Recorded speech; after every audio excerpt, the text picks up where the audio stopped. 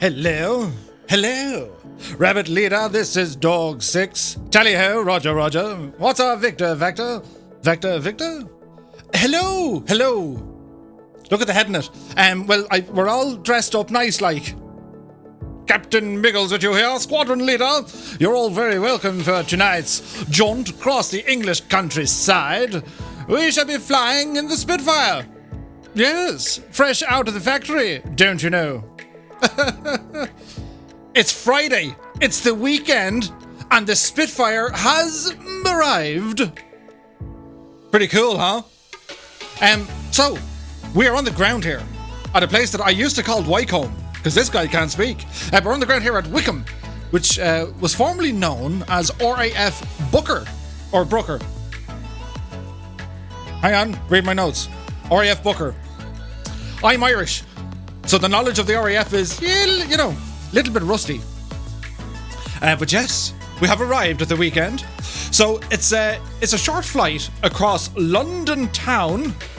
We should be checking out all the sights along the way and the scenery provided by Obex, don't you know? From there, we're going to head over to Southend.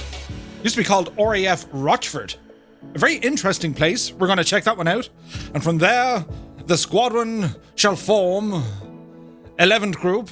We shall go flying from Southend down towards the cliffs of Dover, Tally-ho.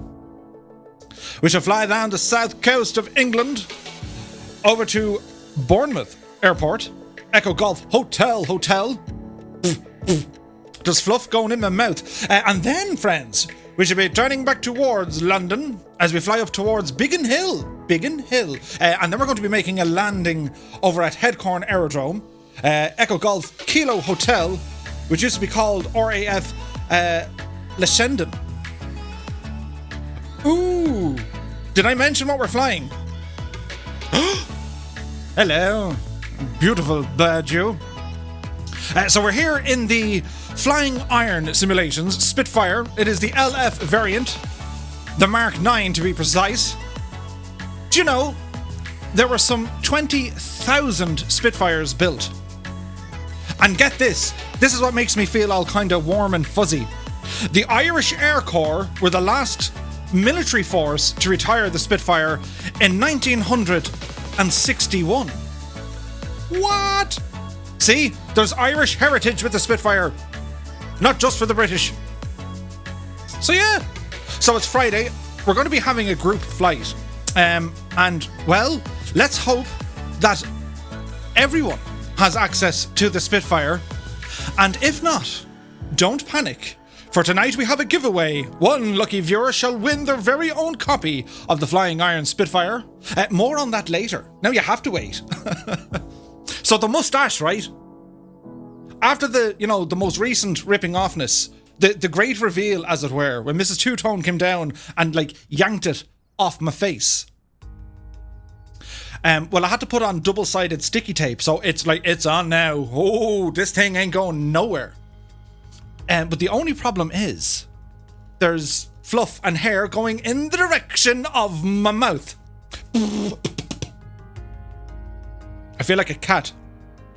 But yes, so we're here with the Flying Iron Spitfire. So what I'm going to do for the first leg, if you guys are very unfamiliar with the aircraft, well, I'm going to kind of show you around it and show you kind of how I fly it. It could be good, it could be bad, it could be disaster, but we'll give it a shot and see what happens. But it's going to make you feel kind of warm and fuzzy inside. I'm so looking forward to when we get over Dover. And there's going to be, the entire air arm of Spitfires flying around or flying across. It is a beautiful, beautiful aircraft. It was the absolute cutting edge of technology when this thing was built. And I only realised today, the designer of this aircraft, an R.J. Mitchell, I did a course a couple of years ago in psychoanalysis. I know, right? Didn't you know? But it's all to do with behavioural studies for drivers. And it was over in a place called Cranfield, which is near Bedford. It's called the Cranfield University. And there is the R.J. Mitchell house, school, building. But anyway, it's named after R.J. Mitchell. And I was there anyway, learning all about psychoanalysis. And I went out for me 11s They do that in England. They call them 11s. Basically, it means a cup of tea or coffee at 11 o'clock. So I rambled out with my cup of tea and saucer. I felt like Patrick Stewart or Captain Picard. And I rambled out and I saw this massive picture. And there on it was this chap, RJ Mitchell, just kind of, standing there contemplating. And behind him was a Spitfire. And my ignorance, I suppose, was bliss. I was like, yeah, that's a Spitfire. I wonder what he had to do with the Spitfire. Sure, he only went and designed it, like. It was nuts. Absolutely nuts. So yes, we shall try and remain in character for the most part. Oh, the simulated horror, we literally just got run over by a truck. But yes, I can see Mr. Two-Tone is in here, and I can see here's Johnny. Good evening, present lady boss. It's amazing. This is like, I try to grow, like, I go for the hillish look, the 5 o'clock shadow, if you will, just to make myself look a little bit more interesting. I have a very bland face. And well, I have a bit of a mustache, but like it's pretend mustache, and the double-sided tape is there could be tears. It's causing all sorts of hell. But it should be fine. Now, where are we? We need music, Murphy. Now, give me a second, because we have kind of fitting music. There we go. Alison says, I'm giving up at the spit. I'll have to practice more. Well, do pay attention now. Squadron leader shall take you through some of the processes of this aircraft as we shall go flying across the English countryside.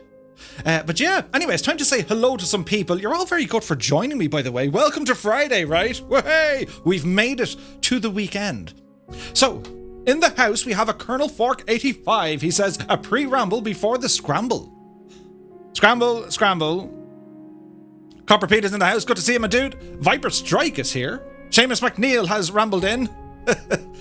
His words are simple. They say, splat. Indeed. Here's Johnny is here. He says, hello, Rabbit Leader. Red 3 answering. Receiving you loud and clear. There's a big 10-4, good buddy. Oh, I can't laugh because the mustache is pulling my face. But who else is here? Suffolk Samuel rambles in. Wayland is in the house. Technic Al is here. Andy Brown, 23, has subscribed at a tier 3. What? The legend that is. Many thanks, Andy. Cheers, and well, thank you very much, my dude. Now, how do we drink this without getting fluff in our mouth?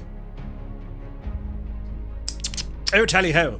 Oh, the mixture. But yes, who else is here? Captain Sickbag has rambled in. Good to see you, my dude. Sorry I've been absent over the last week. It's been a difficult few days, he says, but now I'm back to enjoy the crack. You are most welcome, my friend. This is where we come to forget about life's troubles for a while. They sound like good lyrics. We should write a song. But our nightly streams, we come to forget about life, for we live in this moment. The music, right? It's almost like a speech. Hang on. And we live here in the moment, as it's very important to forget about life's troubles for a moment. But you're very welcome, my dude. Airwolf 643 is in the house. Good to see you. Who else? Alison Johnson has resubscribed. She's been here for 6 months. 6 months. Many thanks, Alison. Cheers, Sláinte, and well, here's to you. Thank you very much indeed. A tasty beverage on a Friday night. They just taste better on a Friday night. Have you ever noticed that? They're just nicer. Who's this? Peter Pepperman is here. Good to see you, my dude. Who else? Let me see. Andrew Hill rambles in. Good to see you, my dude. Craigie Baby J is here. Good to see you, my dude. Happy Friday. Abo92 rambles in along with Nighty Night Owl. Nighty Night Owl says hello from Germany. Well, guten Abend, my friend. And don't worry, once they come out with the Owl ME Messerschmitts, we'll do the same. Kind of. It'll be a different accent. It'll be, oh yes, and here we are, friends, and we'll be taking off from the aircraft and from the airfield. I love Simulation Deluxe. The accent. It's all about the accent.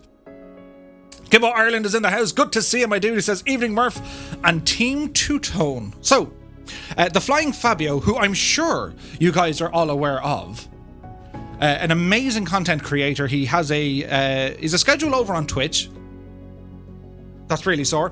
And he does, he does flight simulation videos, and a lot of it is kind of tutorial based. He does a lot of training and teaching, and it's just a really relaxed atmosphere. Absolutely love him. Love what he's doing. Anyway, next Saturday, March the 13th, at 1800 Zulu time, we're going to be doing a duo stream. That's right. The Flying Fabios community on one side, and Murph and the Fireflies on the other side. And we're gonna all try fly the Spitfire. It's going to be epic. I wonder how many aircraft we're gonna get in the virtual skies. It's going to be a lot of fun. So that's going to be on next Saturday. Hopefully it times in with Alison's streaming. Let us check. Yeah, so we should be good. All going well. That music though. Is it a bit loud? We'll turn it down a smidgen. So that's going to be next Saturday. So the Flying Fabio, the Fireflies, we're all going to go flying in Spitfires. Isn't that going to be fun? So those of you who watch Flying Fabio, well, ramble to Fabio's stream. And those of you who watch this Egypt, well, ramble over to me. A bonus stream, if you will. Should be a lot of fun. Anyway, where are we at now? Erlansky is in the house. Good to see him, my dude. Epic Fool has rambled in. Our good friend Dougal McTavish is in the house. He says, "This, my friends, is going to be epicness like you have never seen." Indeed, indeed. Andy Brown says, "I'm on approach to see the grandkids in virtual Sofend." Oh, nice. Ben McClure is here. Good to see you. Godden77 rambles in. Happy Friday to you, my dudes. Shuffle Shoes is here, along with Bozman. Happy Friday, my dudes. Hope all is well. Viper Strike is in the house. Who else? Reno S is here. Hello, hello. Who else? Scott Flan is here. Happy Friday, dude. Man C 888 rambles in. Bit Monster is here. Good to see you, my guys. Wombat49 says, "Hello, hello, good people." It's good to see you. Mr. Z Rider's in the house. He says, "Scramble all flights." The word for tonight is Daka Daka Daka.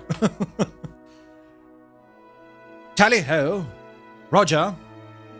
Epic Phil says, "The screenshots tonight will be crazy good." I saw some earlier on, Technical and Daza and a few others. I was just like, that looks amazing. So yes, it should be fun. See you later's here. Hello, Red Dragon Cumry has rambled in. Happy Friday to you. Colonel Fork says, "Tally ho, pilots." Dougal says, "It's Biggles." That's Captain Biggles, yes. The Wing Commander Biggles. That's how that scarf works. But yes, Rogers RC75 is in the house. Happy Friday. Franco G is here. Hello. Here's Johnny says, I see you forgot to shave this morning. Yes. It just grew up on me overnight. It's essentially a caterpillar that was walking across my nose or upper lip, and it stayed there. That's exactly what happened. Floyd Drix is here. Happy Friday. Abbo says, Daka Daka. Daka Daka Daka. No, it's the Daka Daka Daka. Tanner Schmoshman is here. Happy Friday. Big Ear 60 rambles in. Jepson 2001, the man, the myth, the legend, has rambled in. He says, "Well, good evening, chaps. Tally ho, chucks away and all that." He has a pipe, don't you know? Yes, indubitably. We'll be going flying here now momentarily. I need to try and get the one that was in Wayne's World. You know, the bubbles? I feel like Popeye with a pipe. Anyway, that's not important. What is important is Pat691 has rumbled in. BMW E46 is in the house. It's a busy night here. Kozaki Flyer is here. Happy Friday. Rian says, "I'm building a 132 scale Spit Mark IIB. Nice, dude."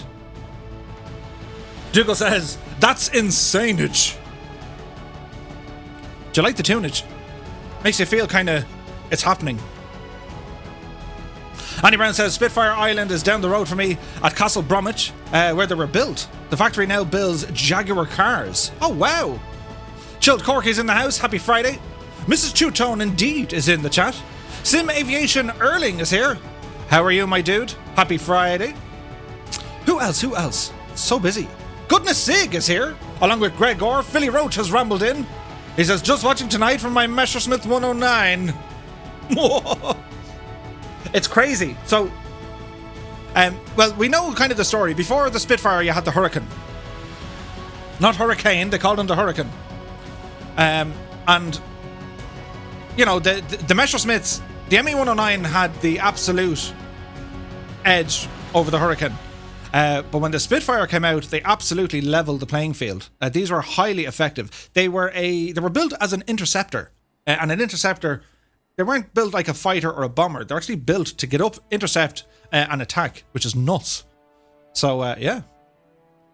Let's see what happens here tonight. Daza T Arab is in the house. Good to see you, my dude. Hello to you and your family. I hope all is well. Sim Aviation says, wow, the aircraft is looking amazing. Do you think it'll come to the official marketplace? Yes. It's only a couple of weeks away from the official marketplace. It usually takes about kind of 6 weeks. So what are we now? March, April. It should be there in April. All going well. Biggles5936 is here. He says, hello, Maffy. Evening all. Where can you download the Spitfire? You can go to flyingironsimulations.com or flyingiron.com and have a Google. It's €22, which, in my view, that's not bad. It's €10 cheaper than its X-Plane partner, other comparison platform. It's cheaper here. Oh, the truck nearly got us again. But yes, Cy Murray is here. Happy Friday. Kaharia is here. Soaring AJ rambles in. Hope all is well, my dudes. Happy Friday. Thanks for joining us. Goblin Zoo says hello in Spitfire. Franco says, are you at EGTB? I am, but I'm currently offline from the servers. I'm going to fly this one solo, only because, like, the London scenery is insane. You know? Mr. Snow Hill is in the house. He's a cousin of Mr. Snowball, but it's good to see him, my dude. Captain Spitfire has rambled in. That name is now so appropriate. But it's good to see you. Now, where are we at?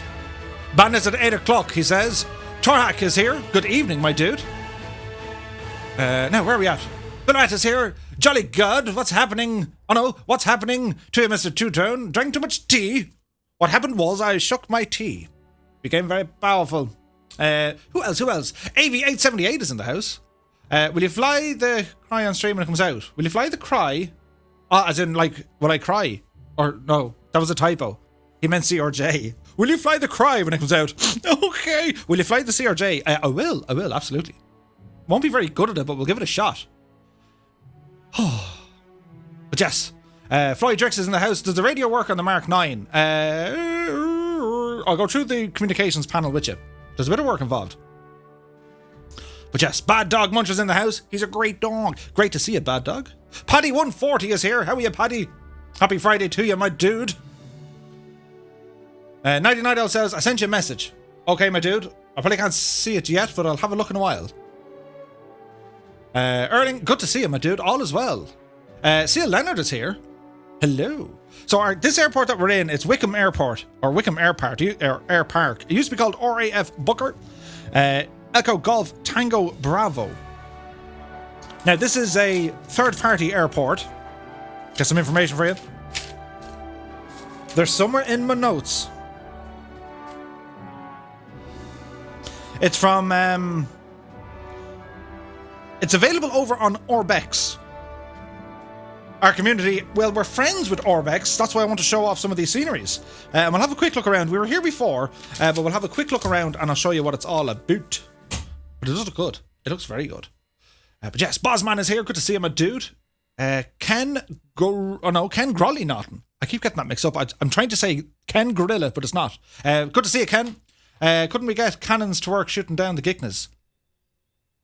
Wouldn't that be so handy, though? Car85 is here. Good to see him, my dude. Who else?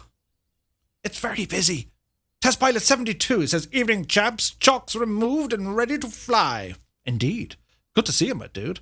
Sai 120 is here. 1 week anniversary as a Firefly. Tally ho, he says. Brilliant. But yes, Sky Cowboy N7. The Merlin engine packs a wallop. It really does. And like, you know, this isn't the sort of aircraft you kind of just go, you know, throttle to the wall and hope for the best. You've got to be gentle with this thing because it'll punish you. But we'll go through it. We'll see how many times it kills me. and then sure, we'll see what happens. Bjog is in the house. Good to see him, my dude.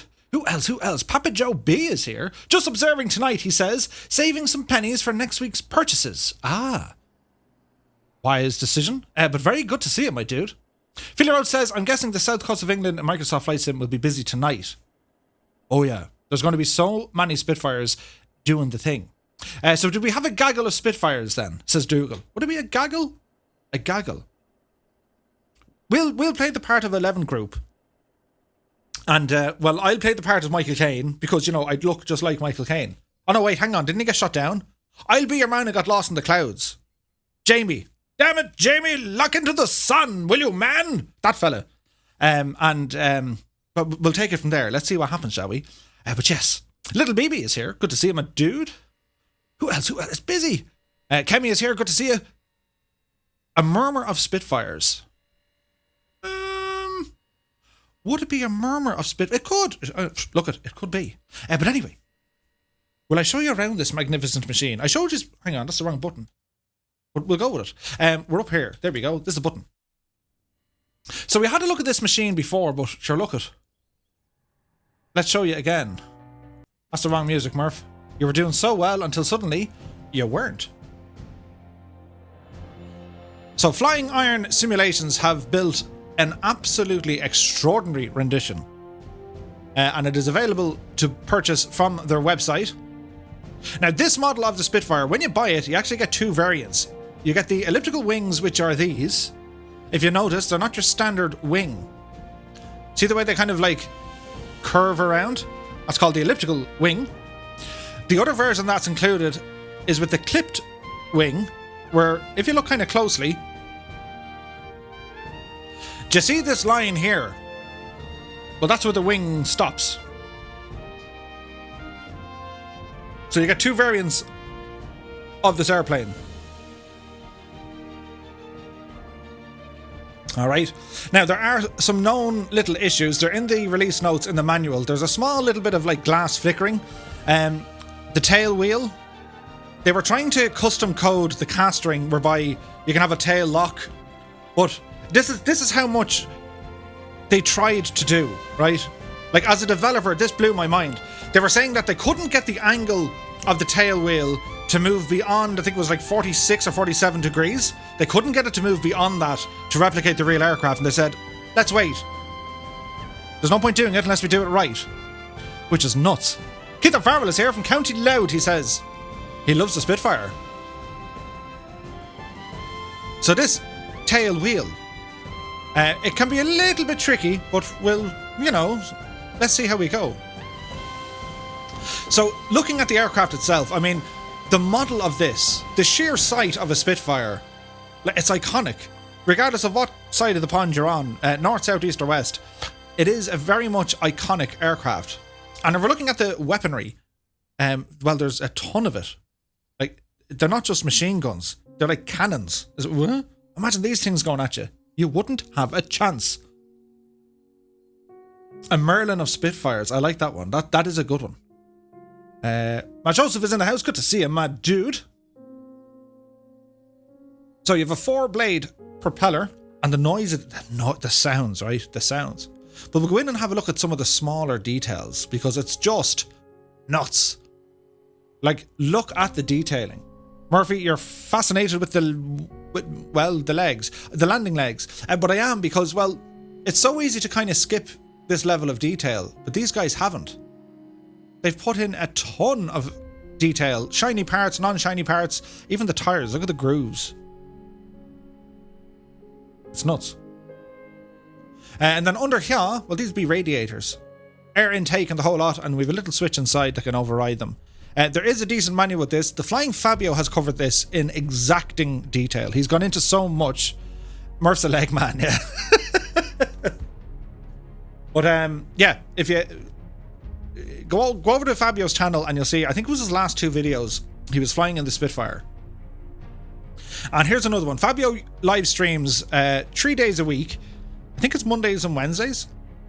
And then like Fridays. But next week, because we're doing our group flight next weekend, which will be on Saturday the 13th of March, Fabio is going to be doing some lessons next week all about formation flying. So if you want to check him out, be sure to ramble over, give the guy a follow, and prepare to have your mind blown with science, because he's going to teach you all about it.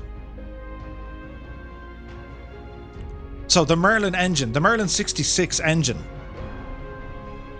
and it sounds amazing. Isn't it just nuts? Like, these are indeed exciting times in flight simulation because, I mean, just look at it. It's visually stunning. K Bell is in the house. Good to see you, dude. Waylon says, what does the Muscat mean on the plane? You have me. It's almost like, I don't know. I should have done my homework on that. There are a number of liveries included with it, so it's part of a livery or that of a squadron. So it could have been where they were based, perhaps.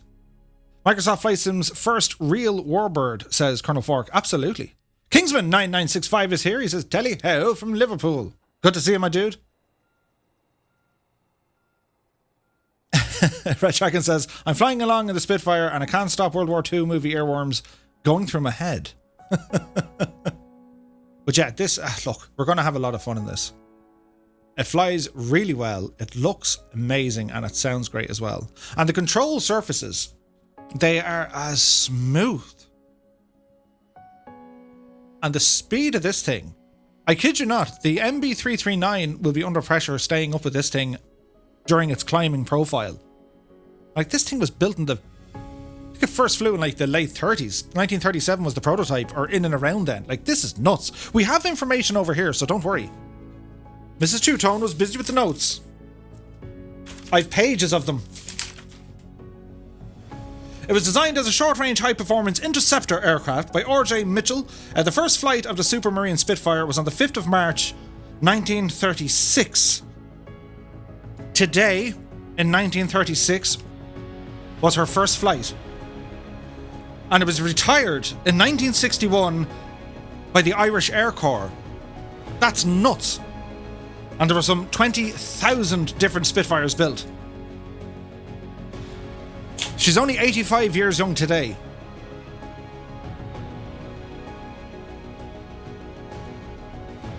Ken says, it was a version of the Merlin 66 called the 1657 in a P-51 Mustang. The Rolls-Royce put Merlin 61 into an Allison P-51. Ooh, very interesting. Old Veteran 965 is in the house. Good to see you, Scott. Happy Friday.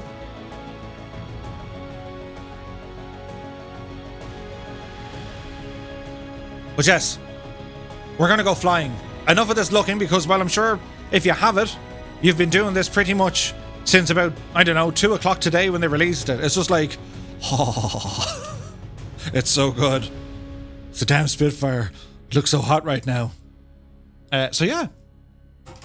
So, let's see what happens, shall we? I'd like to be good, bad, or indifferent, but we're going to give it a shot and try and fly this as close...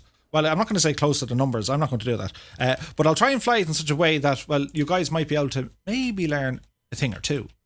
Does that sound like a plan? Excellent. So, welcome aboard. This is inside. So when you hop into your little seat here, and it is very detailed. So you have your pilot's seat, pilot's chair. You have your controls. Trim wheel on the left-hand side. You have your throttle, mixture, and prop. And these units would have been replaced later on, because I've seen, I think I saw Kermit Weeks flying one of these, or is starting up one of these, and I think it just had one center control, which had the prop in it as well. So it was pretty cool. So when you hop in, first thing we do, don't jump around the camera because they'll give out. You have a little door here, look. Ooh, a little door. Well, in order to close the canopy, you have to have that little door closed. And to close the canopy, just click up here. And if you want to open it, click up here. Isn't that handy? And I think they left this click spot in behind here. They did. So like you can move your head around and then click it. Which is wonderful. Mr. Teuton says the top speed of this aircraft was 594 kilometers an hour. What? Dangerous Brian is in the house. Good to see you, Brian. He goes, I'm getting complex. I'm getting a complex you missed. Hang on. Did Dangerous Brian say something and I forgot him? If that ever happens, by the way, if you guys are in the chat and you say something to me and I blatantly ignore it, say it again. Just tell me again. Because I do my absolute darndest to read out everyone in the chat. You guys take the time to say hello to me, and I endeavour to take the time to say hello. Colonel Fork says, Murph, try using the Weather Preset Pro UK typical summer's day. But because it's you, Colonel Fork, and you've asked so nicely. Typical summer's day. Typical English day. No. Colonel! Typical summer day. And.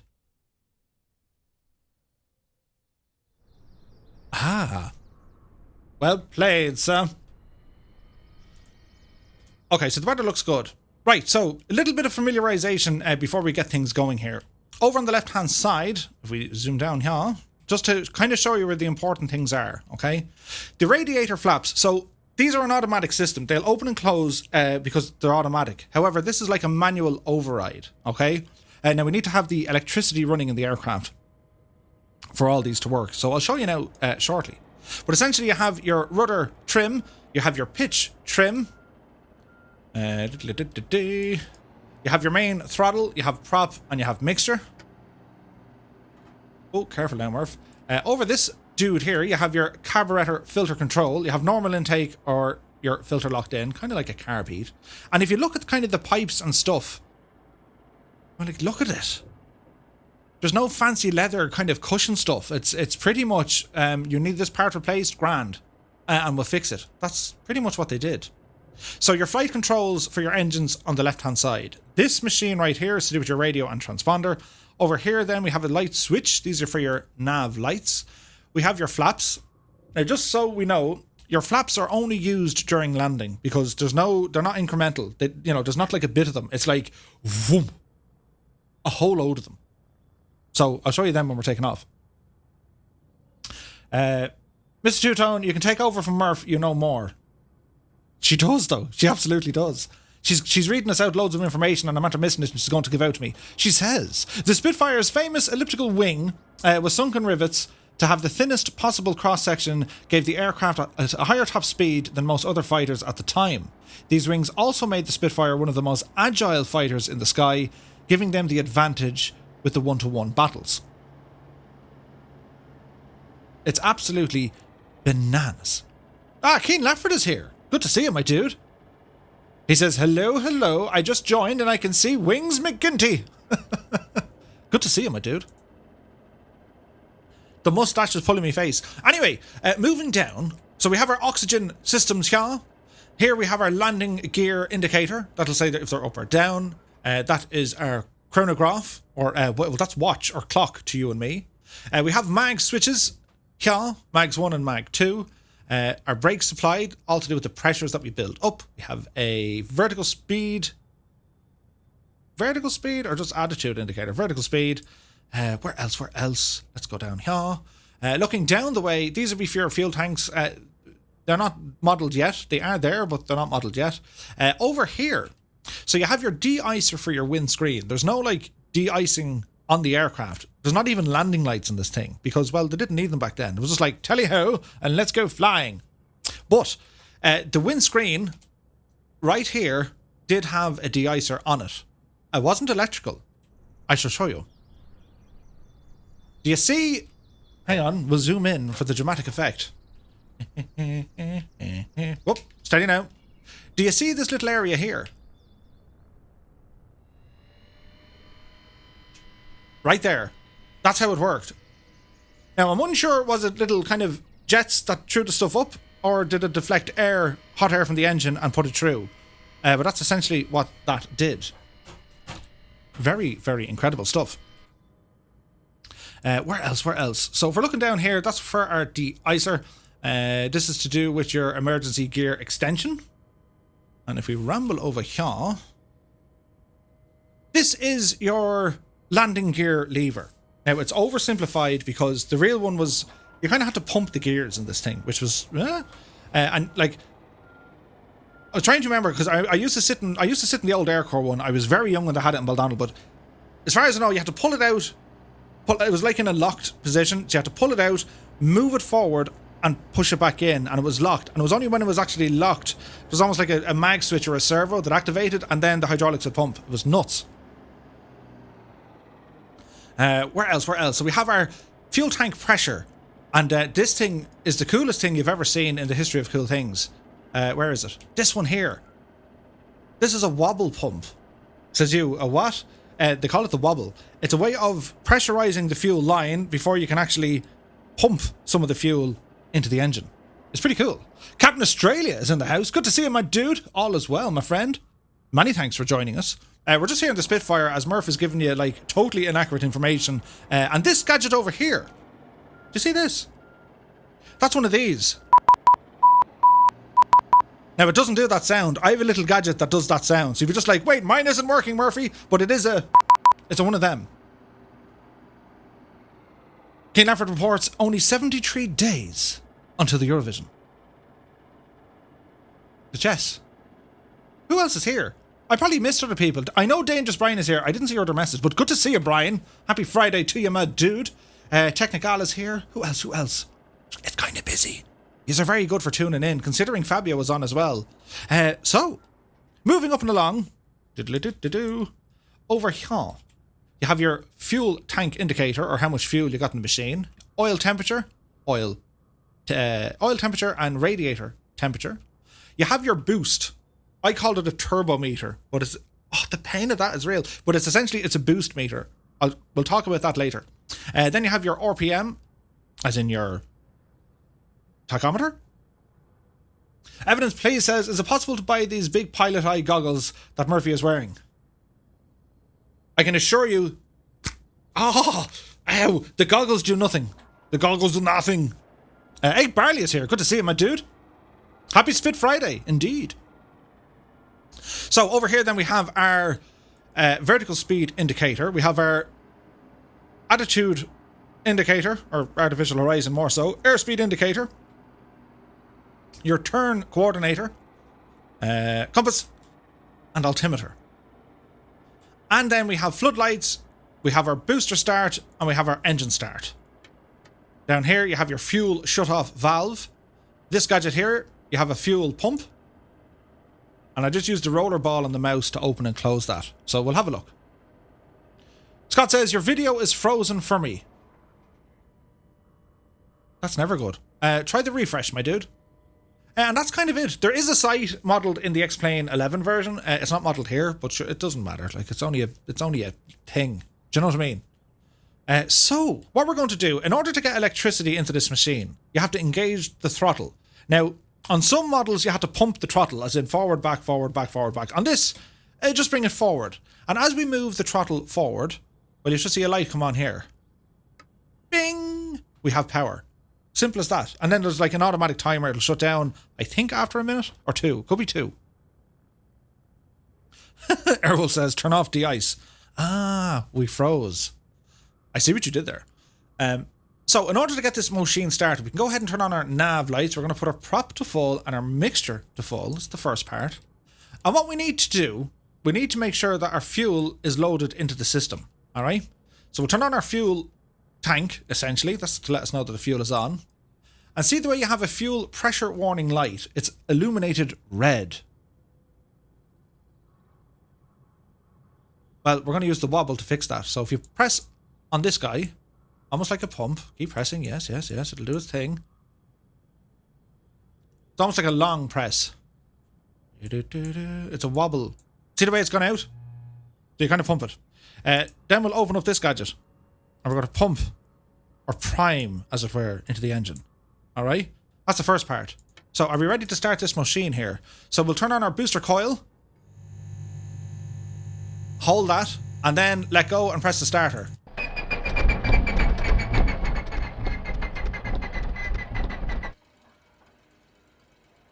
What did you forget to do, Murphy?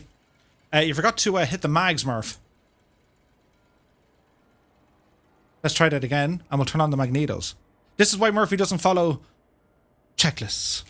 So, repeat the process. So, fuel pressure is okay. We'll try it again. So, booster. And then start. Ho, ho, ho, ho, ho. Doesn't it just sound majestic?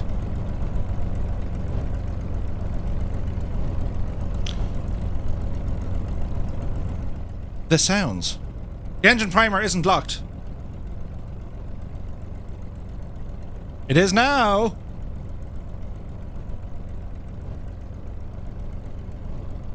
So we can open the sounds when we close the canopy. Ah, isn't that nice? So if you have a look at things before we get going, we'll keep an eye on the RPM here. We have a boost function, but the idea is keep the boost low. So you can add a small bit of power on the ground, but again, because the boost is already engaged, you can damage them. Seemingly so. Kingsman says, going to have to wait for this to come out on the sim market. It's only a couple of weeks away. Tasty beverage covered in fluff. Ooh. But yes, we'll jump outside, listen to it.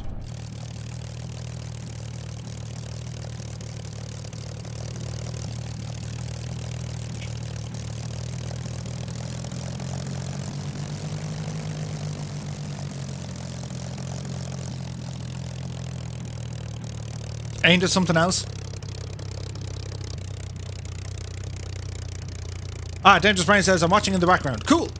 So remember I was telling you about the radiators? Yeah? You had a little switch for these.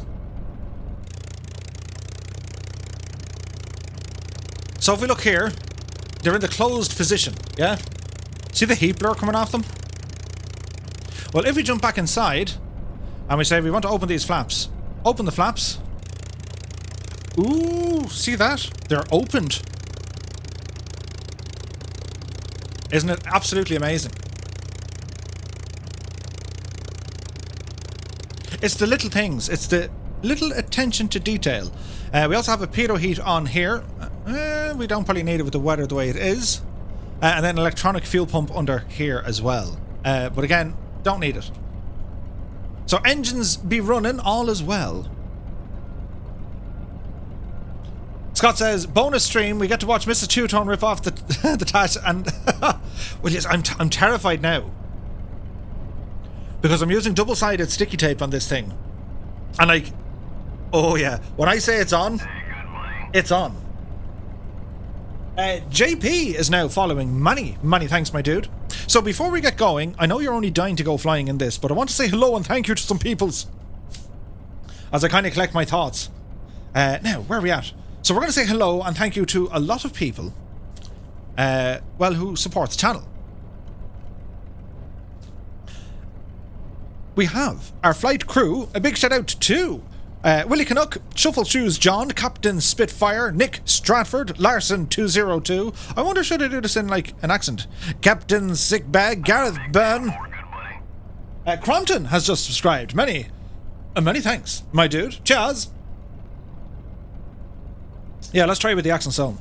We have Gareth Byrne, Peter Pascal, Ford Entertainment Group, Anna Crosses, Goblin to Biz, Nathaniel Davin, B-Pod, Bell Bro, Son Neil, Alaska 559, Merlin Flyer, Fly Darren, Mac Shiggity Pilot, Austin Butenbach, Rogers OC75, Andy Shaw, Ricky Kelleher, William Contino, John E, Peter Fast Pete 84, Tim Middleton, Catbat 9, Red Dragons, Comrie.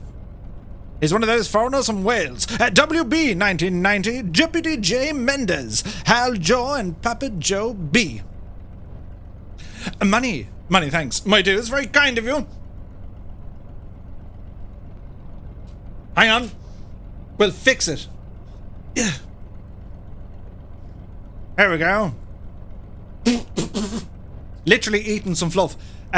Next up, we have our co-pilots, don't you know? We have Train Williams Gaming, John Morris, Wayne Prefontaine, Blair Voyage, Noel K, Tony Robinson, John Amler, Mark Dyson, Rudiger Odenbach, Dougal McTavish, Oz Flight Simmer, Madge C 888, Sean Leo, Pilot Peely, Band Dog, he's a great dog, Patrick Cullen, Samuel Dye, Brian Spain, Ludos Regum, Sir Fuzz, and Mike Griffiths. Very kind of you. Moving on, we have Andy Brown, Old Veteran, 965, Colonel Falk, 85, Annalisa, Tom LeCrab, Alison Johnson, Cool Sax, 98, MJ Daiso, Hawk Driver 101, Brandon Lowe, Ibuprofen 007, Big Air 60, Wayne Prefontaine, Neon Jedi, CDN Taz, Goodness Sig, Bit Monster, Captain Rudiger, Phil Does Twitch. Where are we going with who else? Airwolf 643, War Hamster, Fugros 1, Mike 71G, Jacob Mossad, Oz Flight Simmer, Flying Harp 1, Care 85, Jimamu, Naughty Gnome, Nighty Night Owl, Scotland Comet Project, Seamus McNeil, Wagana 99, Jan Morkamp, Mr. Chippy Catbat 9, Blair Voyage, Crumpton 33, Merlin Flyer, Sir Blackie Lot, Pole Filter, Damaged Case, Captain Spitfire, Test Pilot 72, Brown Doe, Draco, Sensei. I was rapping there. It's like your man out of the horse racing. But anyway, Kingsman 9965, Boss Man, Splasher 6, London Controller, Red Dragon Comrie, Waltons, Swamp Dragon 111, Fort Noob 15, Joey Bolo 77, Philly Roach, Edward Tex, Pat 691, Gibbo Ireland, Shuffle Shoes, Here's Johnny, Kozaki Flyer 66, Cyberman Drew, Copper Pete, Rogers OC 75, EL 737 RS, Mr. Snowhill, Massey 888. Many thanks. I'm exhausted, but cheers, my dudes. You're very kind. What is he actually doing? Like the absolute stadium, Murph.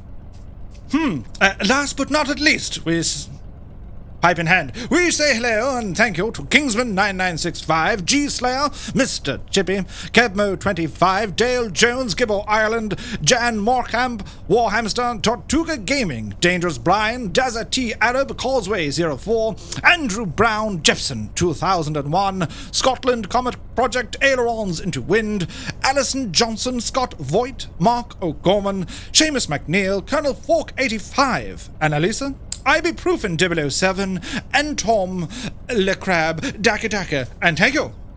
Thank you very much. Dan 1878 says, why my comment got removed? Be mindful of the younger ears, my dude. That's all. You're welcome aboard. Just be mindful of the younger ears.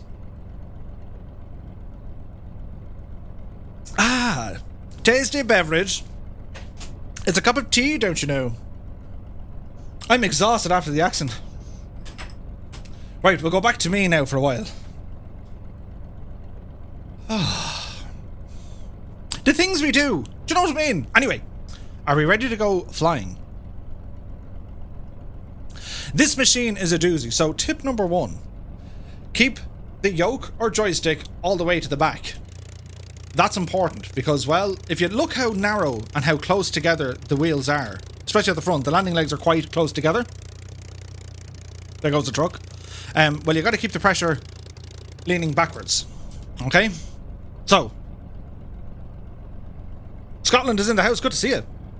Colonel Fork says, Murph, JU-87's inbound. Scramble. Tally-ho. Roger, Red Leader. Put the kettle on. We'll be back by 9. What a machine this one is. So, as I was saying, don't go near the flaps. You don't need them for takeoff. You do need them for land. Well, you don't really need them, but they're handy for landing. T-Bone 420 says, all the way back. Check. Indeed. Oh, mind we're following the place. Angels 25, Roger. Tally ho. Angels 7, 5. You gotta watch the Battle of Britain now tonight. You do know that. That is your homework for next week. Did I mention what we're doing next week? So next week, next Saturday, a bonus stream. The Fireflies shall be joining the Flying Fabio for a joint flight. We're going to all hopefully fly in Spitfires. Next Saturday, the 13th of March at 1800 Zulu time. It'll be cool if you guys could all join us up there. Because, like, as many Fireflies as we have, and we have a lot. Well, we're going to be flying with Fabio's community as well, which should be a lot of fun. So this could go terribly wrong because there's a tiny breeze behind me, but we'll give it a shot. So here's one for you. Your mixture and your prop go to full, but it's very important you don't go throttle full on your takeoff. Otherwise it will go all over the shop. Alright? So we'll get ourselves lined up here on the runway as best we can. Be very gentle with the brakes in this thing because you will tip it over. I've heard of tipping over a cow. You want to tip over a Spitfire? But yes.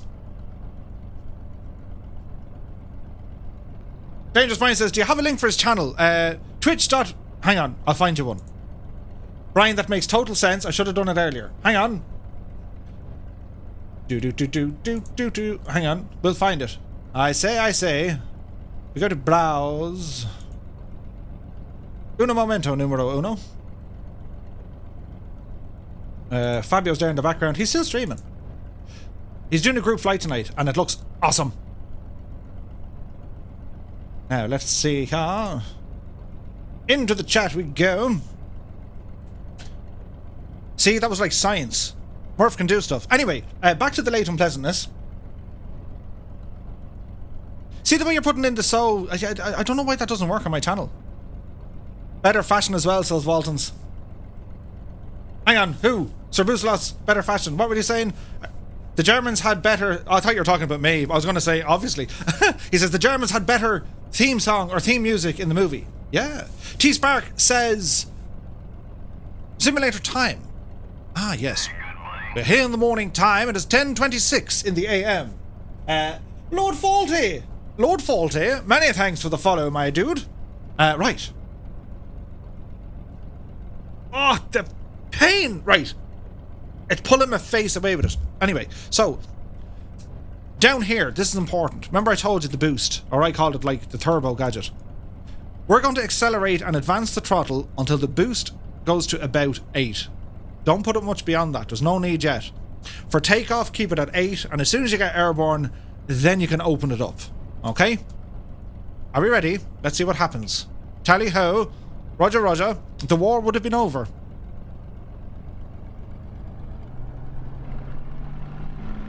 So we're set at 8. See the RPM is coming up. Airspeed is alive.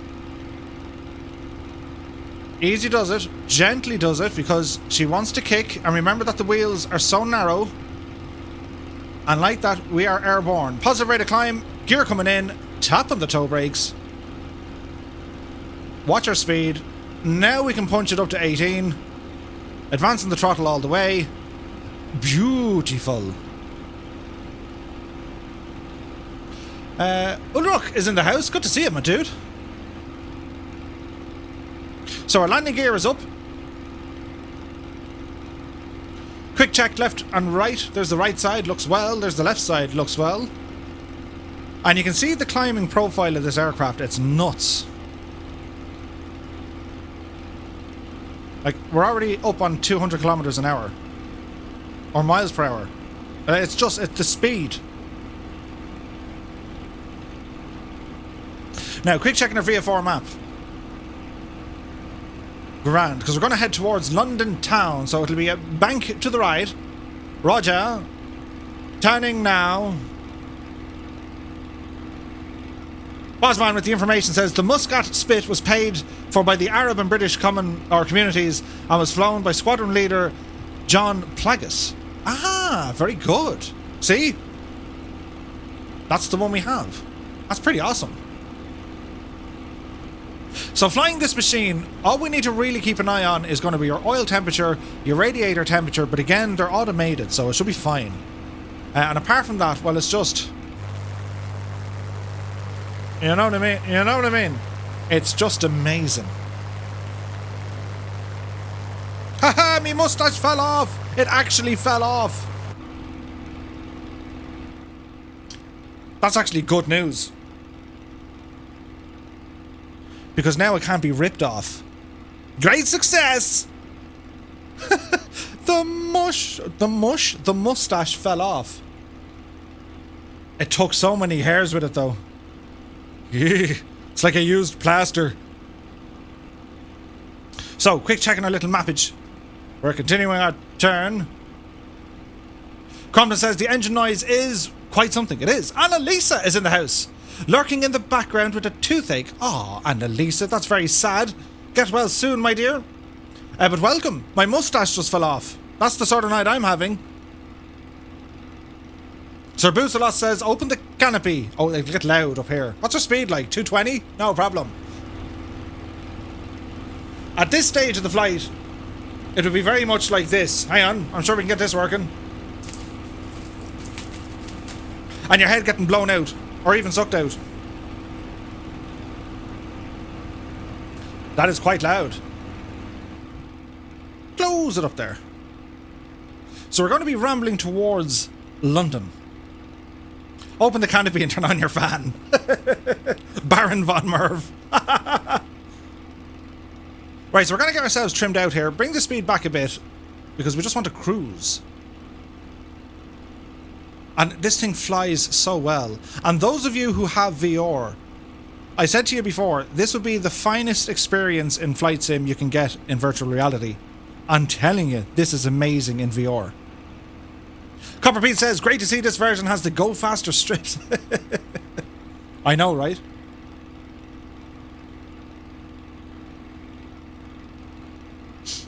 I can't wait to see the group flight here. There's going to be so many Spitfires. This is not even going to be funny. Well, we are in Kent, isn't it? Kamek says, is the Spit available now? It is. If you go over to flyingironsimulations.com, you can pick it up from there. It's there's a decent price for it as well. So what we're going to do, I'm going to hide the information on the bottom of the screen because, well, wait until we get there. Do you know, and we'll be there soon. Like, it's not going to take too long before we get there. So let me see what we're going to do, because we have music. Because this thing needs music. That kind of works. I know, right? So we'll check out some of the views. I mean, look at the state of that view.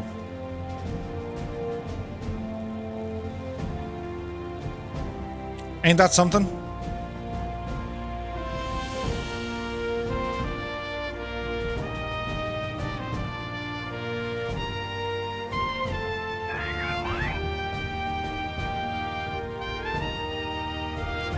Many thanks for the follow.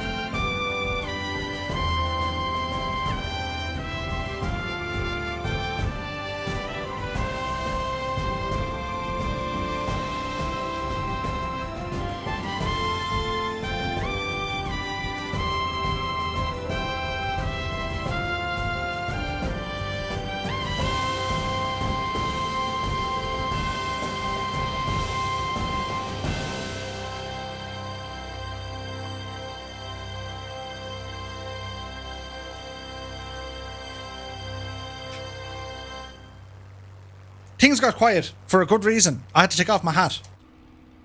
And then I realised I had loads of fluff in my mouth. Ah, look, it's me! Hello! Hello! We had to retire Captain Biggles because the moustache fell off. But isn't this thing just absolutely stunning? So, quick check on the map. Oh, look. We're coming into London. Now, the frame rate might suffer here a little bit. I'm using the Orbex London scenery, which should be nice.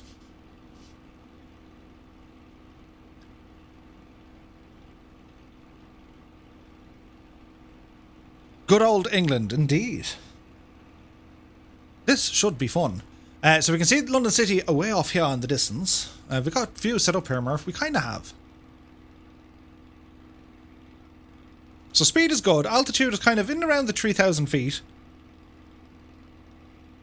Captain Spitfire says, I'll be in the air in 10 minutes. Nice. I mean, just look at the state of it. Do you know what I mean? EGWU. Like, back in the day, the sheer amount of airfields you would have had here for the RAF would have been bananas. Brian Straight's in the house. He says, she deserves a barrel roll. Oh, there'll be plenty of barrel rolls, don't worry. Soon, my friends, soon. But as we're flying it, we just want to keep an eye on things. It's all about flying it gently. As soon as you hop into this thing, you just want to kind of, you know, firewall it and give it socks. If you be gentle with it, it tends to be gentle with you, which is kind of weird because, you know, it's a simulator. Oh, we have flood lightage, look. Give them a second. They'll flick on now in a sec. They come on earlier on. They do work. It's just, I did this earlier. Give them a sec. Gib Ireland says, what is the ABCD on the left for? So this is all part of like the transponder and radio communications. It has a very specific name. It also appeared in the likes of the Mustang. Not the Mustang, the Mosquito. I need to do more reading up on it. Like it's modelled, how functional it is, not really sure. But it's to do with like your transponder and radio. And the same equipment, as I said, it appeared in other aircraft. Has a very specific name. Lox Martin's in the house. Good to see you, my dude. Kinlaffer said, is the 2012 Olympic Stadium modelled? I would think so. Now, bear in mind, if the frames kind of give up on us, this is the first time I've flown over London in ages in Microsoft Flight Sim.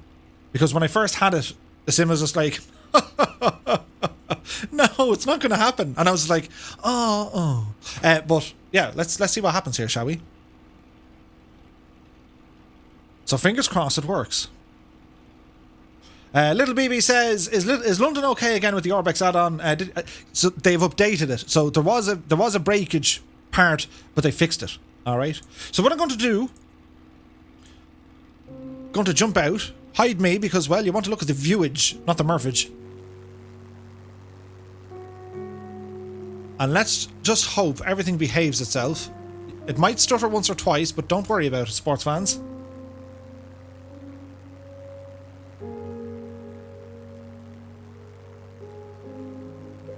Let's hope it behaves. It's loading in a ton of scenery.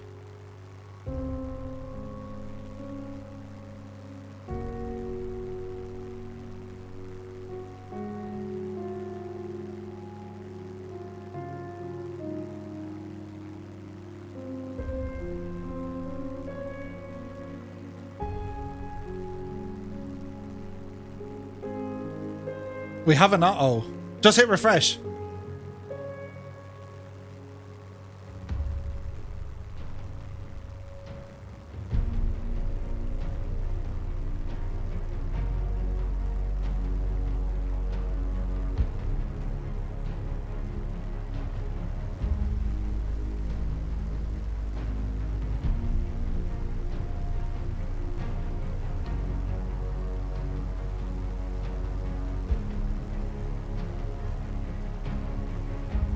It's like the scenery is so heavy on like computer power.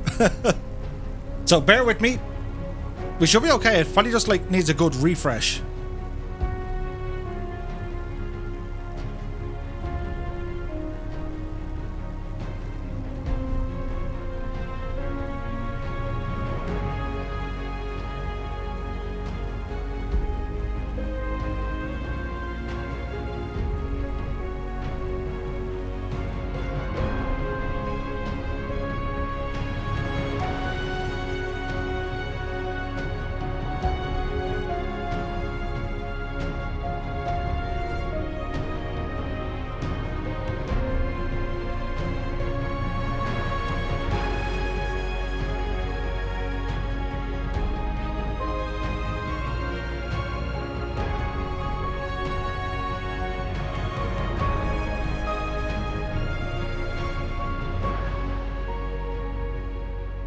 So you're probably wondering, Murph, where's all your buildings? That's what's wrong. It's trying to download them. I didn't, like, maybe I should have pre-cached it, but it's doing its best. So, yeah. still blocking the world update. It's doing a thing, yeah. We shan't worry too much. We can always, like, uninstall it.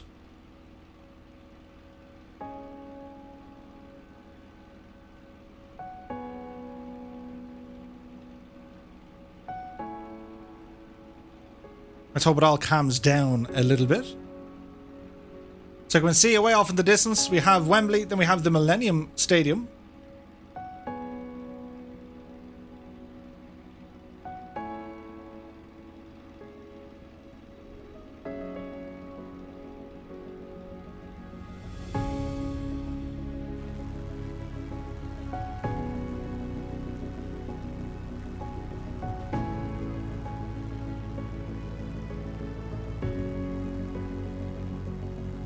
Ox Martin says, where do you put the Spitfire files once it's installed? Into your community folder, my dude.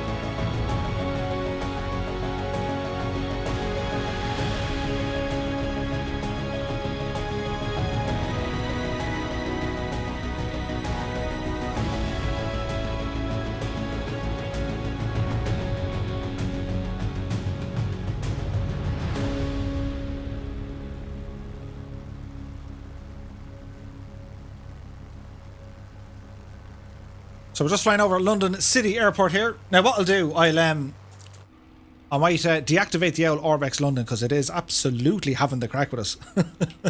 So much so the stream even went, wait, what? What is this? But that's not important. We're pretty much kind of over London. We're heading out to Southend Airport. Echo Golf Mike Charlie. London Southend Airport. The airfield was established by the Royal Flying Corps in World War One. It was later known as RAF Rochford. It became a base for fighter squadrons comprising of the Supermarine Spitfires, Hawker Hurricanes and Bristol Blenheims. Many of the pillboxes still survive, as does the underground defence control room. There's some 50 or 60 pillboxes over at Southend Airport.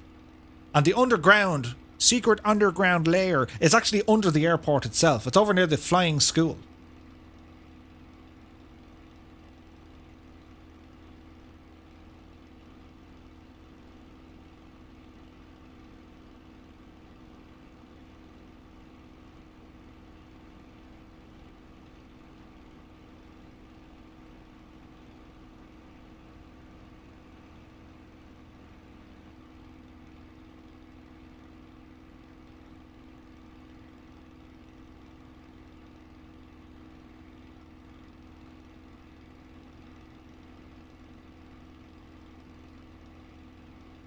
That's weird. My preview screen has gone all kind of strange, but that's not important. That's what happens when you fly over, like, a big city, I suppose. So, London Southend. It's available over on Orbex. It was developed by Pilot Plus, and it is a remarkable airport.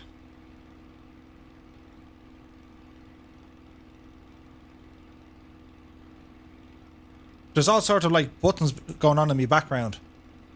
Why did it update that?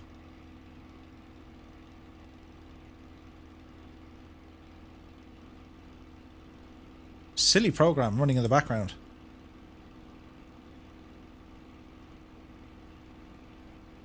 Yes, there are many buttons, but don't worry. That's why we always restart the stream. That's why I do these solo legs, because, well, I tend to break things. Who is this? Airwolf has subscribed for 2 months, currently on a 2-month streak. Many thanks, my dude. He says you are by far the best Microsoft Flight Sim streamer. Well, many thanks, my dude. I need to fix the gadget.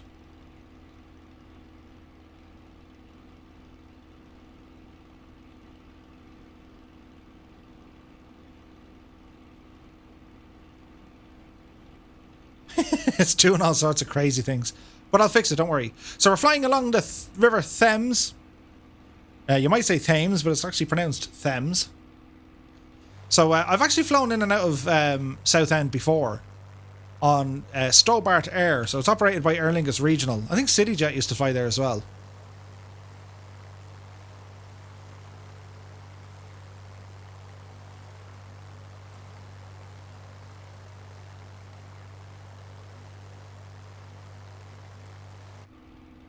Okay, I pressed the button and all is well.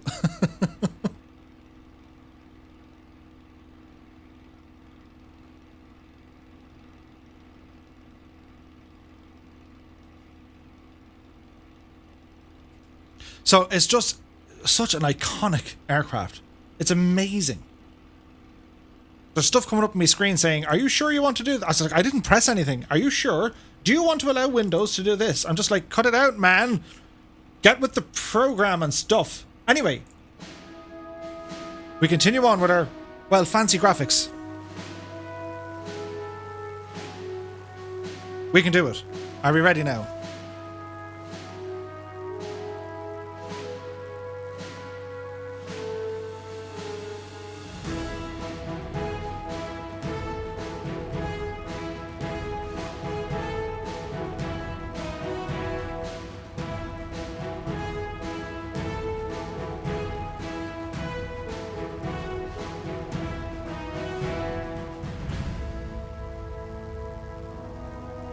The Supermarine Spitfire. I mean, doesn't it just look beautiful?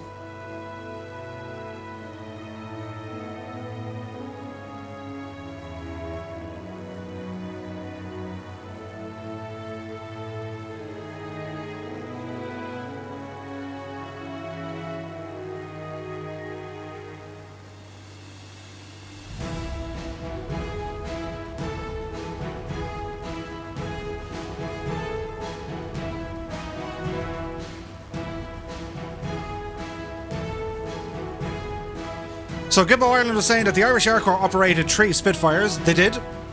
They had the T2 variant. Basically, it was a twin-seater, one behind the other, training aircraft.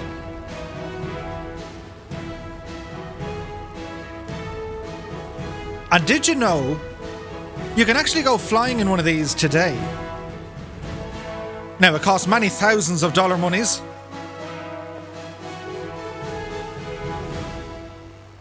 But absolutely worth it. Imagine flying one of these in the real life. Could you imagine?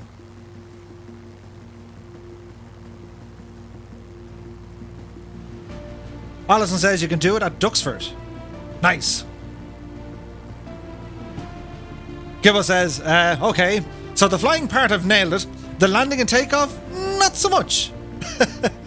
Johnny Simdude says, life would be complete. Dangerous Brian says, 2 big films were made in the town I live. No Spitfires, but great films. The Dam Busters. Oh, nice. And Ice Cold Alex. That's awesome.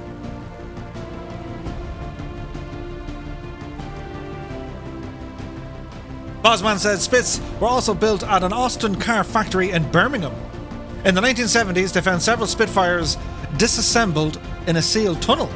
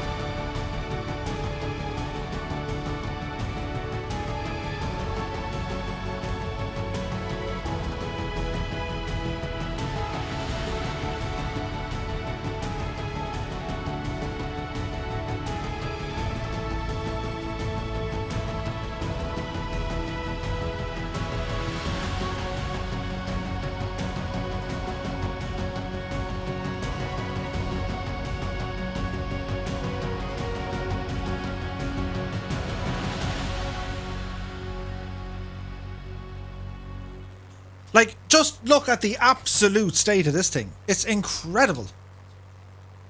Right. I know you guys are only dying to get flying, so we're going to try and get this machine onto the ground here.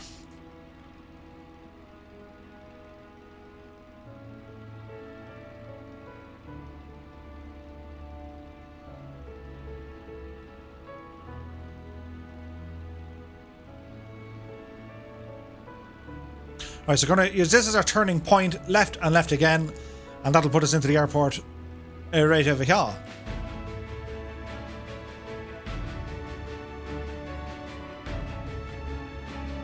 Epic Phil says, landed, was met by a fire truck. Thankfully, I didn't need it this time.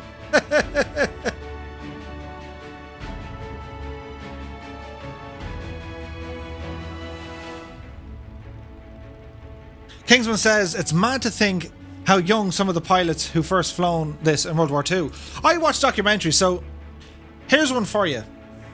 I must find the link for it.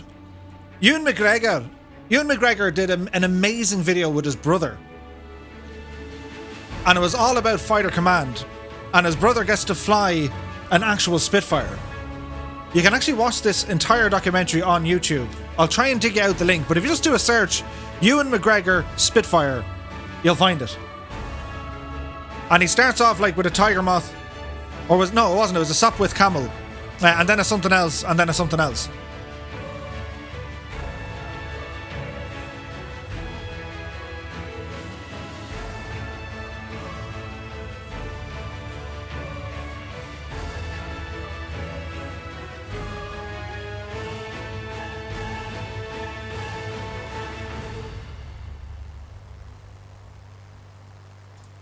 Technical says, our local museum is named after Reginald Mitchell as you were born here. They normally have a Spitfire on display, but it's in restoration at the moment. Aha! Scotland Comet Project says, London to Tokyo flight update, 3,700 nautical miles to go. 8 hours and 20 minutes estimated arrival time is 05:40 AM. Dude, that's crazy! What a flight to be doing.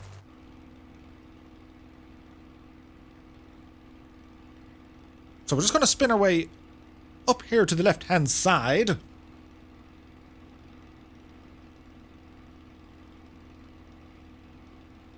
Mrs. Two-Tone just put in the link to that Ewan McGregor documentary.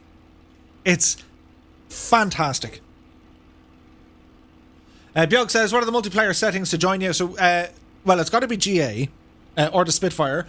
We're going to be on the North Europe server.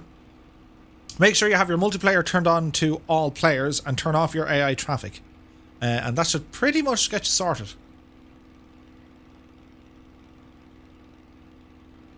Kemi says they wouldn't have had those invasion stripes on during the Battle of Britain.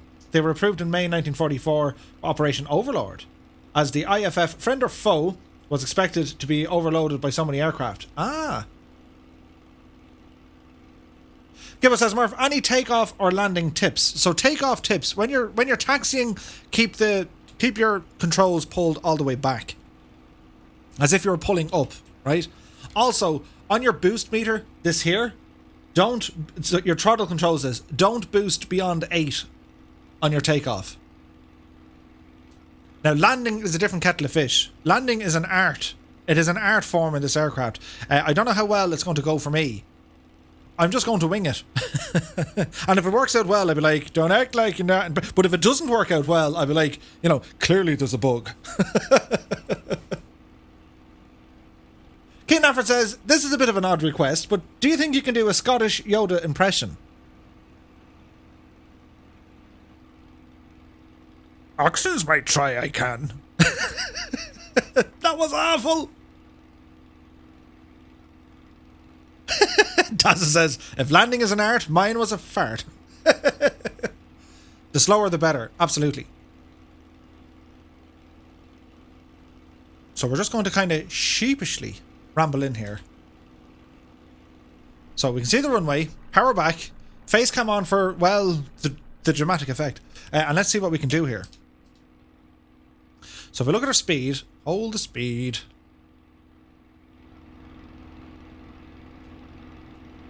And the best way to kill speed in these things, will pull a couple of G's. Do you know what I mean?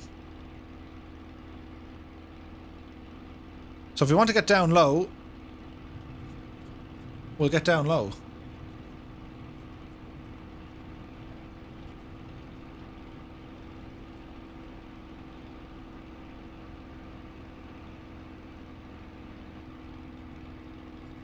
And then pull a few G's.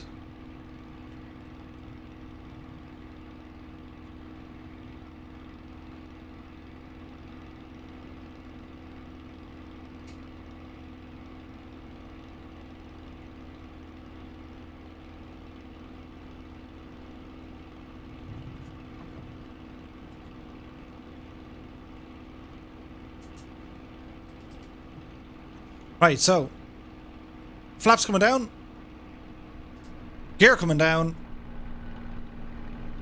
and let's try and control this. So gear is down, green light indicating that they're in position. As I said, there's no incremental flaps. It's either they're on or they're off. So we're going to maintain an approach speed here of about 120. Ibuprofen is in the house. Good to see you. Happy Friday, Kendra.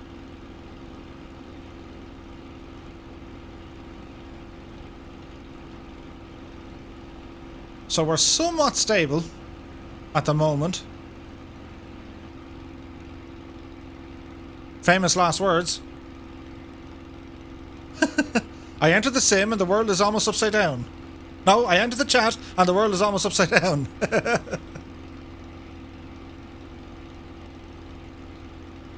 Think you should wing wave to the grandkids. There could be medics on standby here now.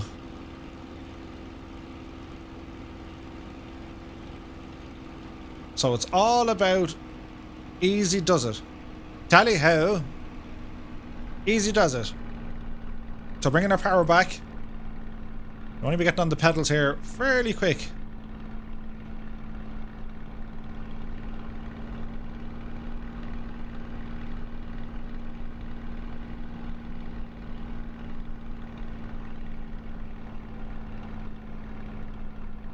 So watch that speed come down. Let her lower. There's contact. Contact. Easy does it. Nothing like a couple of stutters just to wreck me buzz. Easy does it. Now remember what I said, how narrow those wheels are, so the controls need to be so small, so subtle. Easy with the braking, just take it in under control.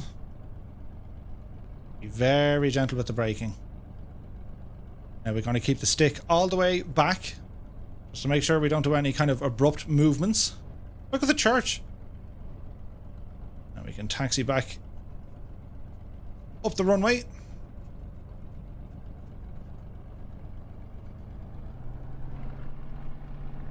Add a small bit of pressure as we go. Bring our flaps back in, we're finished with them. And that's kind of it. Don't act like you're not impressed. Murphy, that was manky. But as I said, it's all about be gentle with the machine.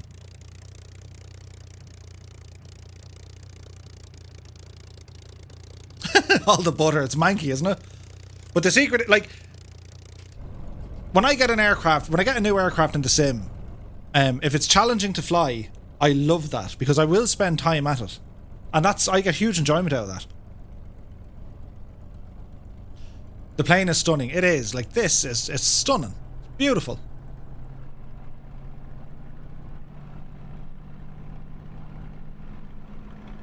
So as I said, it's all about very gentle inputs. And give yourself... Oh, look, there's a Vulcan. Give yourself so much space. And don't do any kind of quick movements because you'll tip it over or, you know, you'll wing strike it. So it's all about being gentle. We got a Gikna? Well, because we're on the North Europe server, we probably will get Giknas. Dougal says, yes, I landed instead of crashaged. Colonel Fork says, I think I landed at the wrong airport. There's no one here. Ooh. So we're at Southend. And we're going to park this over beside the Vulcan because, like, two iconic British aircraft. Wasn't it the Avro Vulcan? Wasn't that it? Avro also made the Lancaster. Echo Golf Mike Charlie. Correct. London Southend Airport. Dougal says, that was my first landing. Nice! Scout Cowboy says, especially with takeoff, gradual throttle is required. With the throttle on takeoff, I'll show you again when we take off, but don't accelerate or don't put the throttle in. Keep an eye on your boost meter. That's that red dial down here at the front. Don't go above 8 when you're taking off. On this guy here, don't let it go above 8. 8 is fine. She'll build up her speed from there. Is this one of the update UK airports? No, it is not. This is a custom third-party airport designed by Pilot Plus, and it's over on the Orbex suite. And this is a super airport, guys.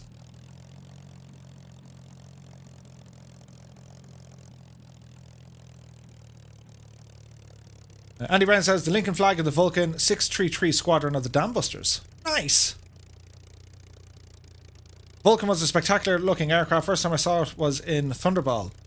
The Vulcan Roar. The aircraft was more famous for its howl than anything else. So our parking brake is on. What we're going to do, we're going to shut down the machine. Very straightforward. Did my lights ever start working yet? No.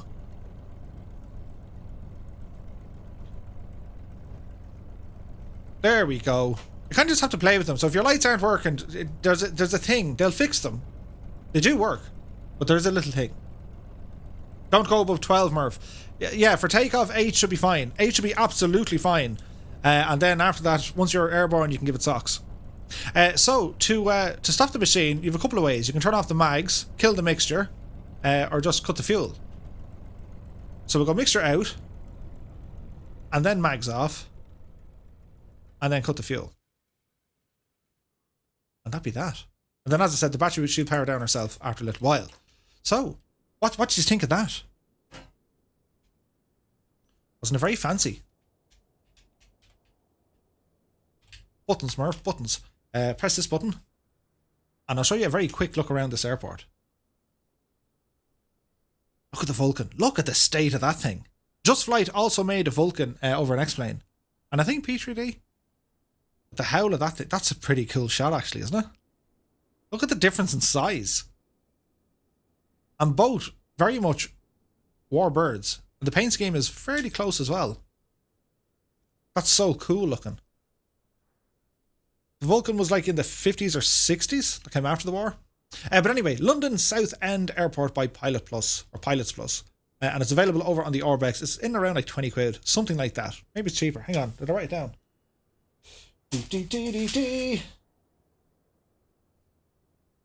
16 euros. So as you can see, highly detailed.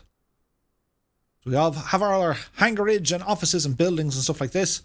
And the history behind this place, it's a former RAF base back in the Leighton Pleasantness. It was known originally as London Southend RAF Rochford. And it's fascinating. Isn't it so much detailed? Look at the reflections there, look. It's nuts. It's a Ryanair 737. Look how good that thing looks. London Southend Airport. The reflections, the modelling work, it is incredible. So go here to the front of the building, look. Isn't that cool? It's just bananas. Old Brendan says, EasyJet, the first UK airline I ever flew on. Cool. The Avro Vulcan entered service in 1956.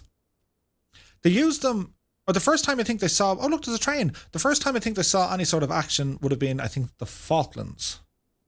I do believe. But yeah, I've flown into London Southend. As I said, it's fantastic because you do just hop on the train and you're into London City in 20 minutes, half an hour. It's super close. But a lot of detail has gone into this, isn't it? We're in the control tower. Look at that. Isn't that just cool? There's a lot of detail here. Yeah, it's pretty cool.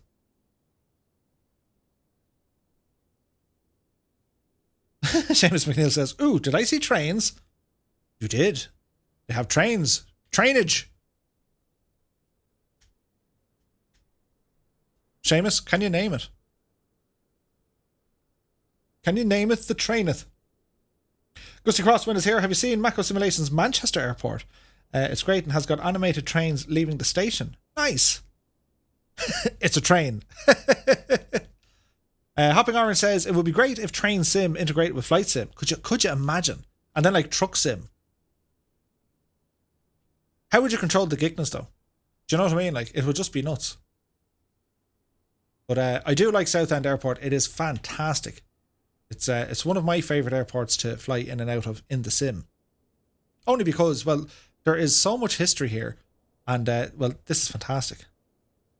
Dangerous Brian says, and farm sim. You'd be away there in your field getting a delivery and then a bit of crop dusting, and sure, then you have to get the train. We can see it now, sports fans. So, do you see the layout of this runway or this airport?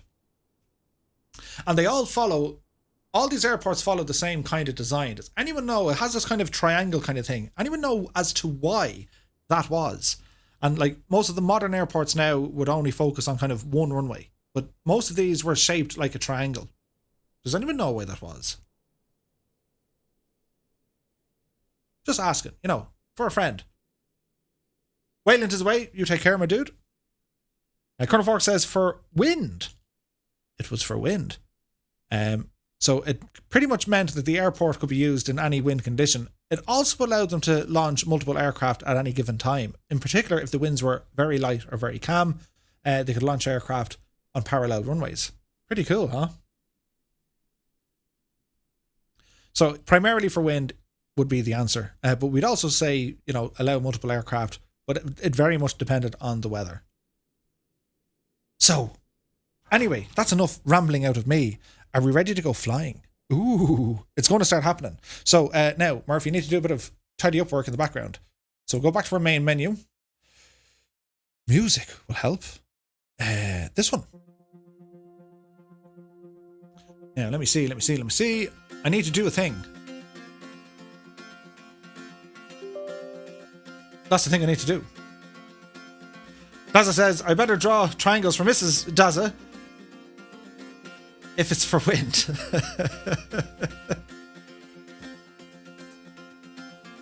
Now, over here, look. Ooh. So we can see a little note up here. It says, flying with Fabio on March the 13th at 1800 Zulu time. It's going to be amazing.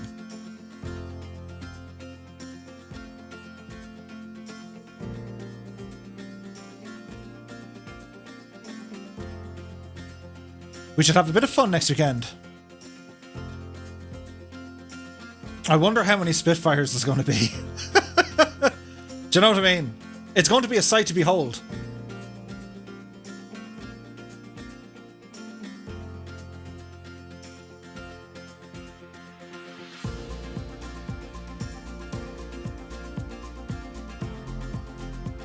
Alison says, I'll do my stream on the Sunday, Murph, in a week's time. It's not a long one. But whatever works. Like, if we're on at 6, I think you're usually on at 2, so maybe we can go at 6:30. It'll be fine. It'll be grand.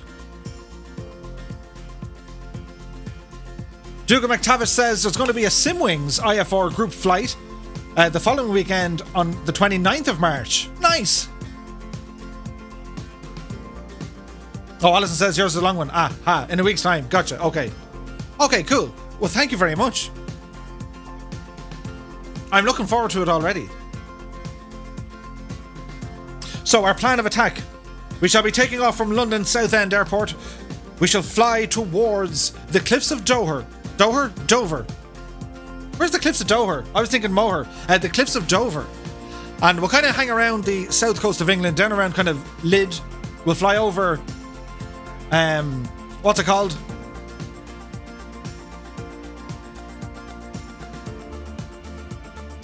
It'll be down kind of around Brighton, over that way. Past Southampton, over to a place called Bournemouth, which is Echo Golf Hotel. So we got a bit of a flight to make. Alison says, means I can come along too. Nice! Yeah, it's going to be fun next week, guys. And as I said, if I'm sure you know the Flying Fabio. If you don't, be sure to check out his channel. twitch.tv, The Flying Fabio. But next week, because of our group flight on next Saturday, he's going to focus his streams next week on formation flying. Fabio's a real-world pilot, so he's going to explain just tips and advice and stuff about formation flying. So it'll be interesting. He pushed the mower over the cliff. Many thanks, Rob MCR, for the follow, my dude. It's amazing all the follows we get. Guys, thanks so much. It's nuts.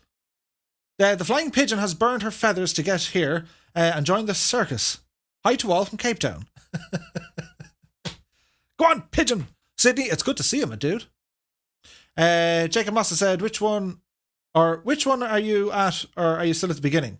We're just going to start now from Southend. So we're just at the very start of the group flight.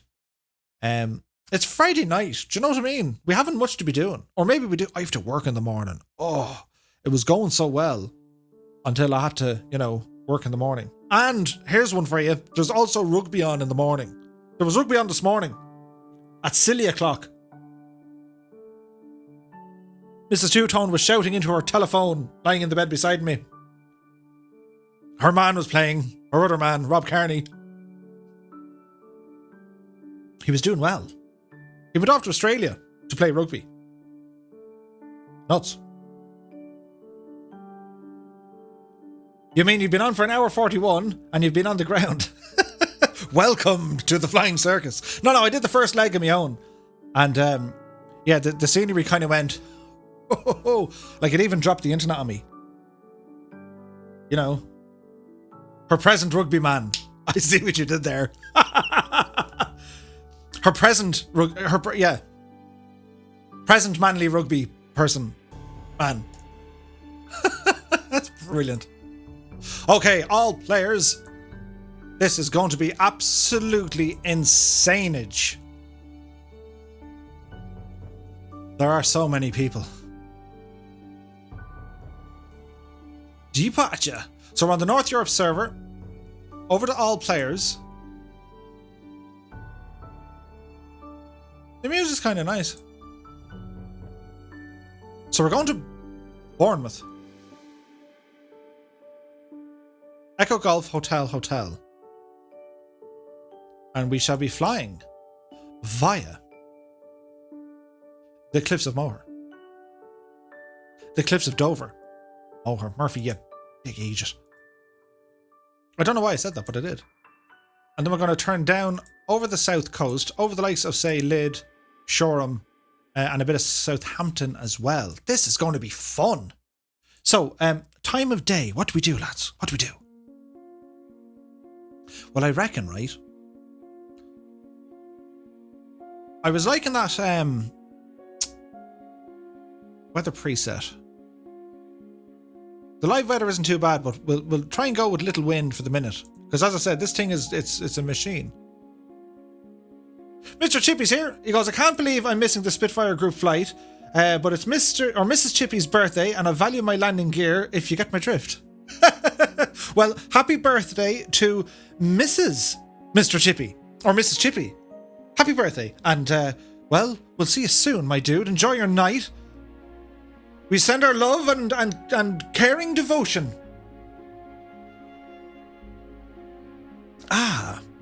Jerusalem says, has it been mentioned that it's the 85th anniversary today of the Spit's first flight? It has.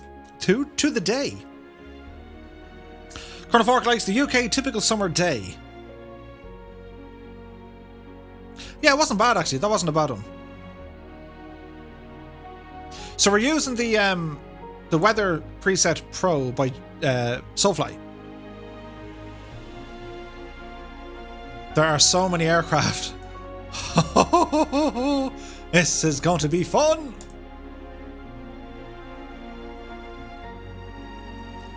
Hey chat, let's all wish Mrs. Chippy a very happy birthday. As Nasty Newbie is now following. Many thanks, my dude. A nasty newbie. So many spits, I know, right? Papa Joe B with the resub on a 2-month streak with Prime. Many thanks, my dude. Cheers. I've seen, if you check it right, it isn't a money grab. I've told you before. I'm very, very grateful of all the subscribes. It's nuts. It's crazy. But it's not at all required or, requested. I'm very grateful for it. Don't get me wrong, because, well, I can do stuff with the brand and the channel and the stuff. But I did notice on Twitch, you can use your Amazon Prime. If you have Amazon Prime, that comes with a free Prime subscription that you can put into Twitch. Really handy. But I've also seen that you the user, can make a bit of a saving if you purchase, for example, 2 months or 3 months of subscriptions together. If you want it. If you don't want it, it's totally fine. But it's just something I thought I'd say, because, well, you can save money. Now, the question here is, are we all in Spitfires? Or are we all... there's a couple of Spits. See, my question is, do I load in... This could break it now, but sure, look, we'll give it a shot and see what happens. If it breaks it, well, we know what to do to fix it. Ain't that right? Dead right. So we'll give it a second. Now we go to this button. Kingsman says, will a TBM be okay? Absolutely. I can hear a Spitfire. There's one. There's another one. Oh, there's Spitfires. Dreamy 1412. Many thanks for the follow, my dude.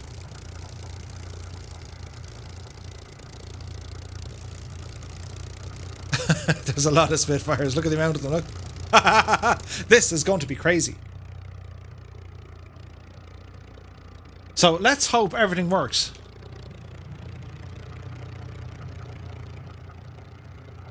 It's a little bit on the oh dear side. But let's see what happens. Gibbo says we should type in 3 if a spit when doing the count. Yeah, we'll see. We'll get a full count first, then we'll count everybody, and then we'll do a Spitfire count. But not yet, because I won't be able to read it. I'll get lost. I'm confused. So, I left you in this position. I'll talk you through the startup procedure again. So, first thing we do, close the door. Just in case you fall out. And a couple of things you need to do. So, to get electrical power into this machine, you need to move your throttle forward. Like so. Green light on. There's now power gone in. At this stage, we're going to turn on some nav lights. Alrighty? We'll do our old secret of pressing the D and the B. The lights here are, well, they're doing the thing. They'll come on later on.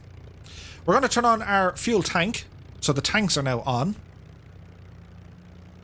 If you notice over here, you have a red light on your fuel pressure warning. You got to hit your wobble pump. That's this guy. So keep clicking on him until that red light goes out. And it will go out. Hey, good morning. Many thanks, Sell, for the follow, my dude. So there's a little red light gone out. We're now going to open up our little pump or primer. 2 shots of that should be enough. Go ahead and lock it. We open our booster and then our engine start. So we're going to press and hold our booster. That'll get the prop spinning. That's our compass Murph. So we'll press and hold. And now we'll go for a start.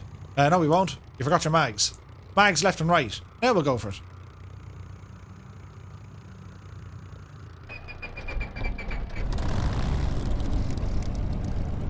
Alrighty. It's alive! So, close these little caps. Close the canopy. Sounds all nice. The sounds, though, aren't they nuts? Mr. 90 is in the house. Good to see you, my dude.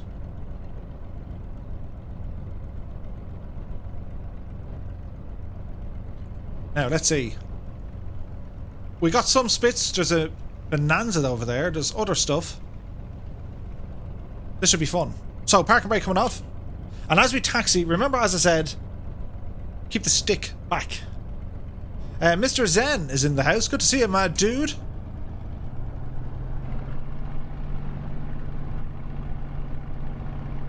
Colonel Fork says, I feel like the only clipped wing spit in the stream.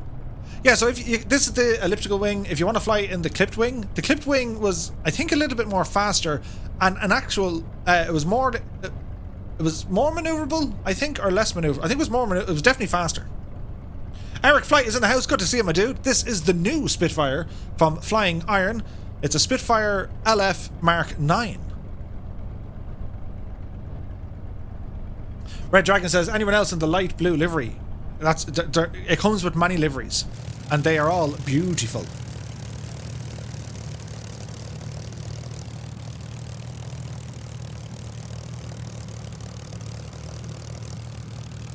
This is going to look nuts. Goblin says, happy I succeeded to start the Spit. Very handy, the wobble. Thanks for the tips. No hassle, my dude. Eric Flight says, it's a great look. It is. It's superb. Oh, look at this down here. Tally ho, Roger, Roger. Hello. Angels 11. Roger, bandits 12 o'clock. This is going to be a lot of fun. Ah, lads, look at this. That's amazing looking. Hello, hello, yes, yes. Looking very well, chaps. The noise of them. Spitfire RAF 100's in the house. Good day to you, my dude. So we're going to back taxi. Who'll be this? Hyper Tax Hero. Many thanks for the follow, my dude. Appreciate you. So you're all very welcome along. We've just started our group flight. We're here in Southend Airport. It used to be called RAF Rochford. And we're going to fly down towards the cliffs of Dover. And then over Lydd Airfield, down past Brighton, which would be over Shoreham. On our way down past Southampton, over to Bournemouth, which at the time, back in the day, it was called RAF Herne in 1941, and for a short period, Herne served as London's international airport up until Heathrow opening. That's nuts! It's crazy! Ah, well, bro's in the house. Happy Friday. Lowpox M has rambled in. Good to see you. Look at that, there's Spitfires everywhere. Look at this! There's Spitfires everywhere. Now, you're probably wondering, Murph, why are they, like, levitating? They may not have this custom scenery that I'm using. Hey, Fort Noob is here. Late to the party. What airport are we at? So this is the Pilots Plus Southend Airport. Echo Golf Mike Charlie. So in order to do this, guys, you'll have to go on the grass, right? Watch this now. We're going to go on the grass and go down this way because there's a ton of us on the airfield. Spitfires and Moonies. Yeah. So if we all taxi onto the grass, follow me! Don't follow me! No, do follow me. This is insane looking.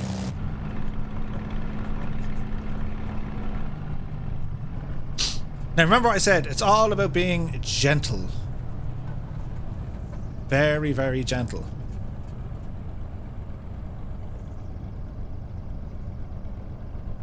You can easily tip this thing over. Now you don't need flaps on takeoff. Not required. And if you're wondering why there's planes in the air, they mightn't have this custom airport downloaded. That's all. It's totally fine. Oh no, someone just tipped it? Oh no. We need a medic. We'll get over to him soon.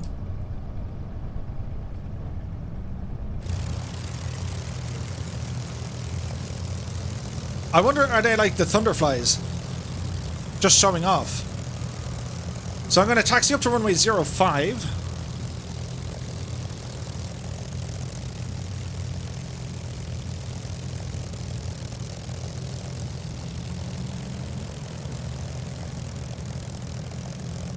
Okay. Now, remember, folks, you don't need flaps for takeoff. And when we start accelerating here, keep an eye on your boost meter. I'll show you this now in a second. Oh, don't tip it over, Murphy. Did you see that? So our main point of focus is going to be this dude here. So as soon as we start advancing the throttle, Don't let it go past 8. There's a good reason for it. You put too much... Ah, it'll say. But as soon as you get wheels up, floor it. Absolutely floor it. She's well able for it. Alright? So quick check before we go.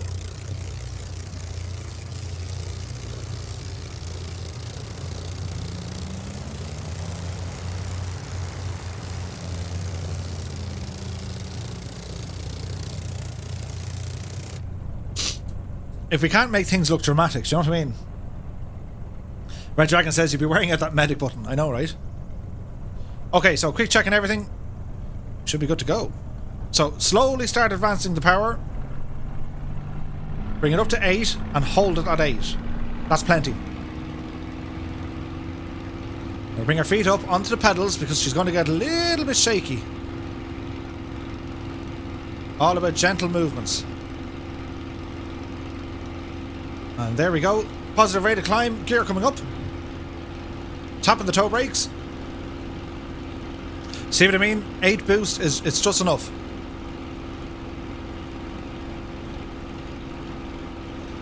Now we can increase our climb power up to about 18 on our boost.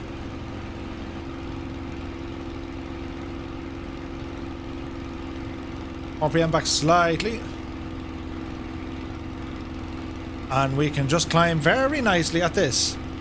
Look at the colour in the cockpit. I know, right? It's absolutely fantastic. Hyper says, do the guns work? They don't, I'm afraid, no. So. We gotta get some music here because this is going to be a sight to behold. Yeah?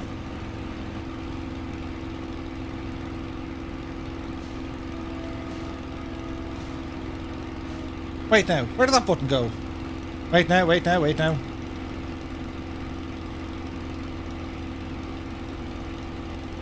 Right.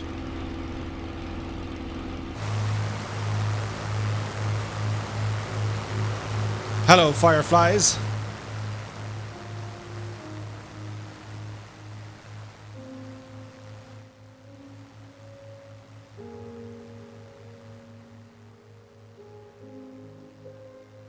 Would you look at it? It is a gorgeous airplane.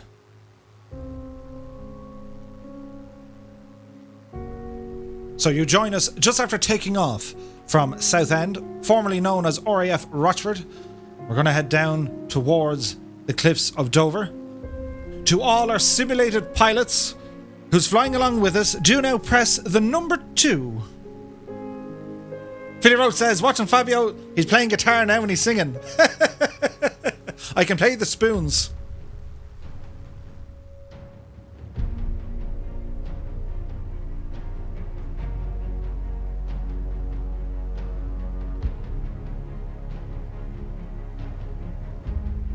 I mean, look at the state of that view.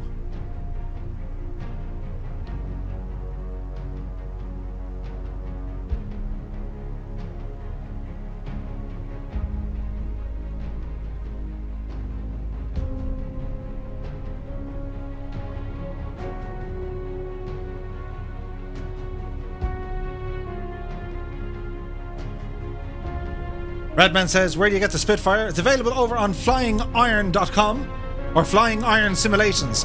You'll see the link there from Colonel Fork. Keen Lafford says, 53 plus a Murph is 54. Okay, sports fans, if you're flying the Spitfire, do now press the number 3. Number 3.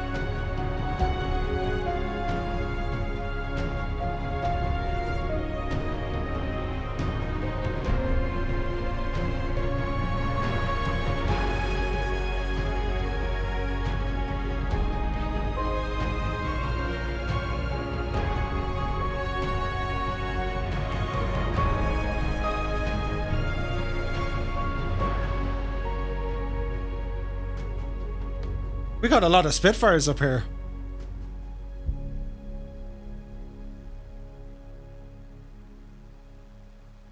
That's insane looking.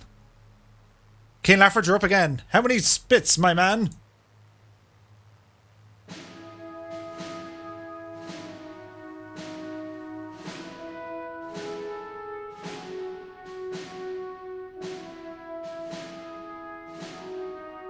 So I'll hang about over the clouds here for a minute.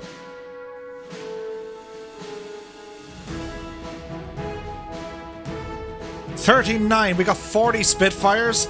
40. That is incredible.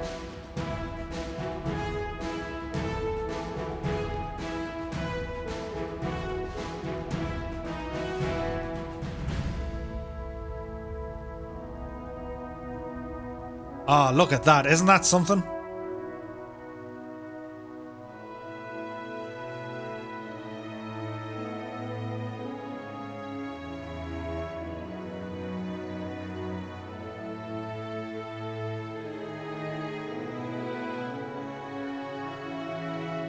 Here's Johnny says, did you ever imagine as a kid watching the Battle of Britain that you'd be flying a Spitfire over the cliffs of Dover in a sim that looks as real as the film? Absolutely. This is an epic sight. Look at the break from the guys. That's amazing. The smiles are real. How could you not smile at this? It's amazing.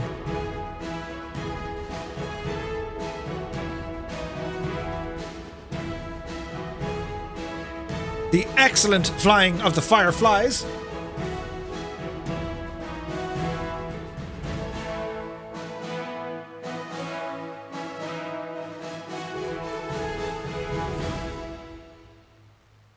So I gotta say, hats off to Flying Iron Simulations. Amazing work here, my guys. Look at this.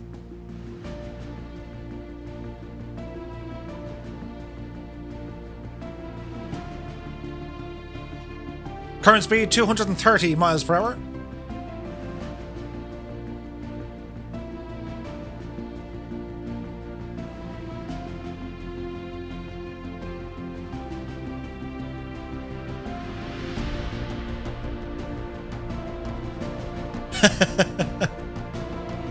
Just tuned.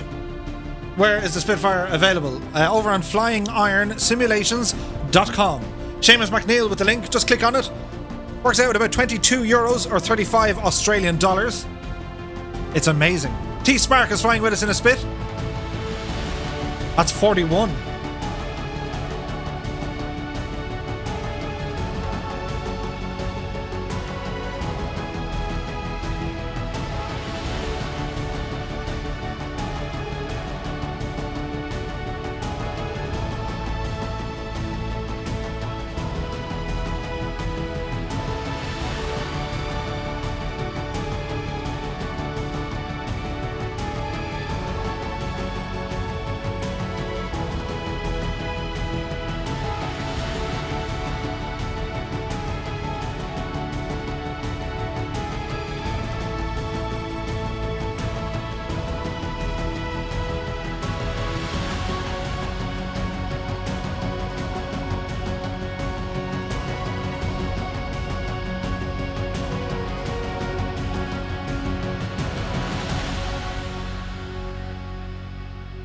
Isn't this something?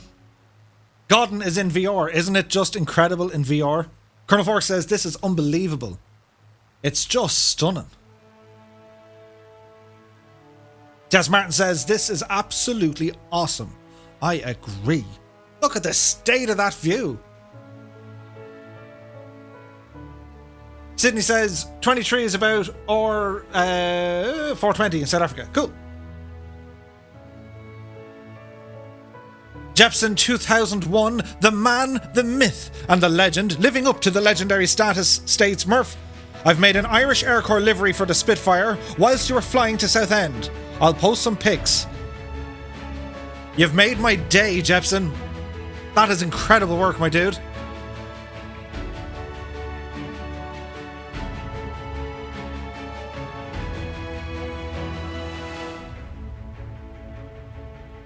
Would you look at the state of this?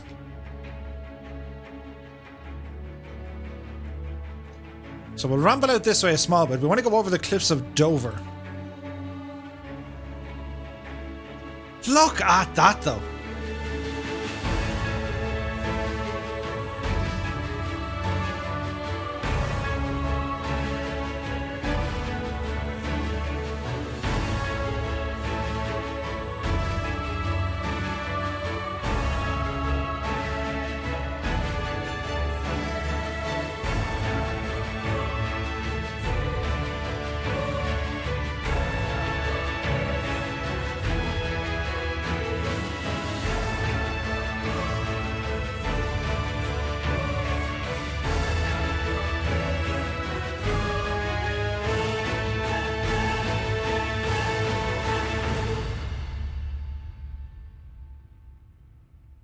It was probably loading in a bit more scenery, hence the bit of kind of, what was that?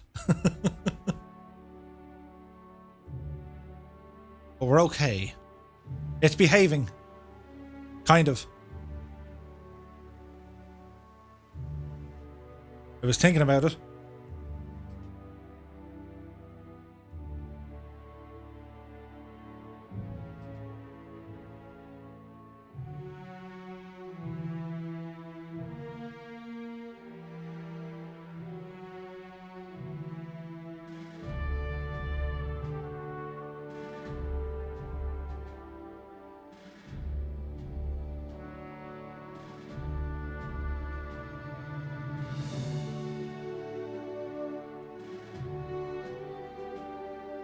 There we go.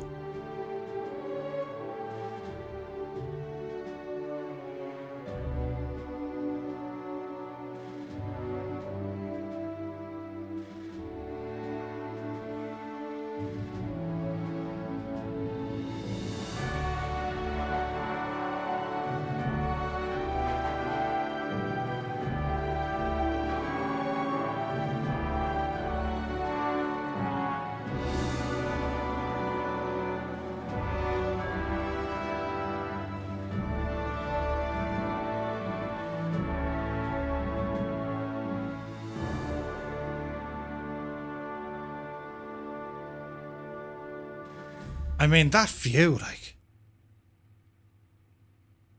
just incredible.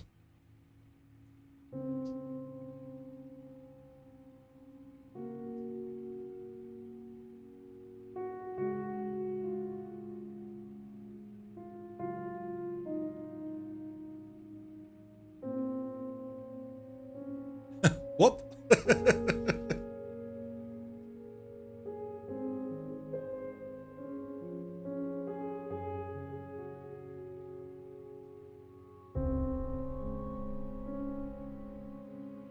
The state of that, look at.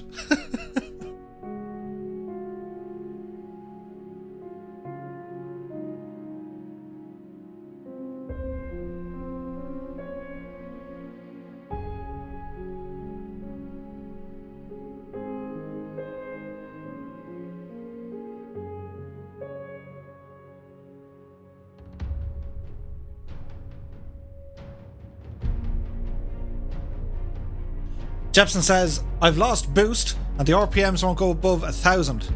Make sure your supercharger is turned into the on position. See if that helps.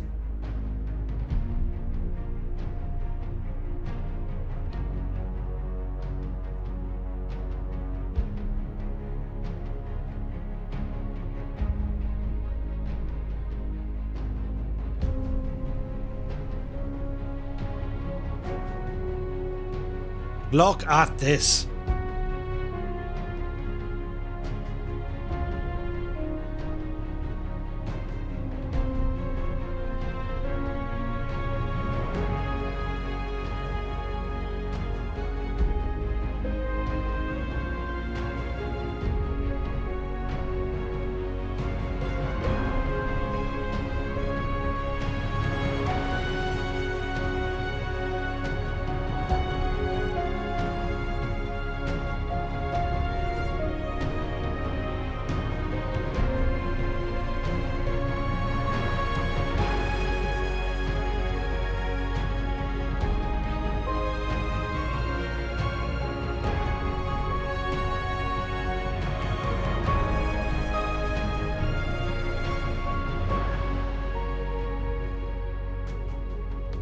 On approach to Dover.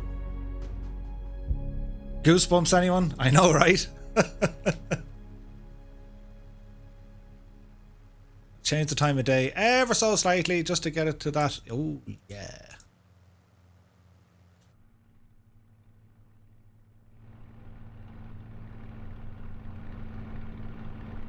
So keep an eye on your fuel levels and also your fuel pressures.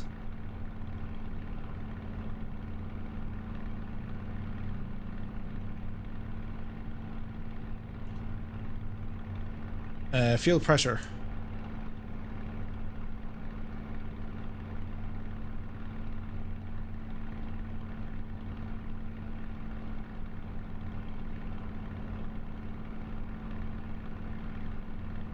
That's kind of odd. There we go.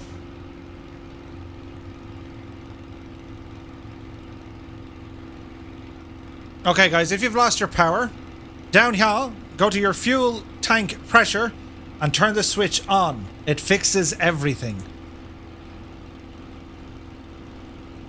By the way, welcome to Dover.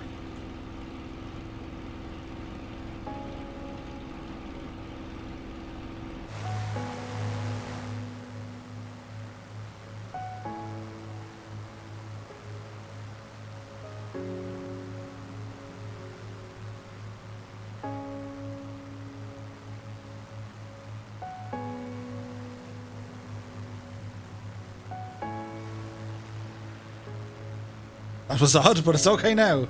I be proven his away. You take care, Kendra.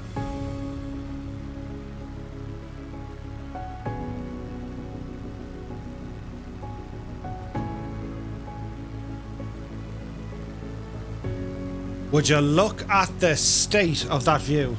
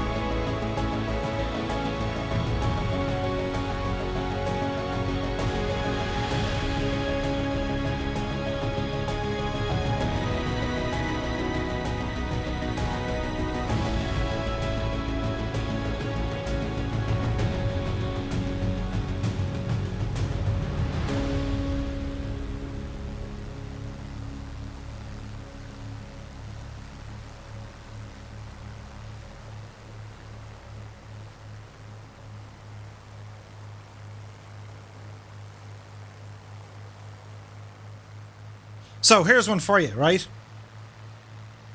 Before anyone goes off, if you have the Spitfire, don't enter in this. If you don't have the Spitfire, right now, type the name Spitfire into the chat. The winner will be picked at random and they will win a free copy of the Flying Iron Spitfire. So if you have the Spitfire, don't enter it. If you don't have the Spitfire, type in Spitfire into the chat and there will be a winner picked at random.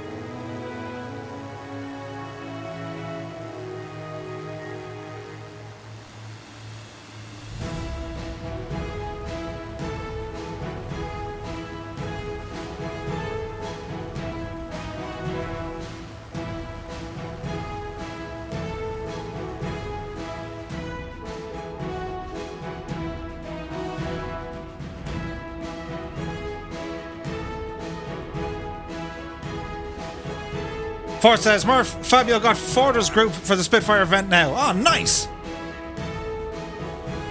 The more the merrier. David Lewis is now following. Many thanks, my dude.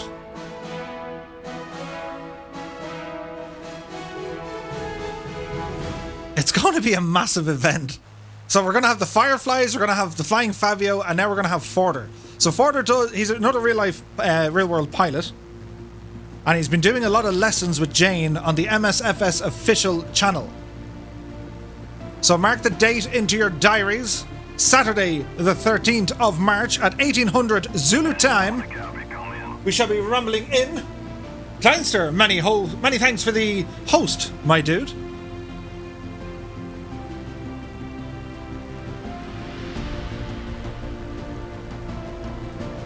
So we'll do another fly past over Dover.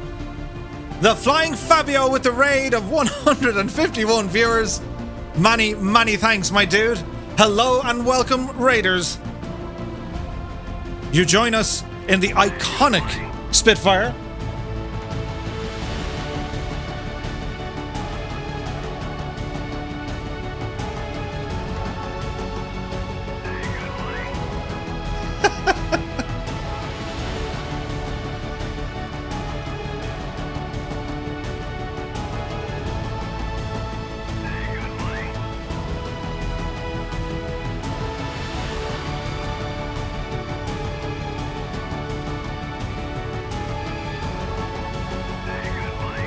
There's a lot of people here.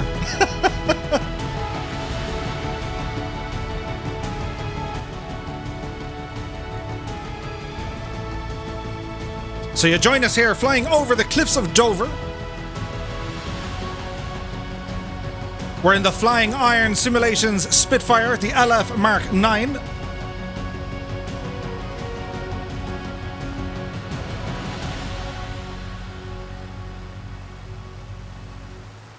Couldn't hear myself think there. Hello, Raiders.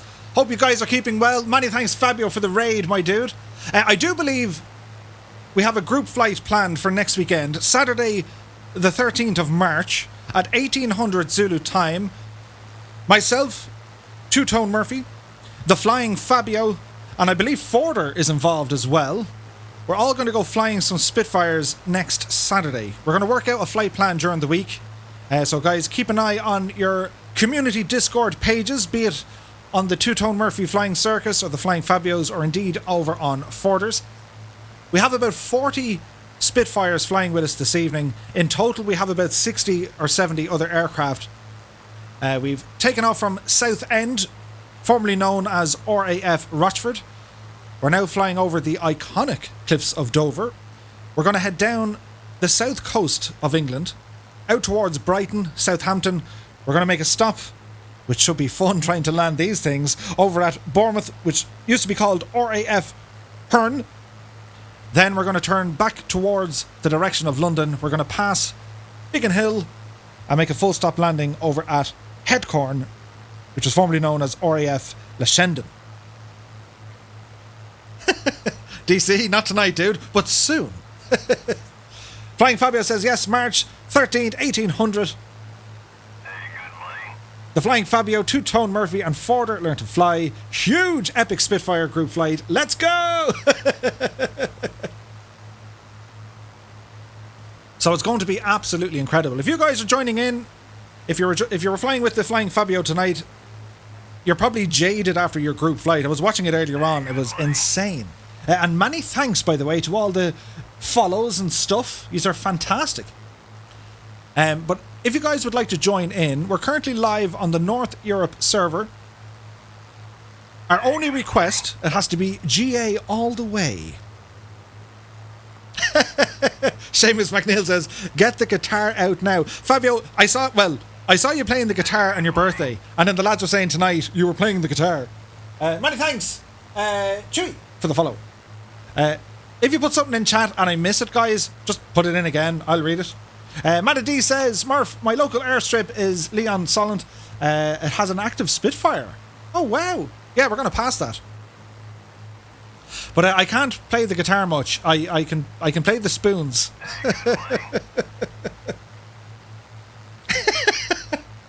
Pack of Stone is now following. Many thanks, my dude.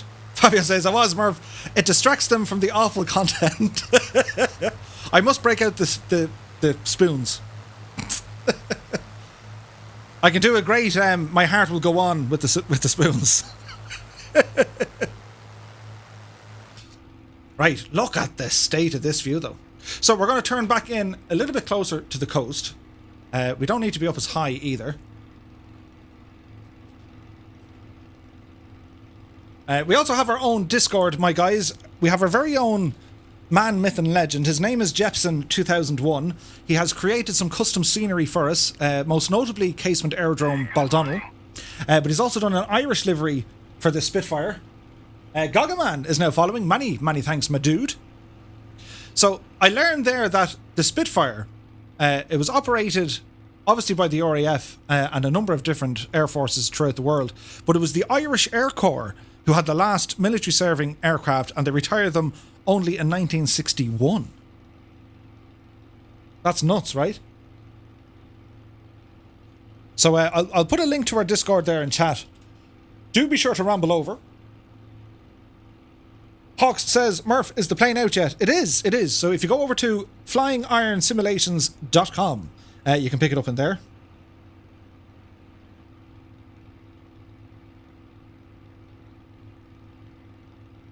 We'll also pass Fort Tangmere and Goodwood. Ah, excellent. Yeah, Goodwood is like, there's a racing circuit in Goodwood, but it was also used...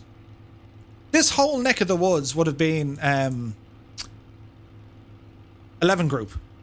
And they would have protected kind of London to the southeast.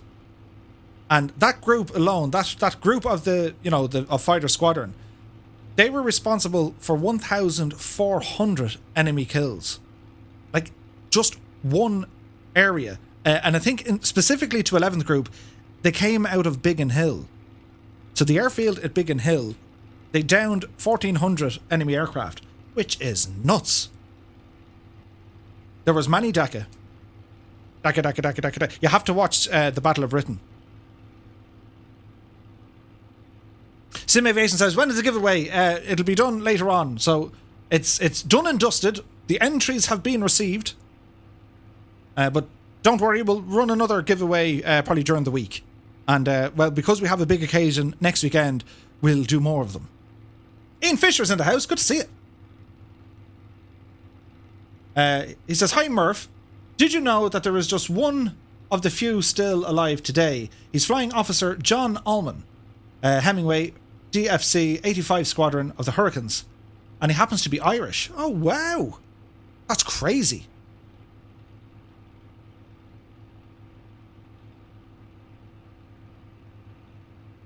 Like, it's when it comes to, like, the history of this... Look at the state of that.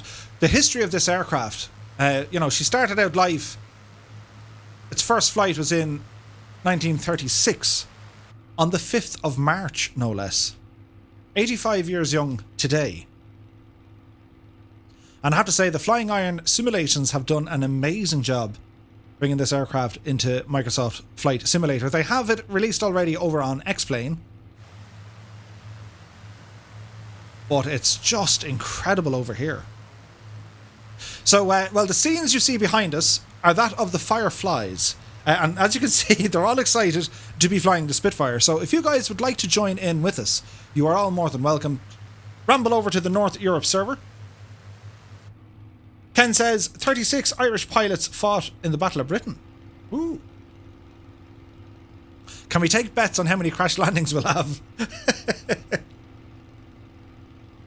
So be sure to check out the Flying Fabio's channel. Last week he was doing a lot of tutorials on the Spit. Well, was it this week or last week? It was Monday and Wednesday, I think, on basically how to fly it. And he was flying it against the numbers. And then next week on his live streams, he's going to be talking about formation flying. So be sure to check it out. You'll learn stuff. And my shoddy craftsmanship, it's not to... I learn most of my stuff from the Flying Fabio's channel, as in, most of the information.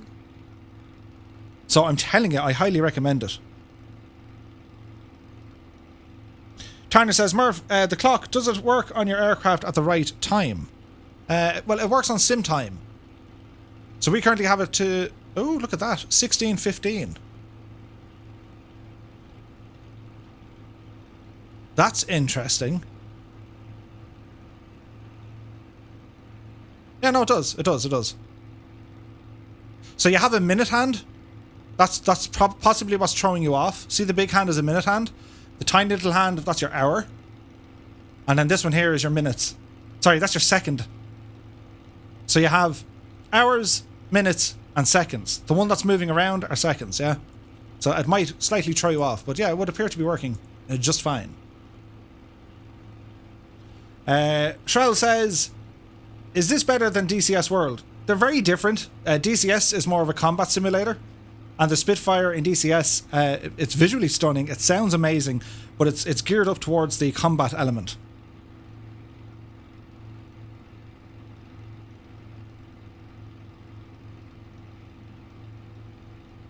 C88 or CW88 says, I left on Fabio and came back in the room and said, why do I hear Jacksepticeye? It's an Irish thing. We all sound similar. He's nicer hair though than I have. Cy Murray says, how do you open the fuel primer? So down here, if you hover your mouse button over it, roll your wheel to the right, or to the up position, and that'll open it. And to close it, roll your mouse wheel down. That's a big 10-4, good buddy. So that's how it works. Who'll be this? Naughty Gnome has gifted a tier 1 sub over to DC Viper. Nice, my dude. Many, many thanks. Look at the state of that view. Many thanks for the follow, Hawks. And many thanks for the follow, Forder Learn to Fly. Forder, I believe we're all doing a big flight next week. I can't wait. It's going to be nuts. So, where are we? This is Lyd Airfield. It's over there. We're just going to fly past this. And what's interesting about Lyd is, with this scenery, it's from Burning Blue Design. They have, if we go looking for them, it's the very old early detection stuff. Well, the Flying Fabio has received a tier 1 sub from Alison Johnson. Thank you very much indeed. Hey, Fabio's got my emotes now. You can use my emotes or emojis. Or you know, my emotions. It depends how you want to use them. But, let me see. I want to fly over here just to kind of show you. Because the early detection back in the day, there were giant kind of concrete walls. There was a name for them, I forget the name. But essentially, they would stand next to them and they would echo, the sound would echo off these giant concrete walls, and they'd hear where they are.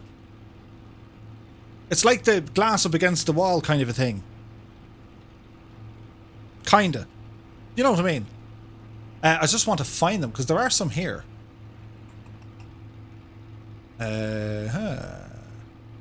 We'll go looking.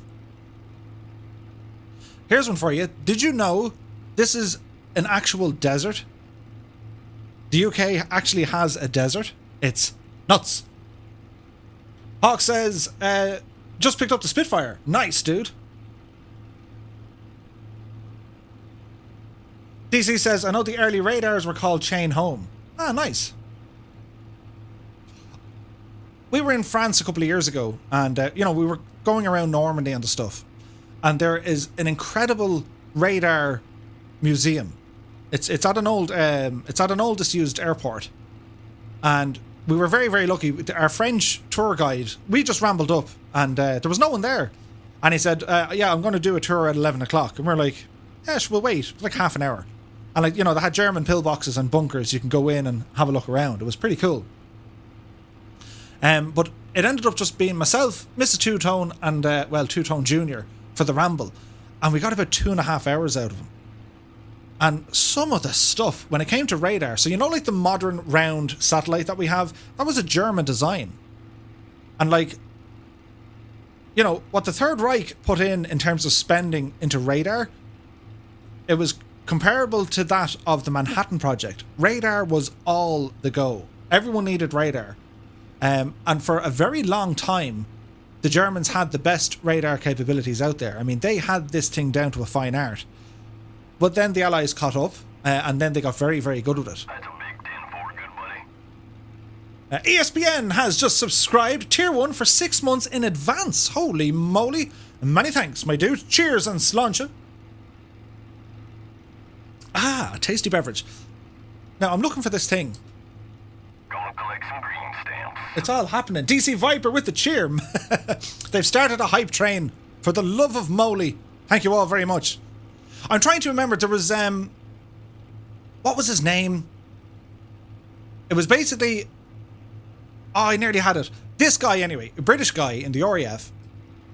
He essentially created the internet back in the Second World War, effectively. And it was all to do with the early radar warning setup he had built for England. Someone will know his name. I was going to say Erling. It's not Erling. It's like that, though. And his system is pretty much used today, but it was all about different radar stations and listening posts. Turing, that's the one. A genius, this fella. And all these different sites, they're all connected. They're all interconnected. Mainly controlled by telephone. You'd ring them up. Rattling Jeans. Was it Radar O'Reilly? Radar McGinty was his name. And Alan Turing, that's the one. He was a genius. And even the modern day ATC that's operated by the RAF, you know, they do the whole security thing. It's pretty much that on a grander scale, and, you know, it's digitalized.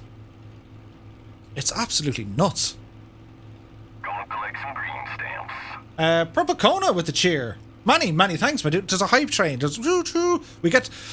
We've been here before. We got a level 5 before, and I was like, maybe we got to go on a train. You know, wouldn't be too much to ask. They might put us in a train. Sadly, no. They don't. But I really do appreciate it, my guys. Thank you so very, very much. I'm here looking for this thing. Just as well I wasn't a pilot. I think I see it.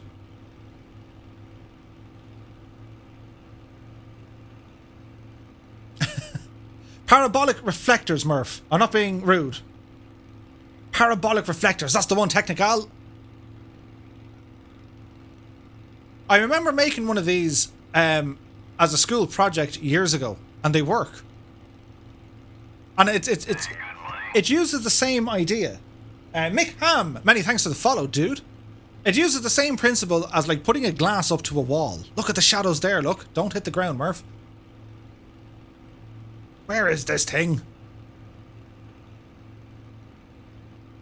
I was saying earlier on, there is a fantastic documentary. Ewan McGregor and his brother. It's called... the documentary is based on Fighter Command. Mrs. Teuton has the link. If you want to drop it into the chat there, my dear. If you haven't seen it, I recommend you go watch it. It's because I'm about an hour. But Ewan McGregor, the actor... we all know who Ewan McGregor is. His brother was a pilot. He flew for the RAF. He flew Tornadoes. And he goes to Fighter Command and he trains in a couple of different aircraft, and they build him all the way up to fly the actual Spitfire. But it's an amazing documentary because they go through the whole Battle of Britain and everything else. It's amazing.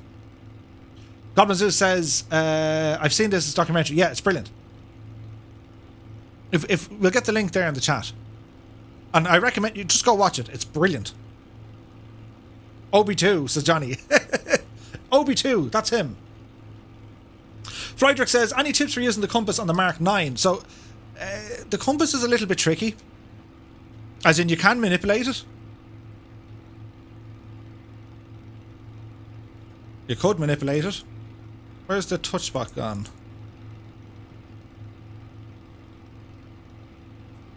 Don't hit the ground, Murph. That'd be the last thing you want to do.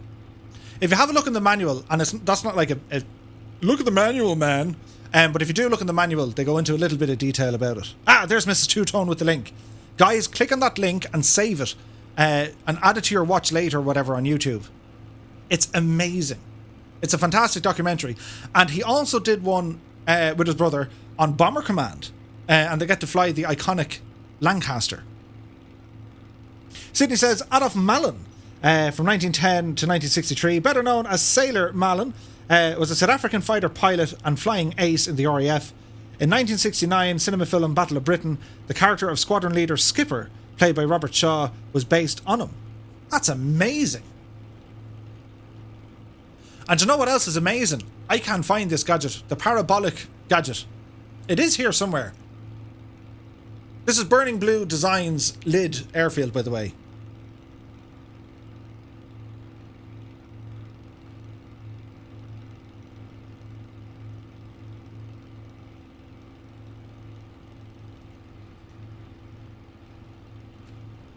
Anyway, not to worry. We'll find it the next day.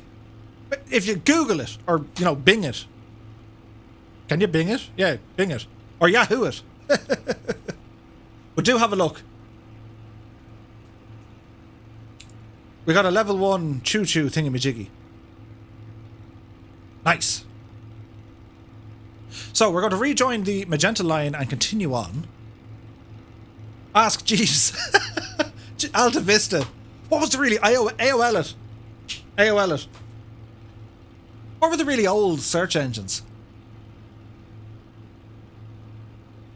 But yeah, this area has the UK's only desert. Isn't that nuts? There's a big power station there. Lycos. Do you remember Lycos? With the dog, wasn't it? Prestel. That's an old one. CFAX page 888.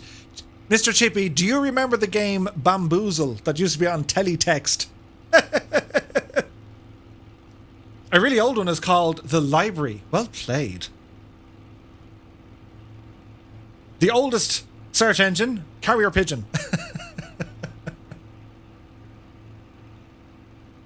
Cell says, can you resend the YouTube link, please? Mr. Two-Tone, if you can. Bamboozle, press reveal. Do you remember Bamboozle? It was nuts. Absolutely. You've missed out. So, in the UK and in Ireland, we had teletext. This is when a television, you press a little button. I think they still have it, but like, it would come up with like a TV planner. What's on telly, right? And then they started getting smart. They knew they could add in like games. If you pressed a button, it would open a page. And there was a game on it. It was like playing a game show with your friends. It was like, your TV has teletext? Yeah. Come on. We're going to play Bamboozle. Now look at the state of the place. We're flying in Spitfires in England. Are you out of fuel yet? Very close, what I'd say. No, we're all good. Oh yeah, watch your fuel on these. Mechanical Madness says, the 90s, man, yeah! I know, right? Gaharia says, my dad uses teletext even today. What's Bamboozle? Keen, you have to look it up. Walton says, I spent a fortune on teletext call in games when I was a kid. Got a walloping. Yeah, remember those like premium services. You used to get like the sports results. And like they cost them like 20 pence. Oh, that's something nuts. It was amazing. Fort Noob says, good call on the fuel. I was almost out. I know, right? It does get crazy. Madady says, I remember BBC CFAX. The good old days. A much more simpler time, yes. Life was easier back then. But anyway, what we're going to do, we're still going to show off this machine. With some music. To make it look all fancy. Would you look at the state of that view?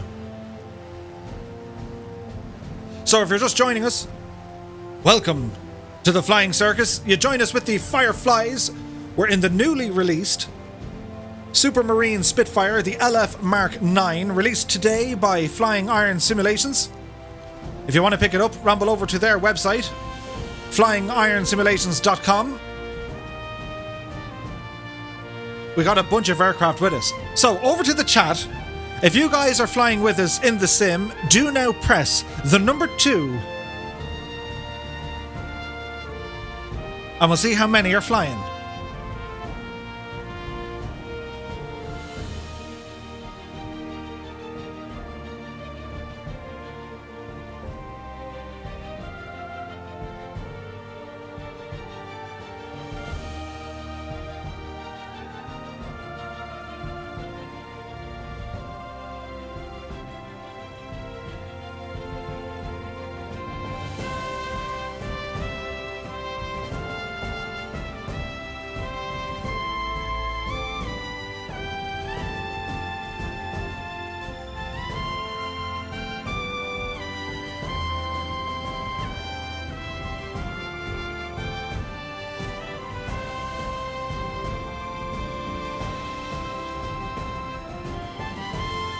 Have you ever seen so many Spitfires?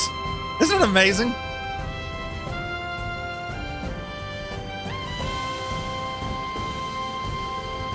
So a big shout out to all our Fireflies this evening, and indeed our honorary Fireflies. We've got 57 other aircraft with us. Now, out of those 57, if you're flying a Spitfire, press the number 3 into the chat. Keen, you're up again. We're working you hard tonight.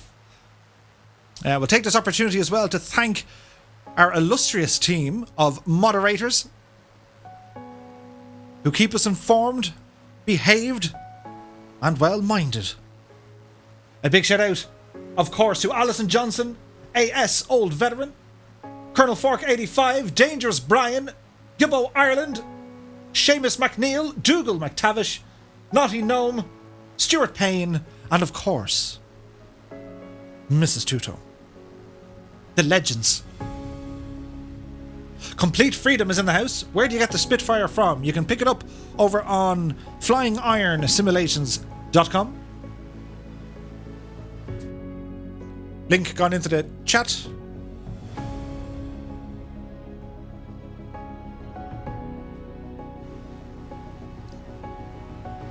Just look at the amount of them.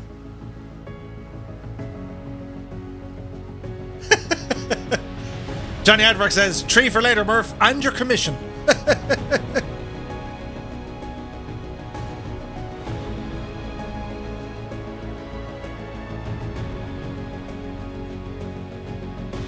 That's awesome. Absolutely awesome.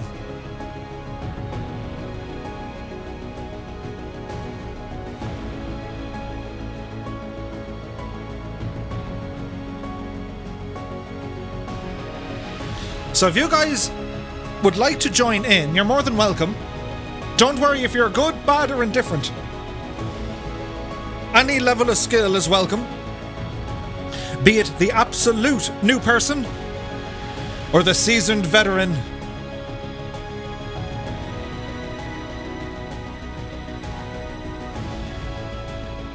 Cyclone 62 is in the house. Good to see you, my dude. Happy Friday. So we're on our way over to Brighton, in which we'll be flying over Shoreham. And I do believe, I think Orbex's actually working on Shoreham. I think. But anyway, we flew over the cliffs of Dover. No, we didn't. We flew over the cliffs of Dover. So the cliff face reaches a height of 350 feet. The cliff's multiple layers of flint match those seen across the channel at the Cap Gris-Nez in France, evidence of a land connection between England and France in prehistoric times. A possible Iron Age hill fort has been discovered at Dover, on the site of the later castle, and the area was also inhabited during the Roman period. The area was used as a port, and a Roman lighthouse survives from this era. Isn't that nuts?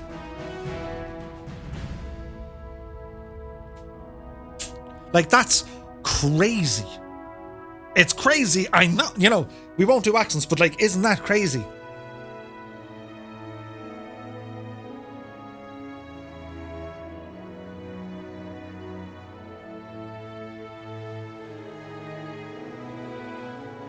Many thanks to Mrs. Two-Tone for doing her homework and telling me, Murph. Here's a bit of information to share with the people.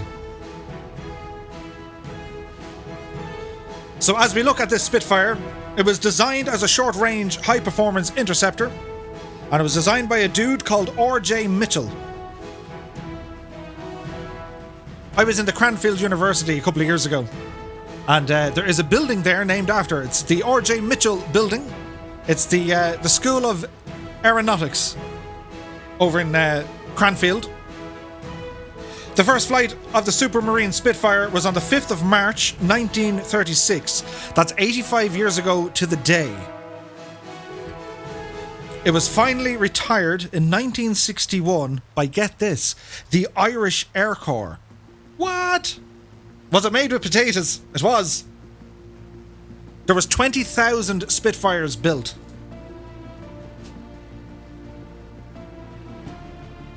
20,000 of them.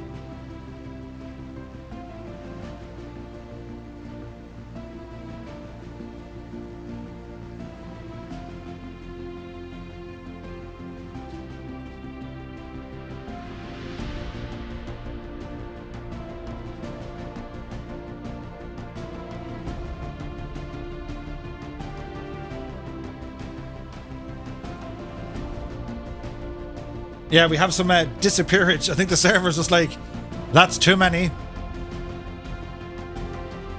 Jack49 says the world might have been a very different place without this plane. Absolutely.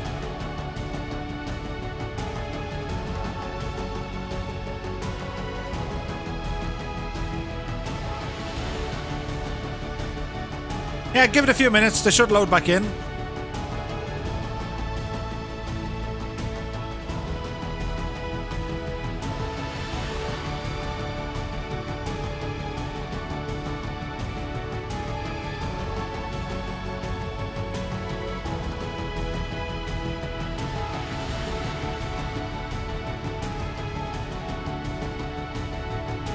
Colonel Fork says, this has given me another reason to listen to my reenacting playlist. I know, right?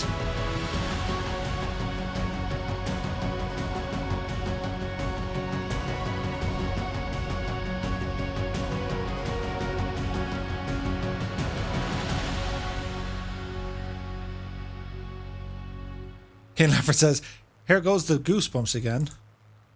Hang on. Ooh. This is Goosebumps territory. Look at that iconic aircraft. Isn't it something else?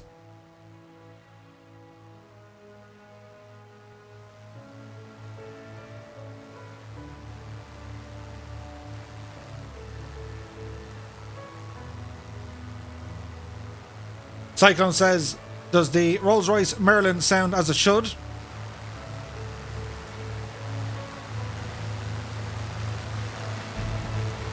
Oh yeah.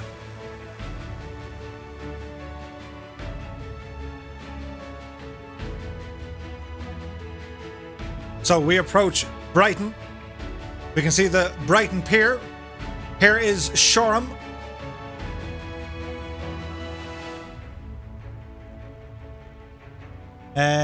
Mini Arma says, is this payware? It is. This is a third-party aircraft developed by Flying Iron Simulations. It's available to purchase on their website, flyingironsimulations.com.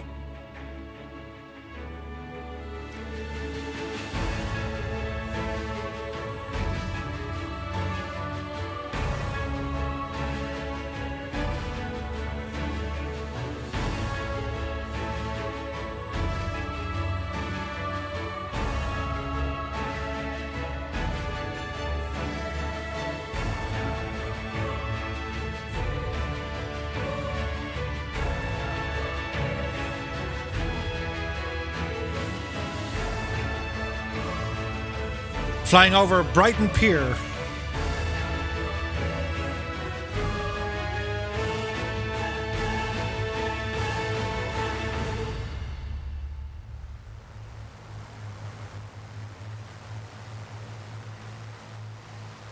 Chief Slayer's in the house. Good to see you, my dude. The plane that saved the world.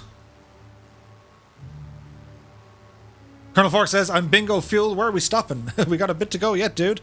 Over to Bournemouth. I'll give you the ICAO code as I hit my microphone. It is Echo Golf Hotel Hotel. About 25 minutes from here. Just past Southampton. The airport we're going to fly to, RAF Hearn was the original name, which is Bournemouth Airport. It opened in 1941, and for a short period, Hearn served as London's international airport until Heathrow opened.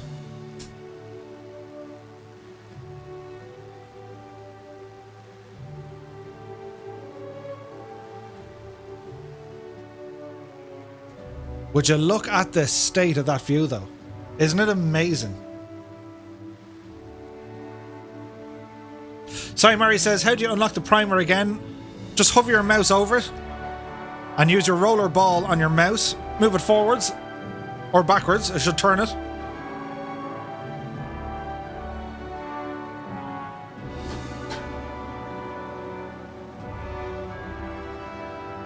Lines up the shot. Oh! Vintage Camage.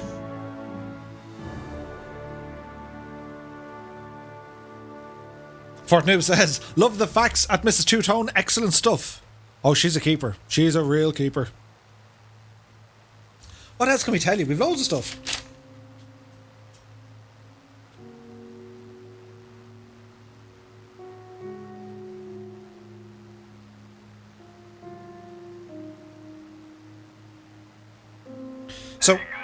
when we're finished over at Bournemouth, Pro Chibs, many thanks for the follow, my dude. Thank you all so very, very much tonight, guys, for all the follows, for all the raids on Flying Fabio and Forder Learns to Fly. Guys, thank you so much. Fantastic. You make me feel all warm and fuzzy. And then we have this to look at. This view. If this doesn't strike some sort of emotion, do you know what I mean? So when we leave Bournemouth, we're going to be heading up to Biggin Hill to do a fly past. Now, Biggin Hill is one of the principal fighter bases during the Battle of Britain. Over the course of the war, fighters based at Biggin Hill claimed 1,400 enemy aircraft. One airfield was responsible for that. And they're all part of 11th Group of Fighter Command. That's crazy.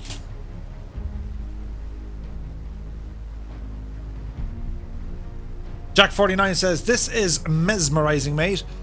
Well, many thanks. Look at these two. Ah, lads. The aerobatics. All you have to do is tell the Thunderflies that we have some group flights next weekend and they just get all aerobatic-y. Johnny Advark says, did I miss Headcorn? Negative. Headcorn will be our final arrival this evening.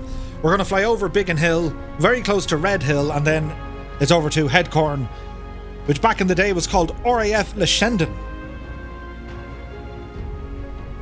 And that airport or airfield is fascinating. So Bournemouth, also known as RAF Hearn, it was used by both the Royal Air Force and the United States Army Air Force. During the war, it was used primarily as a transport and fighter aircraft or airfield. Hearn was the final airfield in England for aircraft flying to Morocco for the North African and Italian campaigns, avoiding France, Spain and Portugal airspace.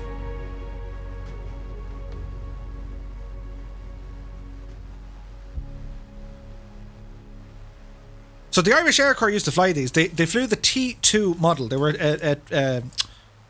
words Murphy. They were a twin seater, 2 seats, one at the front, one in the back. They were training aircraft. The Flying Fabio's got to go. He says, love you guys. Can't wait for next week. Let's go. Flying Fabio, thank you so much, my dude, for tuning into us tonight. And yeah, we'll chat during the week. We'll get together a bit of a flight plan. We'll stay away from London because the frames, well, they'd be crazy. But you have a super weekend, my dude. Enjoy yourself. And a reminder to everyone, the Flying Fabio is planning to do some streams next week. And he's going to be talking about formation flying. Even though we're looking at this screen going, don't act like you're not impressed. These guys know how to do it. But, well, they happen to be our very own aerobatic display team called Thunderflies. But yeah, no, I'm super psyched about next weekend. It's going to be a lot of fun. And the pressure's on me because I'm up against 2 real-world pilots. No pressure. No pressure. No pressure at all. It'll be a night of eyes on the floor, always on the floor. Now, one of our faithful viewers is unfortunately at home nursing a toothache. But in recognition of her greatness, well, we'll play her song.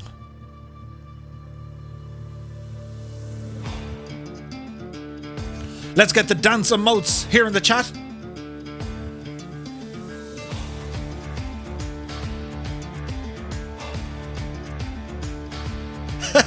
Annalisa says, doesn't jump from anything. Oh dear.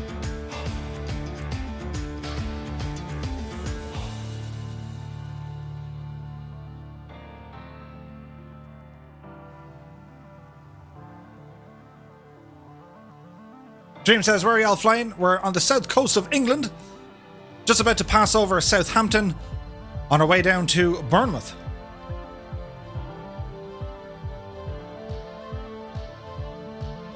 Malu is in the house. Good to see you, dude. Never too late to join in, my friend. You can come join us. We're on the North Europe server.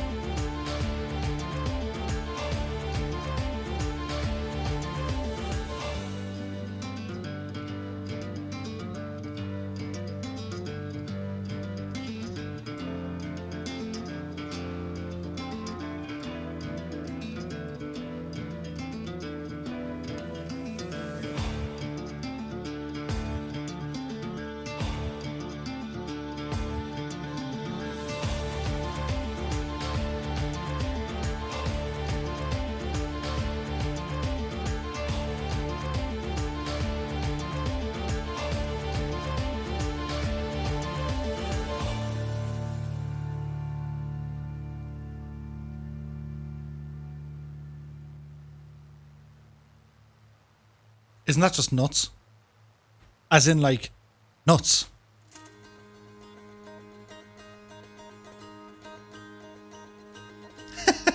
Annalisa says, I need everyone to dance and give it spitfiring socks.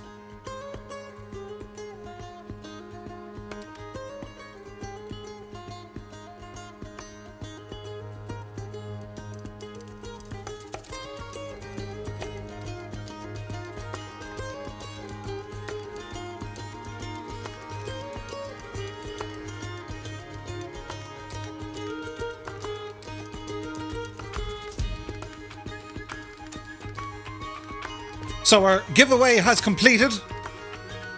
The bot has made his decision. The winner for tonight's giveaway, a free copy of the Flying Iron Spitfire, goes to Sim Aviation Erling. Justice paid. I don't know if he's still here, but if not, I'll drop you a Discord later or tomorrow, my dude.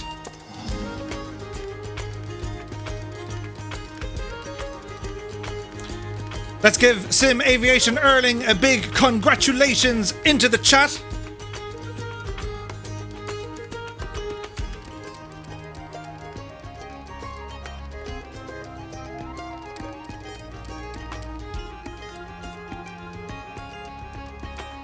Doesn't it make you just feel kind of warm and fuzzy?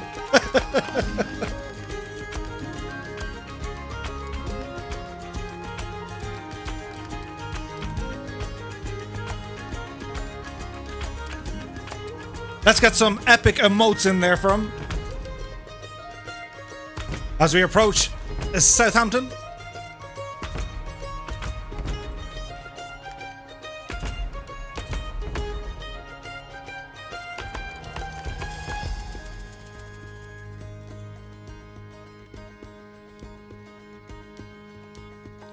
We're getting close.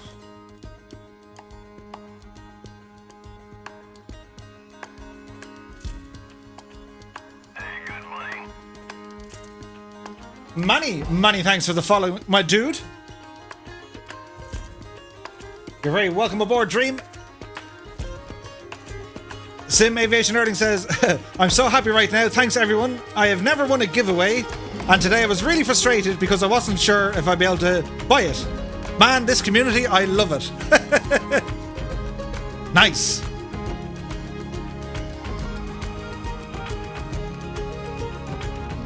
Well, that's how we roll, my dude. Congratulations. And, yeah. Hope to see you flying the Spit soon. Would you just look at the state of this view, though?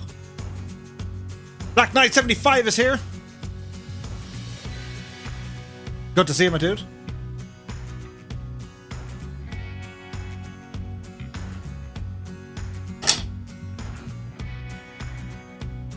Chilled Corky's away. You take care, my friend. Have a great weekend and we'll see you soon. So, Spitfire pilots, double check your fuel quantities. Ooh.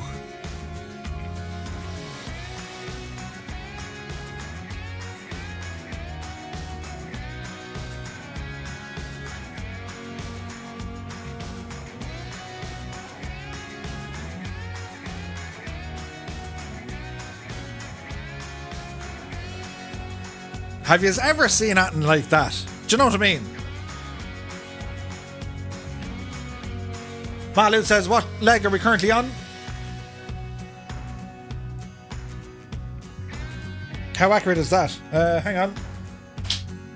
So we're currently flying between EGMC over to EGHH. Once we get to Bournemouth Airport, EGHH, we're going to make our way back up towards London, flying over Biggin Hill, and then making a full stop landing at Headcorn Aerodrome, Echo Golf Kilo Hotel. We got about an hour left, my dudes. So there's still plenty of time to join in.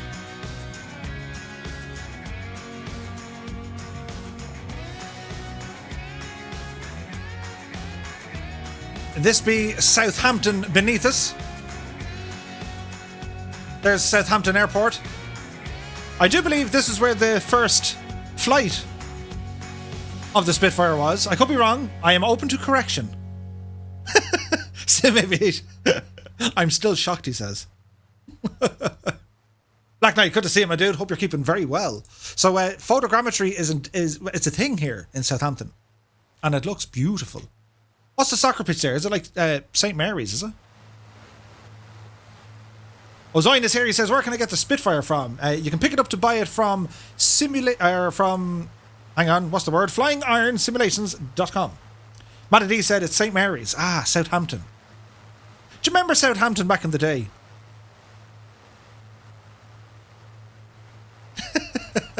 You're more than welcome, Erling, dude. No hassle. I'll after the stream, I'll get you sorted. Do me a favor, if you go over to Discord and just DM me, send me a private message, and just give me your email address. Look at this. Talk about an epic sight, right?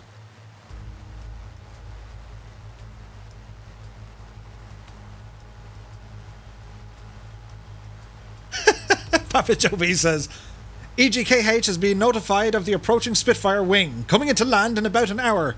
EMS have been put on standby.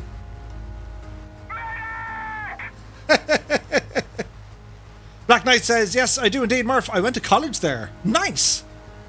That's a big 10-4, good buddy. Train Williams has just subscribed. Many thanks, my dude. Straight in with the Prime subscription. Very kind of you, my dude. Thank you so very much.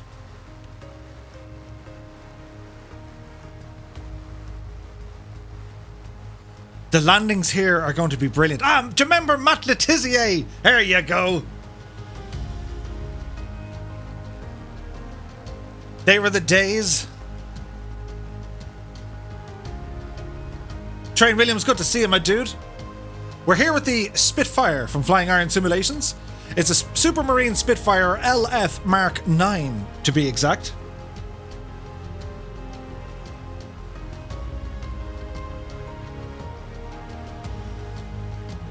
Oh dear.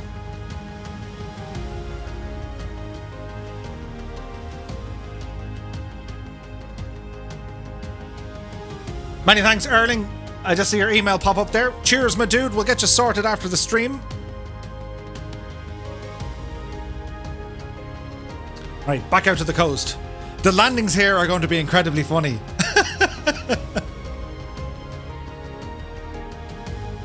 Dougal McTavish says, Matt Letizier reinvented the sliding tackle using studs. Philly Road says, does the Mark 9 have the Merlin engine? It has the Merlin 66 engine, yes.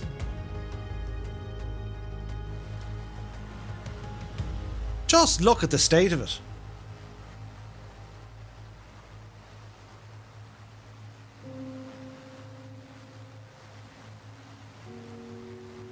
We'll have to pay it some homage before we do the landings. I suspect they're going to be Dodge.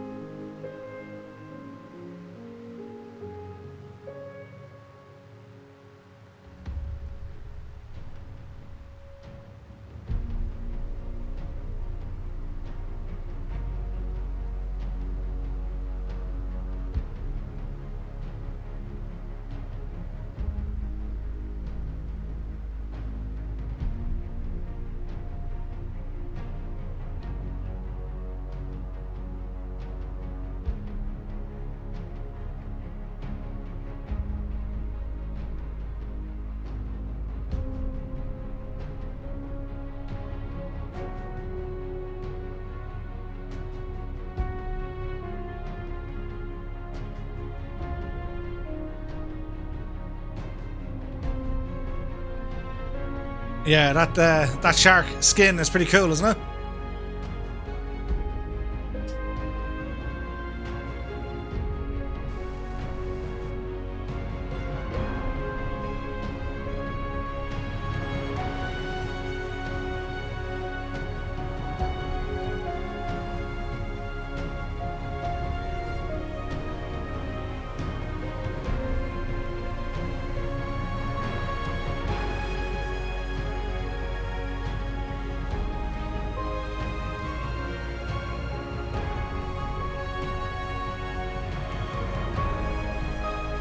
Cybo Man Drew is in the house. Good to see Andrew.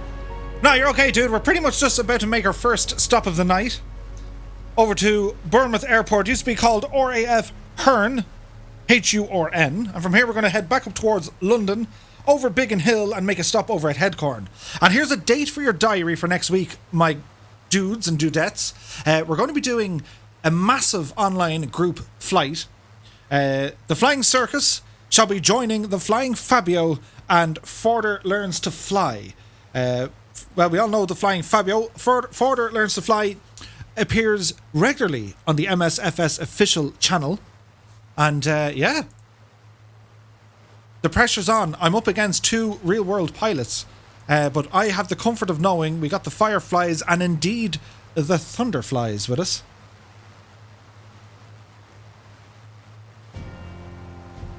There will be many buttage kickaged, if you know what I mean. Pelbro says, ooh, the poor MS servers. I know, right? Well, like, considering we had 41 or 42 Spitfires tonight, with a total of about 50 odd aircraft. Power Doobie is now following. Many thanks, my dude. Welcome along.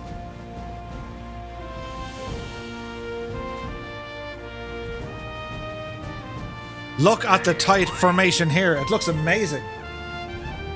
Wanna Be It is also following. Guys, thank you so much for all the follows tonight. Very, very kind of you. I do hope you're enjoying this content. We live stream every Monday, Wednesday and Friday at 8 PM Zulu time. Monday nights are on YouTube, with Wednesdays and Fridays right here on Twitch. Dino86501 is also following. Cheers, my dude.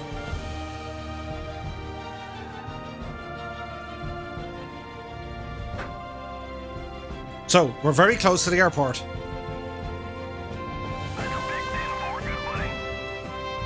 Cybo Man Drew has just subscribed. 2 months on the trot with Amazon Prime. Thank you very much, my dude. Slinties is also following. It's all happening now. Your man who calls out the notifications, he's going to be hoarse.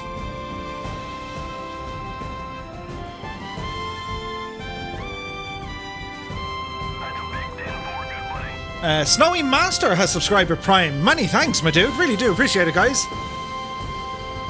Stringer52 says, in my entire career in flight simming, I've never seen anything as fantastic as this. I know, right? Isn't it amazing? Jack49 is away. He says, alright, good night, Murph. For the little time I've been here, it's really made me smile this evening. Well, I'm delighted, my dude. Thank you so much for joining us. Have a fantastic weekend. And we'll hopefully catch you on the next one. So, Fireflies, the mission. Murphy is going to try and get landed first. then, the cameras shall be turned. And, well, we'll look at the carnage. Or the butter. It'll be one or the other.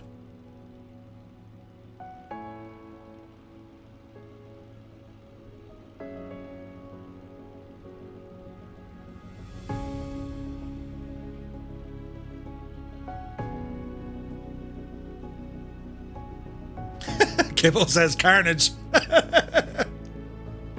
Sydney says between 1938 and 1948, 20,351 Spitfires were built.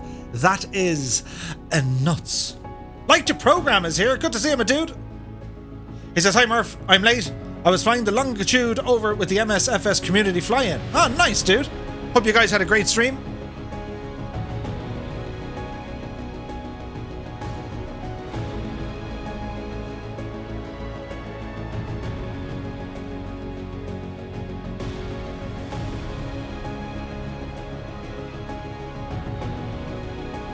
You guys are all very, very welcome indeed for joining us this evening.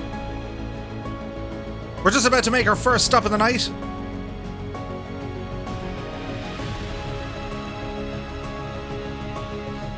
To be fair, right? It's the first time I've been flying with the generic models turned off.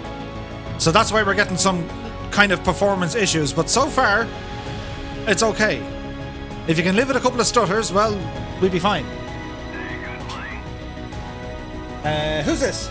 Tazilv is now following. Many thanks, my dude.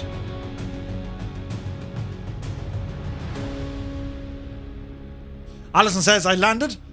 It started well, then it went off the grass, but didn't die. It was close. Great success. Mr. Tudon says, an RAF World War II Spitfire, painstakingly restored over 5 years, was sold for £3.1 million at an auction. The airworthy fighter, based at the Imperial War Museum in Duxford, is one of only 2 left in the world that have been restored to the original specification. The aircraft was shot down over Calais in 1940 and discovered when its wreckage was exposed by the tide. Ooh. Guitar is also following. Many thanks, my dude. Who else? Saxman is here as well. Guys, thanks so much for all the follows. I hope you're enjoying yourselves. We're here in the Supermarine Spitfire, the LF Mark 9 from Flying Iron Simulations, just released today. You can pick it up from their website, flyingironsimulations.com. If you're new here to us, well, welcome aboard. I'll put a link up to our Discord if you want to ramble over. That's where we hang about when we're not on the live streams.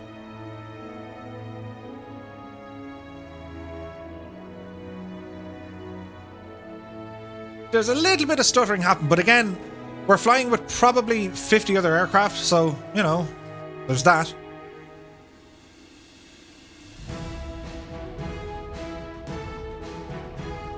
Many thanks, Colonel Fork, for the link for Flying Iron Simulations. I think the guys have done an amazing job with this aircraft. It is super fun to fly. It's a real challenger on the ground for both taxi and takeoff. And indeed, landing is just, well, it's dangerous.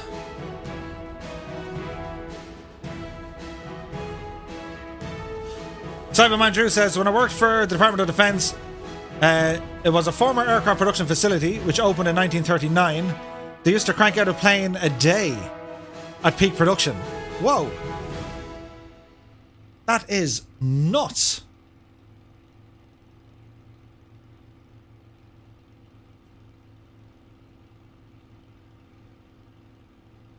Hey, R. Singleton is in the house. Good to see you, my dude. All is well. We're here flying the Spitfire, and we're going to be doing a landing here very shortly into Bournemouth. Echo Golf Hotel, formerly known as RAF Hearn in 1941. And for a very short period, this was the main London International Airport. And like, look at the distance you are from London. It's like, what? Really? It's nuts. So behave yourself, Sim. We have a couple of stutters, but that's probably because, well, I'm not using any of the generic models. And it is playing a little bit of, we got you now. So fingers crossed, everything works. So we'll just take our time and try and get this machine safely onto the ground. We got a ton of other Spitfires here with us. It's amazing.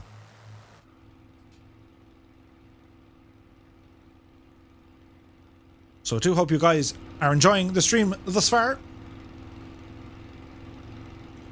So we're going to use this river here as our landmark to follow. And it's pretty much make straight in. See the river meandering along there. We'll use that as our visual reference aid. Cyberman Drew says, it was called the Consolidated Aircraft Factory, San Diego. The planes would roll right out to Limburg Field across the street and then fly them off. Whoa. That's nuts.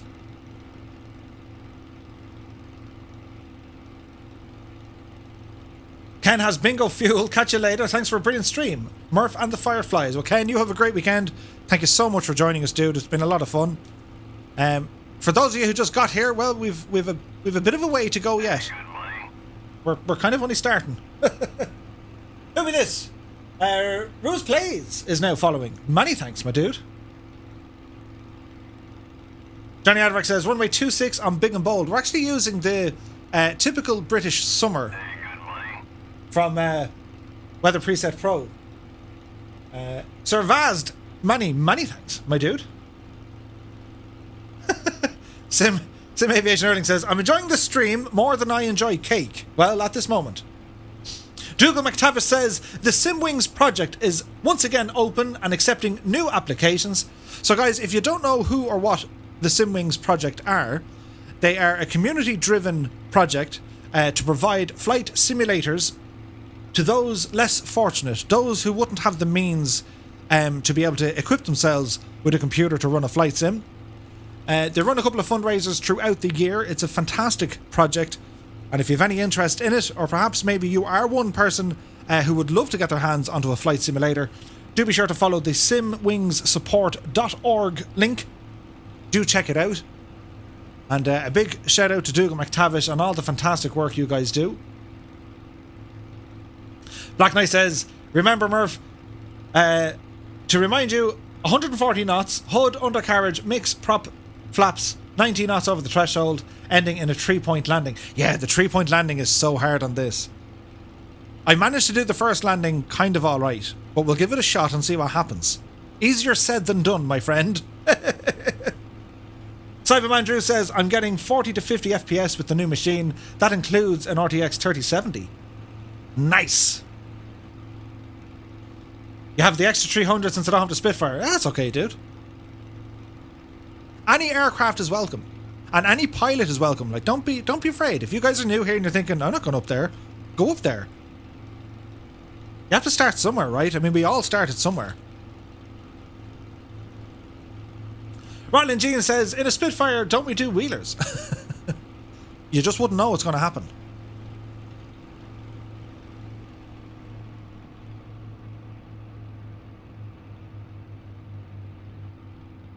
Right, Murph, you're after butchering that, so we're going to lock hard to the right, pull some G's to slow us down. Erling says, is it okay if we go to sleep now and we can fix the plane tomorrow? Yes, that's okay. You work away. I'll get you sorted there later on. Maybe overnight you should get an email and you can download it first thing in the morning. So the plan here is Murph is going to try and get landed first, as we'll turn on the face cam for the dramatic effect as we look at the big landing. That hopefully, you know, we don't make a hash of it. Here's Johnny has landed safely. Nice. He says, you gotta run, happy weekend, and daka daka daka. You too, my dude.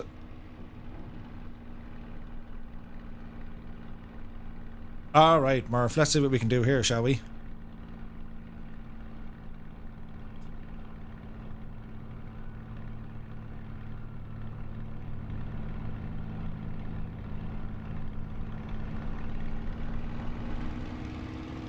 Okie dokie.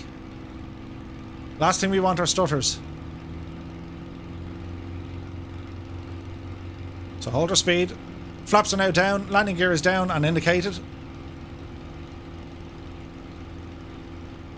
Now we're going to watch our speed. Reduce power.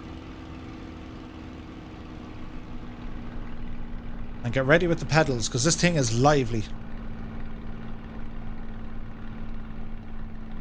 There's 90 over the numbers.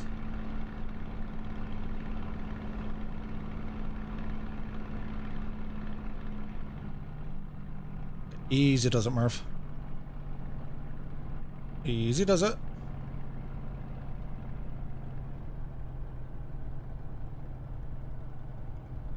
There's a 3-point landing. Ooh, don't act like you're not impressed. Right, just be mindful of the brakes.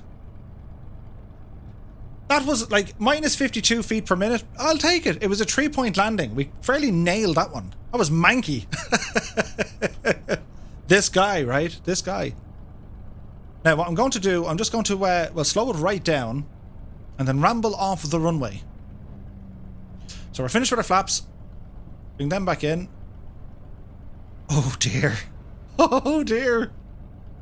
Someone ended up in a hoop on the ground.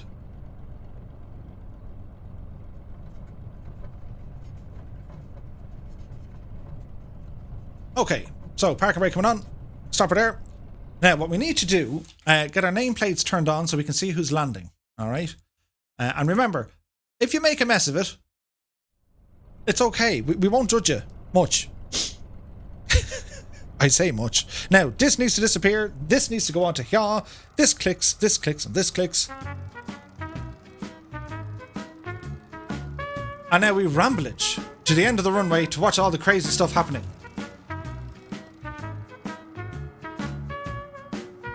They're all coming in together. There's so many. Right, guys, remember, once you're on the ground, do hit the escape key. It just allows the sim to load in more aircraft.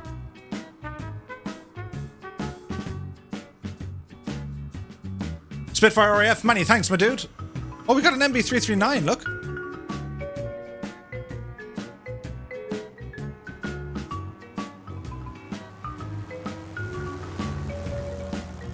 Telio Potato. There's Colonel Fork. Look at them for landings. Very, very nice, my guys. Uh-oh. Sivo. Uh-oh. There's Colonel Fork. Oh, oh. Isn't it a real challenge? But don't worry, it's something you're going to get better with. There's Moving Pigeons. Bro is coming in.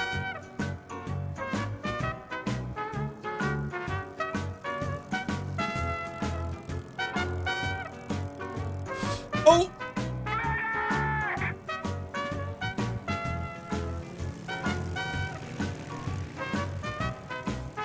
So, once you do get it on the ground, if you feel yourself yawing left or right, don't forget your ailerons.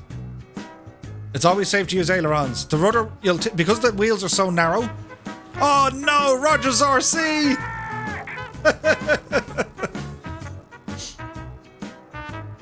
The good news is, you can only get better from here on in. Cyberman Drew. Uh-oh. Uh-oh.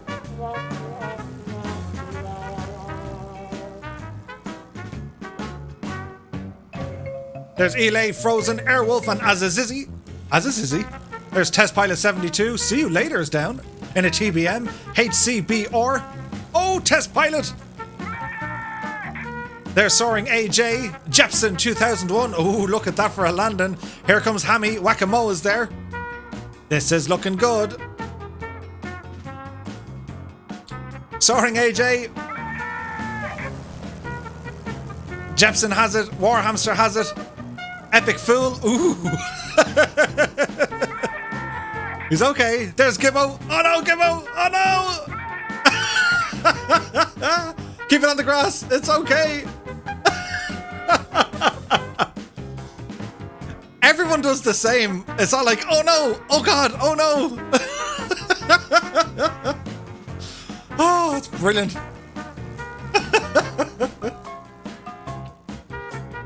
I suspect there'll be plenty joining me at the dentist after this. Any landing you can walk away from, or even crawl away from, it's a good landing. It's totally fine. Jared Vark with a nice landing. Sydney Mario's down. There's Country Flyer. Dougal McTavish and Gregor. Oh, look at this. Dougal's fighting it. He's doing his thing. Ooh.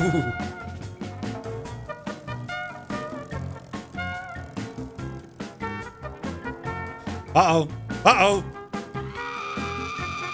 Big Papa. Nicely done, my dude. That was a beautiful landing.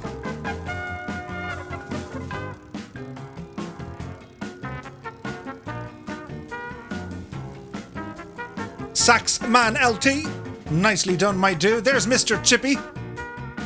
Look at the speed. Look at the speed. Mind the brakes, dude. Mind the brakes, dude. What's gonna happen? Uh-oh, uh-oh. You know that feeling when you're like tapping the toe brakes and the whole plane tips forward and everyone pulls the same facial expression? It's like... It's amazing. It is definitely hard to see the runway. Absolutely. Telio Potato with the fly past. Bright Boy 2020 is away. You take care, my dude. Many thanks for joining us. There's Dr. Notham. Ooh, look at this. The approach looks good. There's Cherub.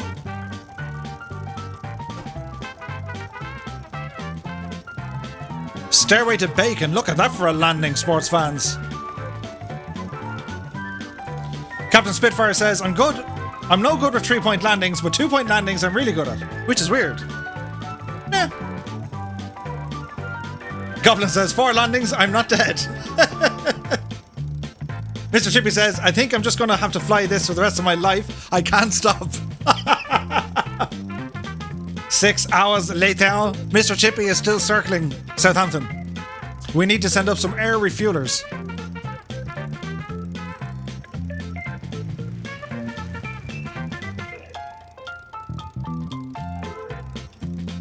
That was a great landing by Stairway to Bacon.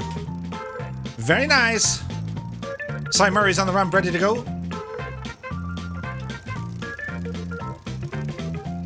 Alrighty. So what we're going to do, we're going to restart the sim as we start our final leg for this evening.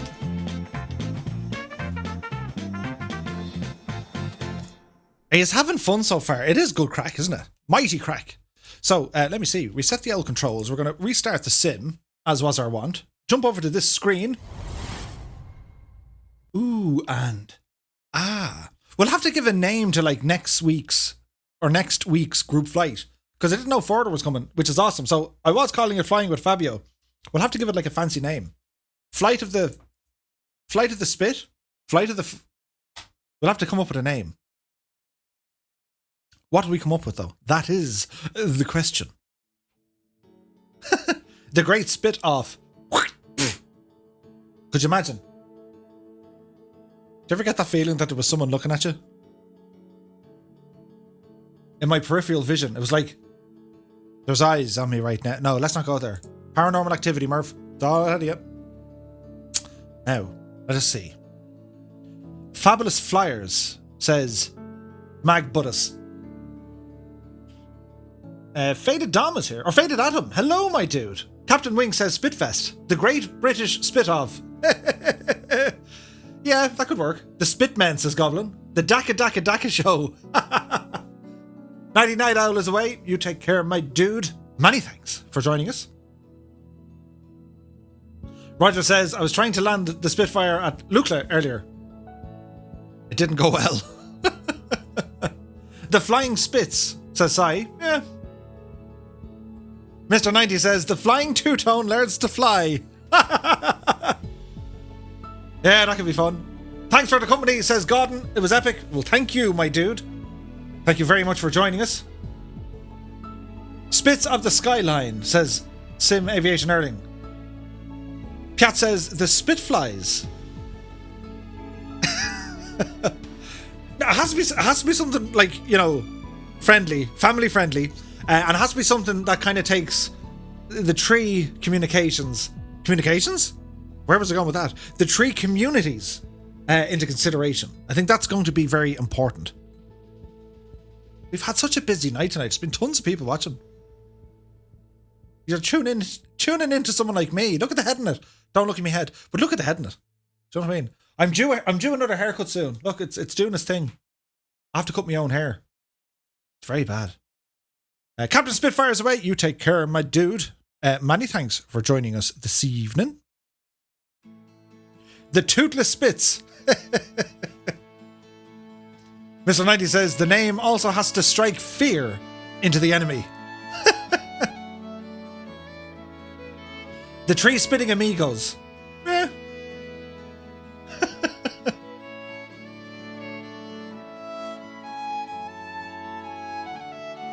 The Spitful. No, the Spitiful. Quite hard to land. Faded Adam says Fireflies. That's a good name. We've got it, you know, it's... Kozaki says, y'all look great. I need a minimum of 10 hours in this lady. Spits into the wind, says Singer.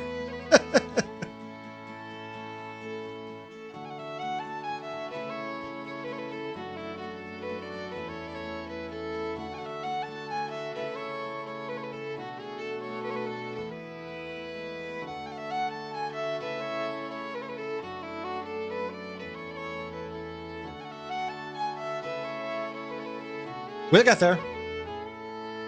Fabulous flyers. Oh, I like that.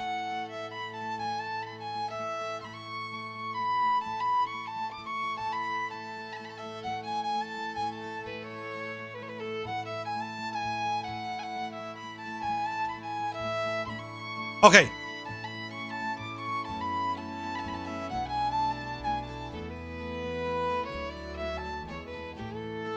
So we're just loading back in.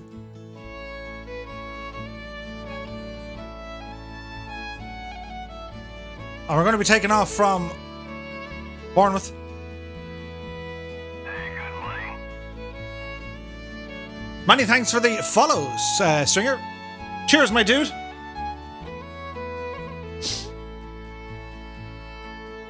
Cyberman Drew says, my wife just threw out the old yoga mat I was using to keep my rudder pedals from sliding. Oh no. EGKH. Lashenden. And we want to go via Biggin Hill. So our final flight for this evening is going to take about 40 minutes maybe, maximum.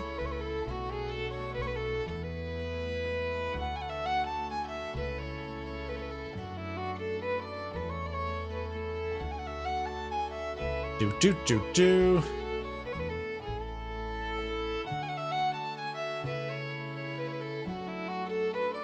The flippin', spittin', spits. Spitfire flies and friends. The human flies.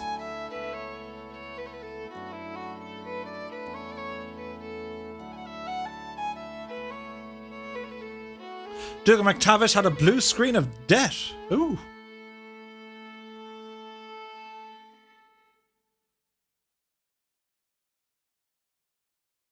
Putin says, Murph, you always restart the sim for each leg. Is that to try and stop any crashing or something? It is, yeah. It's basically, it's just from experience, you know. It's just like restart the sim, everything kind of resets itself, calms itself down, and away we go again. That's kind of the idea behind it.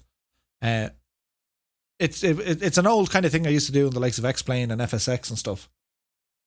It helps with virtual memory. You can empty the cache, you can do all this kind of stuff. So that's what we do. The spitting simmers, says Keen. Maybe. That works as well. The spitting simmers. Now, hang on. So we need to do some stuff.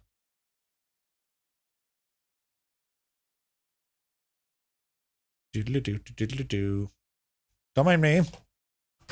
So we need to turn off nameplates and then we'll jump back into the sim and we'll start moving. Why not the flying llamas? Because spitting is their thing. Oh, I like that. The flying llamas. You could be onto something.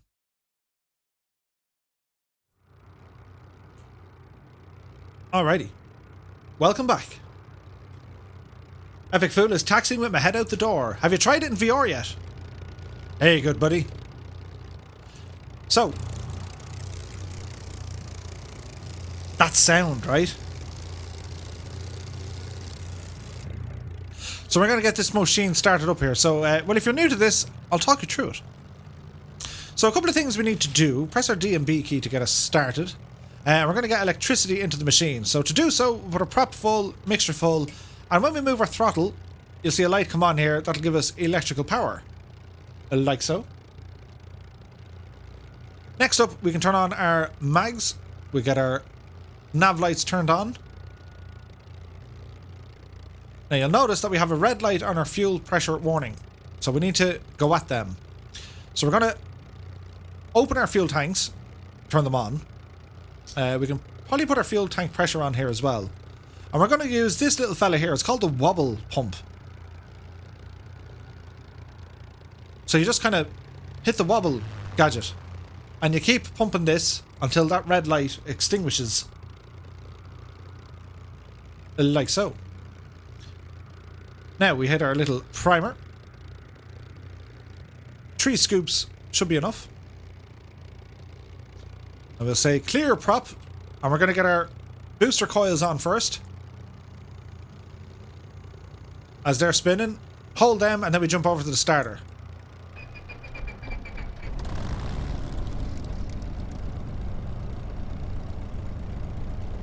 There's someone in a Eurofighter and jets. Oh dear. The first annual Spitfire extravaganza. That could work.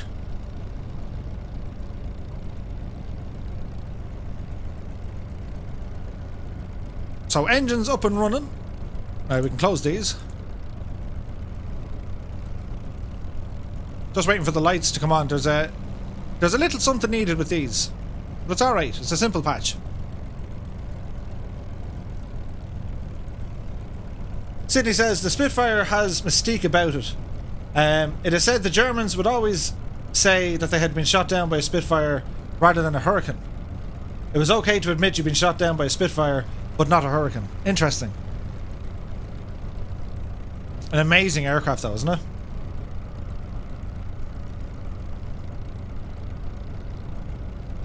Come on, lights, do your thing.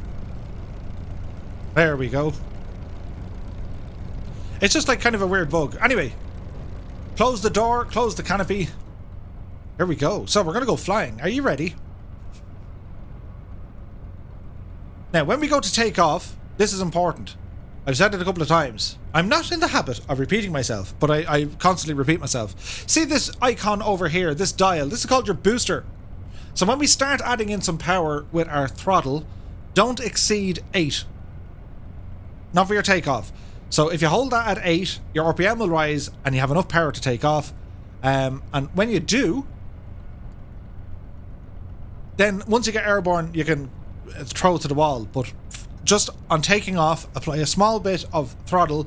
That'll get you up to 8, and then we're good. Engine shunting after startup. Engine shutting after startup. What have I missed? Magnetos. Have you turned them on?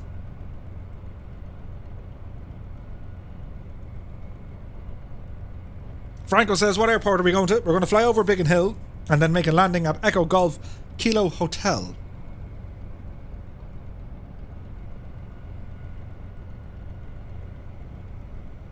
So make sure your mags are on and make sure your fuel tank here is turned on. Alrighty? Are we good to go? Let's go. If you want to know where your parking brake is, see this weird looking handle? That's your parking brake. See that? And you can see the pressure over here on the left hand side. Mr. 90's away. You take care, my dude.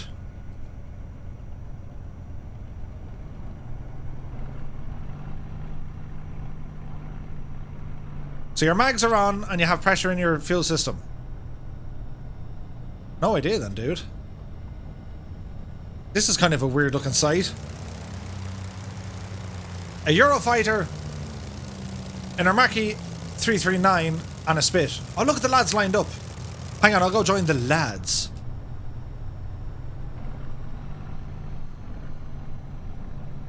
Black Knight says, Murph, rudder bias full starboard elevator trim, 1 notch nose up. Yeah, I've done the elevation trim, so rudder bias full starboard to the right. I'll double check it, right? Because what I've been doing, like, I can adjust that, which is fine. But what I've been actually doing, I've been flying it as you start up the aircraft, and I've just found it a little bit easier to control. For whatever reason. But there is a, well, pretty much a POH included with this aircraft as well, so there is plenty of reading up you can do.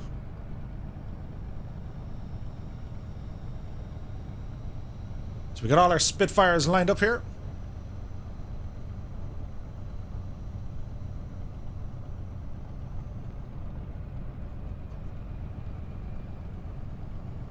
So there goes the 339 up and at them.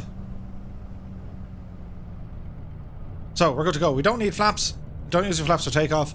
So keep an eye on that boost icon down here over the bottom right hand side. Right? Yeah, that's what we're going to aim for. So we're looking for 8.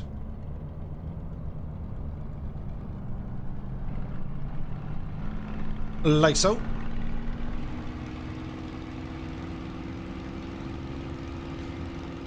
Airspeed is alive.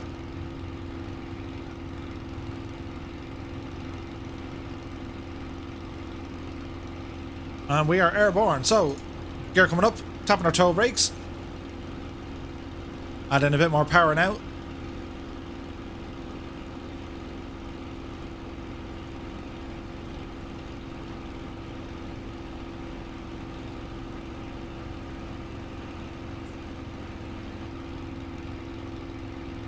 Our speed is climbing. Mr. 90 is away. You take care, my dude.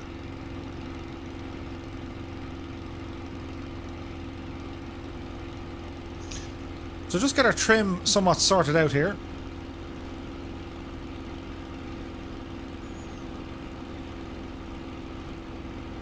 So we shall follow this magenta line. Gain a bit of altitude along the way. So yes, your elevator trim should be down here. This is your trim wheel here.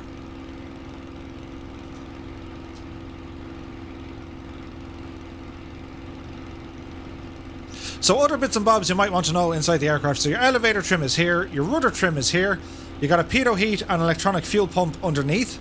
You also have your radiator flap override. That'll open up the rad. So if you look underneath here, see them radiators? Yeah? Well, if we click on our little button here, they open. Oh! Now the system in the Spitfire, that's an automatic system. You don't need to worry about it. It does it itself. But if you were having performance issues with the aircraft, you might want to look there, check on your temperatures. Over on this side then, you have your emergency gear. What's the word I'm looking for? Gear lever. This part here is for your de-icing system for your windscreen. It's not an electrical unit, it just blows hot air. This here is off your landing gear. It's usually kind of like a 3-part motion. You have to pull it out, push it up, and lock it back in again. But for us, it's simplified just into, well, a switch. This is our wobble pump. This guy over here is for Morse code. It's not modelled, but this is where they'd make that noise. That kind of stuff. But that was my Go XLR doing the noisage. Keen Lafford says, Murph, should we do another count? Why not, Keen? That's a good idea. So, my dudes, if you're still flying with us, do now press the number 2 into the chat. Let's see how many are flying. And we'll get some more kind of nice music. I reckon we still have a few.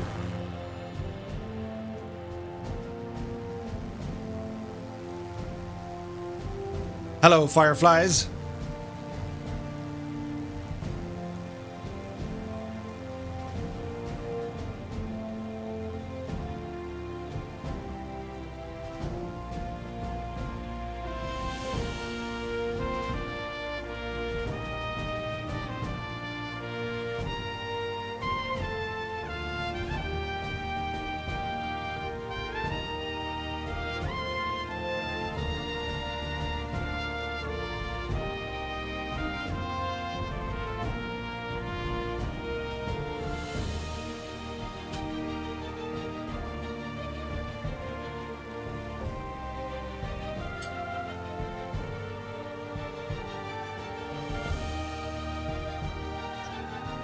We got 35 plus a Murph. Okay, if you're in the Spitfire, do press the number 3.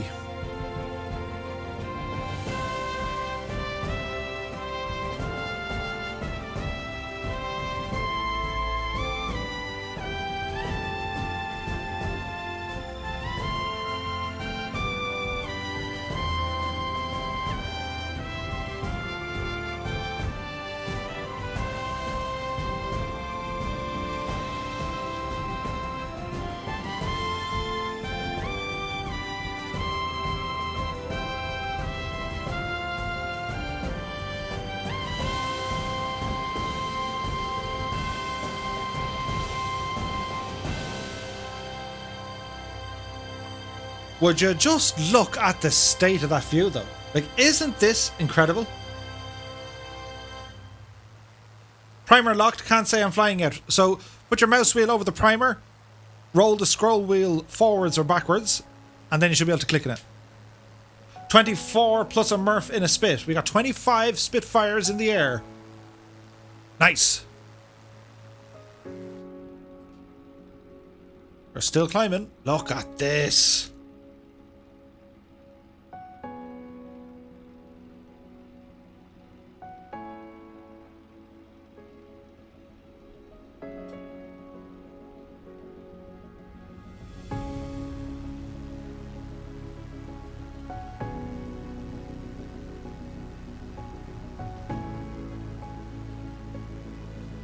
Where was the hot air for de-icing? Down by your right knee. This guy right here.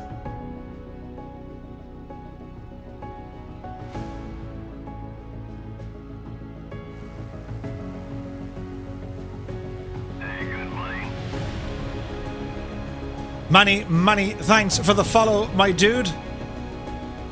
Zulik Kazulis.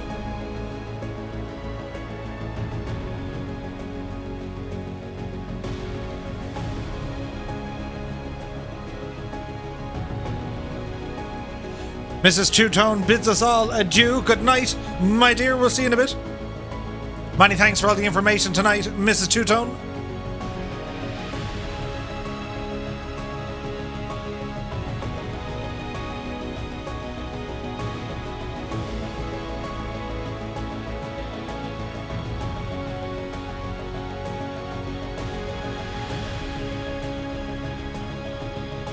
Well, bro says, I'm not proud about it, but I've given up flying for tonight. My heart says go fly, but my eyes keep closing.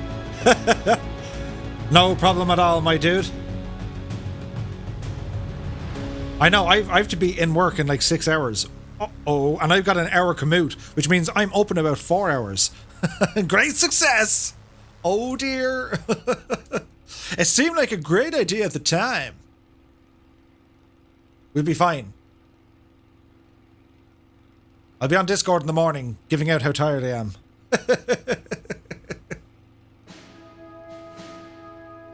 In the words of Murph, ah well. Look at the state of that view. I mean, come on. Isn't it amazing?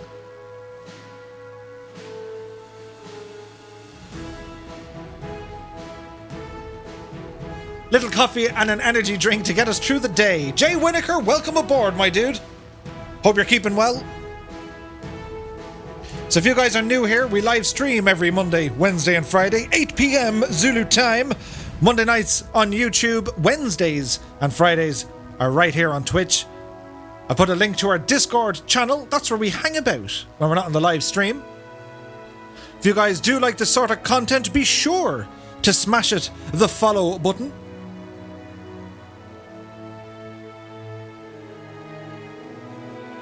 Jay Winokur says, taking in the beautiful spits on lunch. Busy work day. Nice, dude.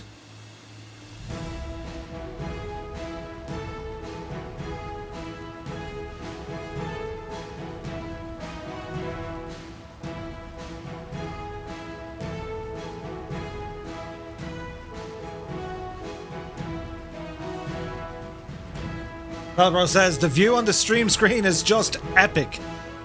It's very nice.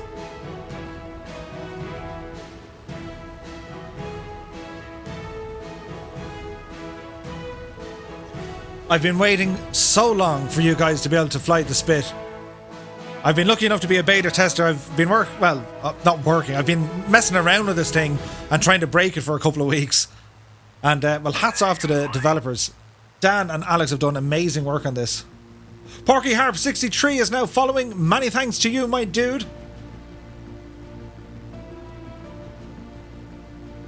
I was like, every week I was like, guys, you got to release this. It's fine the way it is. We gotta go flying this. And tonight has been so much fun. Flying over Dover, I mean, that just put chills.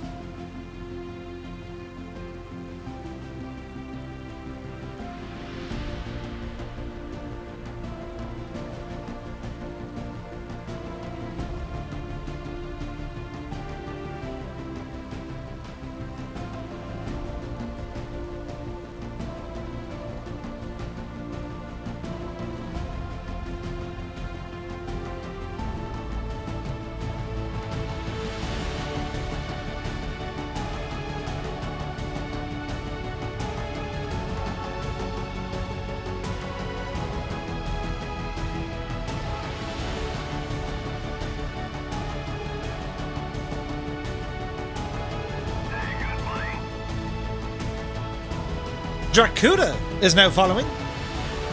Many thanks, my dude. Really do appreciate it, guys. What a night. So many new followers and subscribers and, well, stuff. Annalisa says, I think I'll take the boss's lead. Good night, Murph and everyone. Enjoy the rest of the wonderful flight. Annalisa, feel better soon. Sending you much love and care and best wishes. We'll see you soon.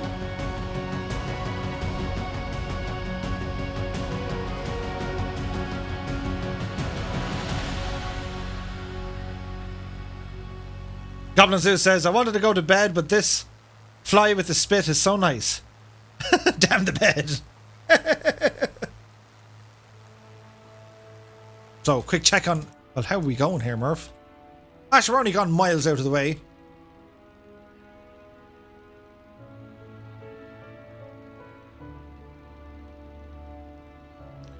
Now we'll come back down through the clouds as we approach London. We're just up here cloud surfing.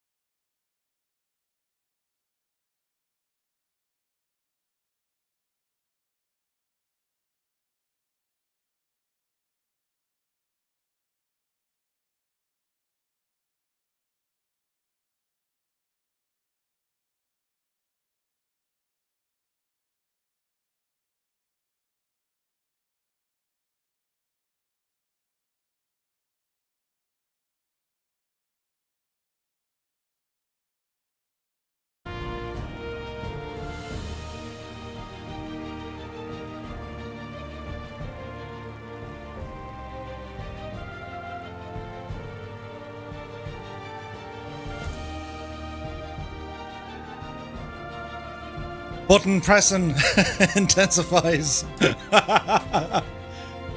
Did you like that?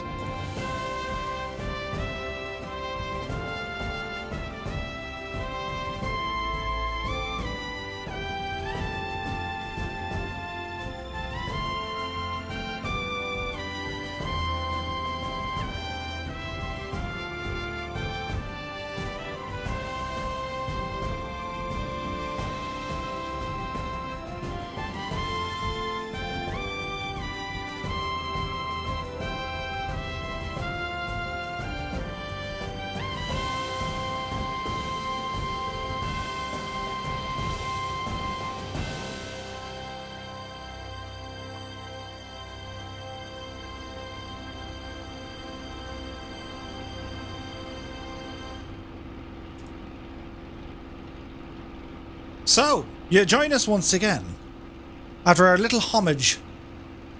Homage? Who said homage? So we are now flying directly over Biggin Hill. RAF Biggin Hill, home of the many squadrons of 11th Group, responsible for downing more than 1,400 enemy aircraft.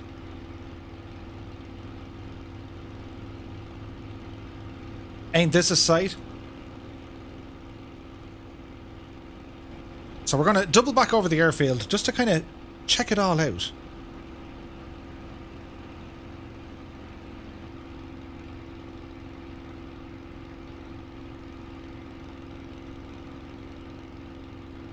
There be London, and there be Biggin Hill.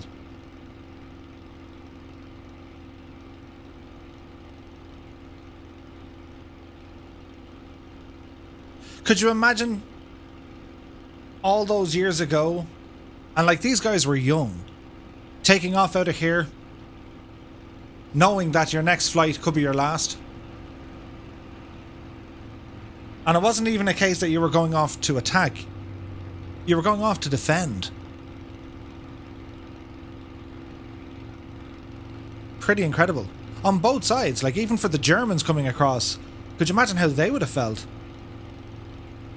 Everything would have been calm coming over France and over the Channel.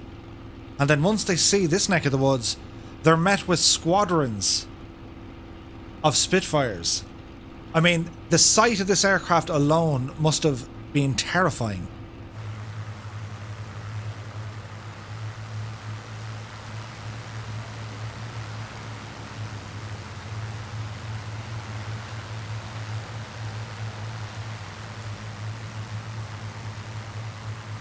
So we'll do our victory roll.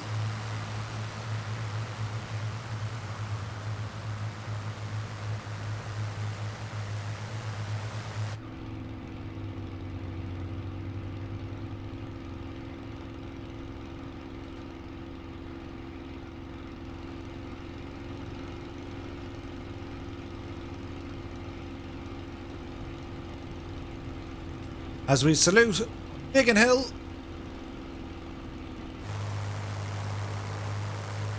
And the Fireflies do the same. That's awesome looking.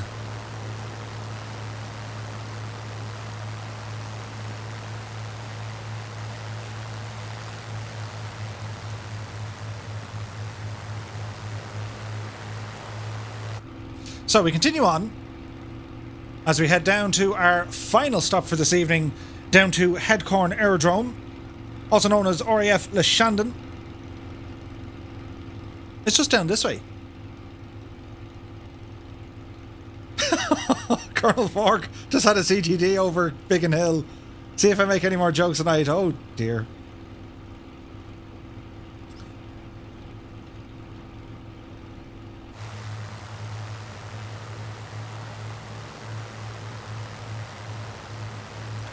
Look at all these Spitfires. Ain't that something? And a TBM for good measure. Okay, we're on the final run. So this airport that we're flying to, wait till you hear this. So RAF Le Chandon, or Headcorn Airport, it opened in 1943. It became a prototype for the temporary advanced landing ground airfields that were built in France after D-Day. The present private grass airfield opened in the late 1960s. That is crazy. So Headcorn is also from Burning Blue Designs. You can pick it up for £10. It's amazing. Absolutely a stunning little airport. You'll see it here now once we get there. Keen Lefford is away. You take care, my dude. Many, many thanks for joining us this evening. You were under pressure tonight. You were counting for the night.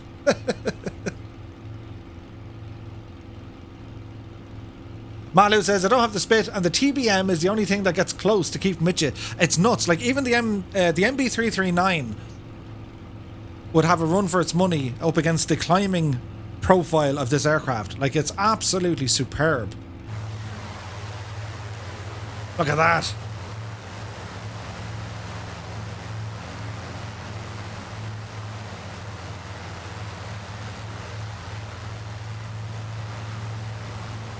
Purple Conan's in the house. What is your speed, Murph? We're at about 200 and...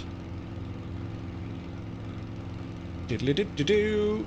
Diddly-did-do-do. 220. Hang on, let's put it back into old money. 185 knots. Indicated. That's sound, I know, right? Skullkazuas, we're on the North Europe server, my dude.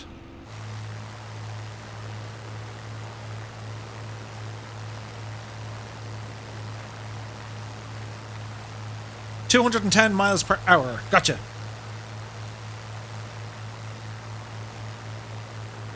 We're very close. Mac Tufferson is in the house. I'm new to this game. I'm wondering how many of the cockpit instruments you can interact with. Depends on the aircraft, right? But pretty much all of these. For example, everything is accurate so far as your airspeed, your attitude, your climbing profile, as in your vertical speed indicator, your tachometer, your boost, oil temperature, radiator temperature. You have your turn and slip coordinators, your altimeter, that's your main heading display or compass. Over here you have your angle of attack, you have a clock, you have your brake pressurized system, which is here. See it moving? What else?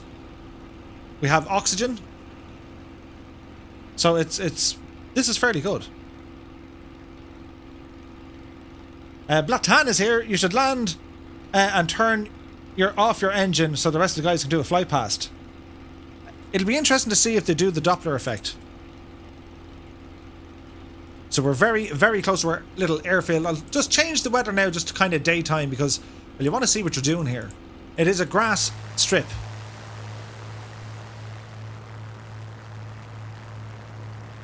Mac Jefferson says, I'm impressed. Thanks for showing that, Murph. You're more than welcome, my dude.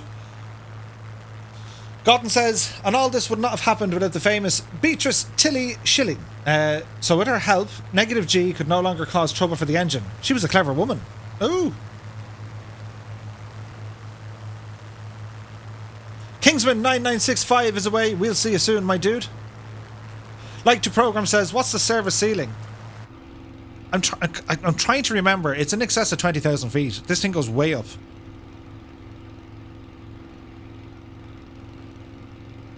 Is it like 26 or 28,000 feet? It's like miles up.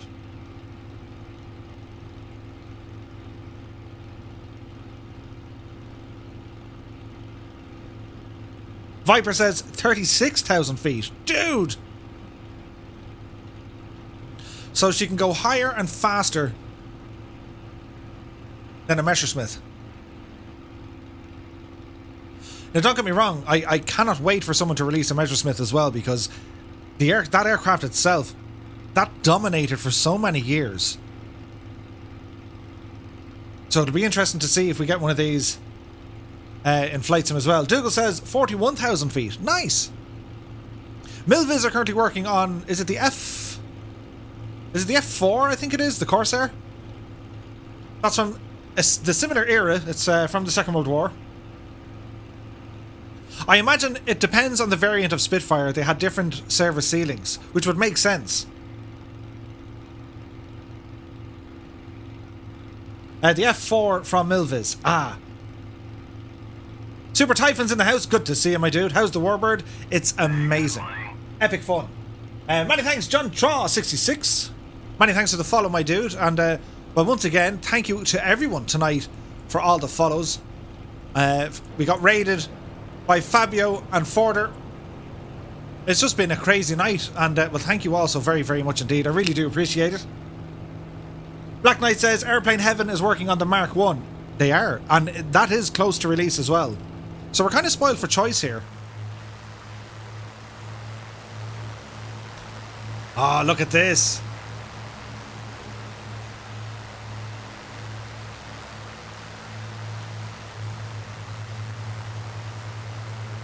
Hans Gruber says, I had the pleasure of sitting in an operational one a few years ago in Weston. Closest get to flying one. Nice, dude.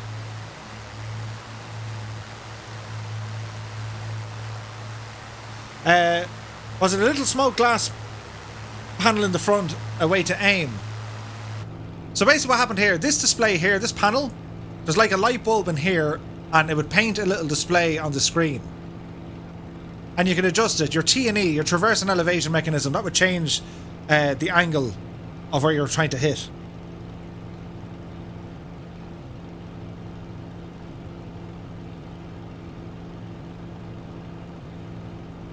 So we continue on this way.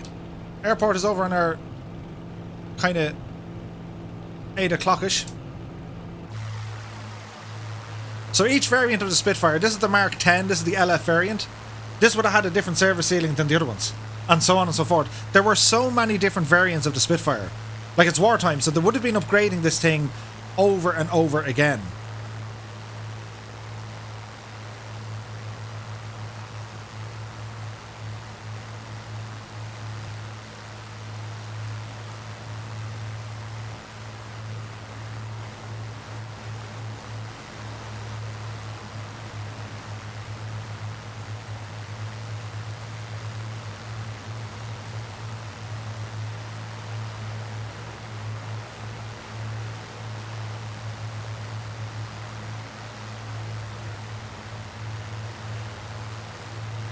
Like, what a sight to behold. So the aircraft comes with two variants. This is the elliptical wing. See the way the wing kind of just rolls around and it points? It also comes with the clipped wing version.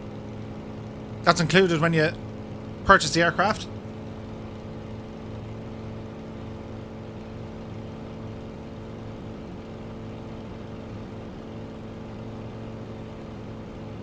And the glass up here, right? See the main glass? Can you see the thickness of that? That was bulletproof glass.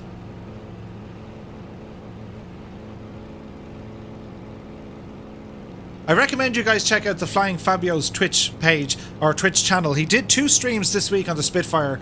So much information. It was absolutely incredible.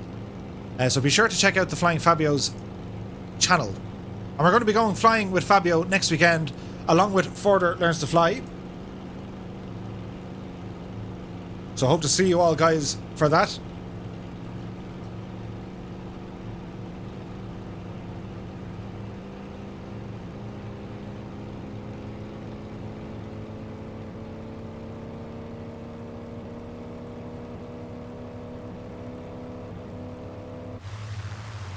The noises of the other guys, that's nuts, isn't it? Right, this airfield could be tricky to find. We should be pretty much dead ahead of it. So we'll watch our speed coming in. Yeah, runway in sight. So we'll put our face cam on for the dramatic effect, as we're going to try and land this machine here. Fingers crossed, let's see what happens. A grass landing for the win.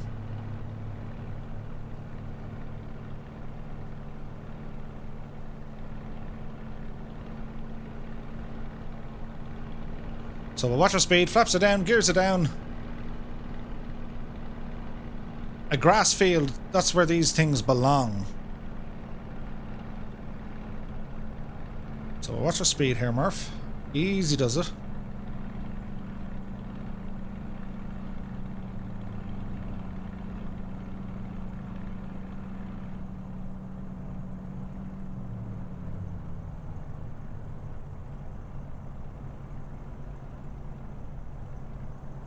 Don't run out of field, whatever you do. 3-point landing it is.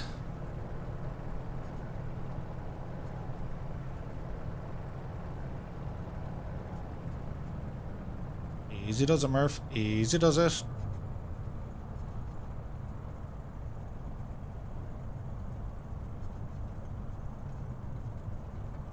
Gus has turned around here. Finish with the flaps, bring them in.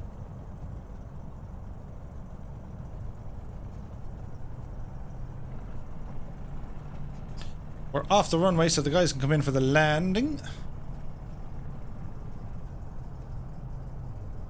There was a little bit of butter applied, yes. We got, 104, wasn't great. Our house 8. Many thanks for the follow, dude. We got another 3-point landing. Like, it's so cool trying to practice with this thing. It's 3-point landing.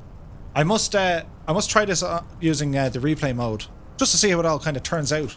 Right, we're going to turn the name tags on so we can see the dudes coming in for a landing. Well, it's going to be good fun, isn't it? We hope. So, buttons to press. This one. There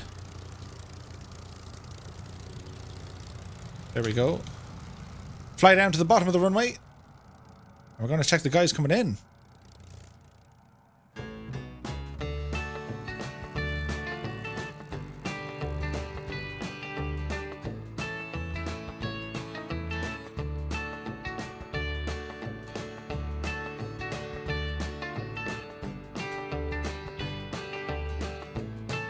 Warhamster says, there was an echo. Uh-oh, it's fixed. Nice. Kahari is away. You take care, my dude. Many thanks for joining us. Big Papa. Ooh.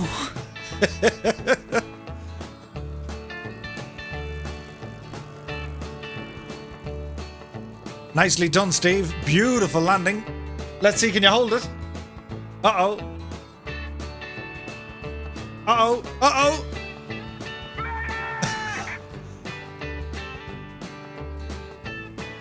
I think it's good to say that with this aircraft, you're really going to enjoy perfecting it. Learning how to fly it, learning how to take off and land. I mean, that's where the fun comes. And when you kind of get it right, when you do get yourself to do a 3-point landing, the feeling is just, yes!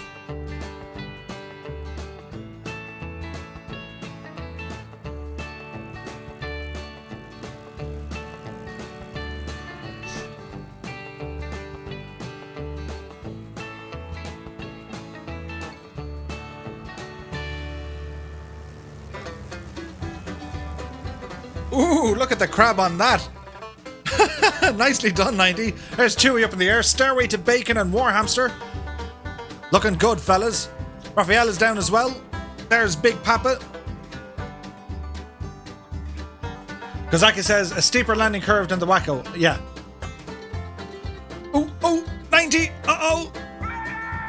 And he's okay. He's okay. Druid Zeus. Scarecrow's there. That's a great name. Malu said, is this Echo Golf Kilo Hotel? Echo Golf Kilo Hotel. Headcorn Aerodrome by Burning Blue Design. Uh-oh. Chewy Sid. Uh-oh.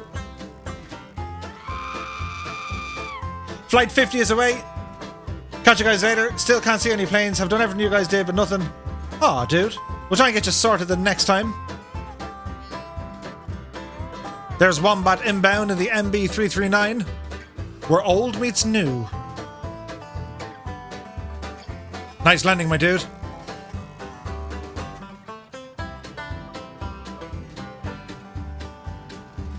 Here comes Epic Fool. No pressure, fella.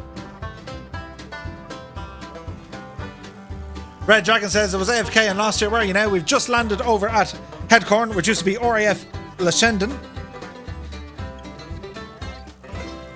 I gotta say, guys, if you have VR, this is the aircraft for it. Go flying around the cliffs of Dover with VR. Set your time to the golden hour. Ooh, rattling jeans. Uh-oh. There's Big Papa in again. How much for a new prop? There's JMS 737 with the landing. Very nice.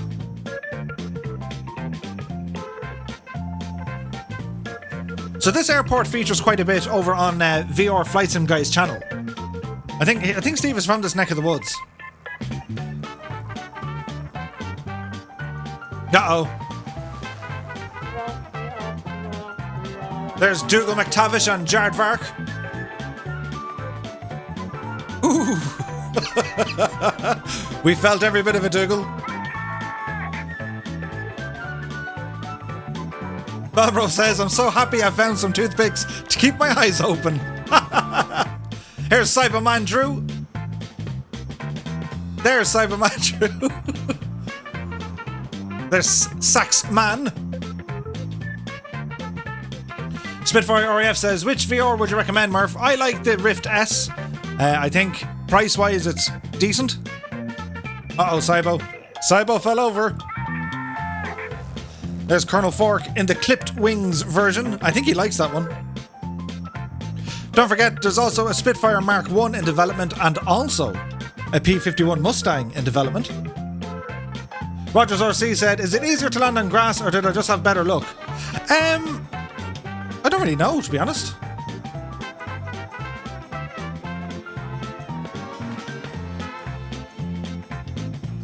There's Wush Blamo. If you've never seen this airport before, by the way, Headcorn Airport by Burning Blue Design, these are the same guys who did Lid Airport. I absolutely love it. So you have your C-47 static. I cannot wait for one of them in the sim. You know what I mean? Could you imagine a whole fleet of them flying with a Spitfire escort? I mean, come on. Nicely done, Dr. Notham. I think that's a T6, that yellow one, I think. There's also a static Spitfire, which looks nice. HCBR is down. Nicely done. There's Airwolf. You would just look at these planes all day. It's amazing. But I'll show you around. I'll show you around this airport really quick. It's only about $10, but it is a super little airport. So much detail has gone into this place. It is beautiful. The photos on the store don't do it the justice. There is just so much information here. The Leshendon War Museum. So if we ramble in, just have a quick look before we get going here. So look, they even have biplanes here. Colonel Fork says, most of my childhood was spent in a local aviation museum with my grandpa. Nice. Back Night says, depends on the state of the grass. Airplane Heaven have a C-47 in development as well. Nice. Look at the museum, right? So they have, is that a Sopwith? I think that one. It's like it. So here be another Spit. And here be another DC, well, C-47 in the hangarage. Ramble over this way. Jardvark making a landing. Nicely done. See this aircraft all the way over here? This is a de Havilland Draken. And how I know this aircraft is, this is the very first airplane I flew in. It was the Aer Lingus airplane. It was called the Uller. That may not be the Draken, but it's very close to it. But it was the same type of airplane. First flew in like 1934, the Uller. I flew in the Uller. It was the very first airplane I got to fly in. A Draken Rapid, that's the one. As Tobes comes in with the beach. Nicely done. So imagine, my very first time in an airplane was in one of them. What an introduction into flight. And like I think like 2 days later, I went on to, I was in a 757 going to America. It was like crazy. But yeah. Isn't it nuts? So guys, did we have fun tonight, sports fans? What an amazing flight we had with this iconic aircraft. Flying Iron Simulations, you guys have absolutely knocked it out of the ballpark with this one. Absolutely amazing. So much fun to fly. Some of the sights we've seen tonight have just been off the hook. We got to fly it over the cliffs of Dover. We flew over Biggin Hill. We were raided by the Flying Fabio, raided by Ford Learns to Fly. absolutely fantastic. We had epic flying from the Fireflies and indeed the Thunderflies. A big shout out to all the virtual pilots with us, to all the new people for joining. Thank you so very, very much. All the new follows and subscribes and all the people coming over to the Discord. I kept you up late. I'm very sorry. But it is the weekend. It's the weekend. Isn't that amazing? So we'll see who else is online here. We might do a raid. Just, you know, why not? Who have we got?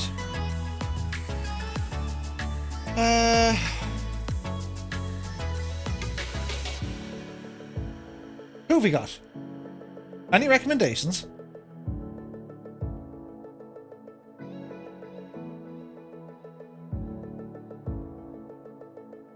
We'll see. We'll have a gawk here in a minute. Anyway, thank you all so very much for joining me tonight. So much fun. We'll definitely be back in the Spitfire someday soon. You guys have a fantastic weekend. Don't forget, Alison Johnson will be live streaming tomorrow, Saturday. Colonel Fork 85 will be live streaming on Sunday. And I'll be back with you for our final leg in India on Monday. So until then, look after yourselves. Stay safe. I'll see you soon. Bye-bye.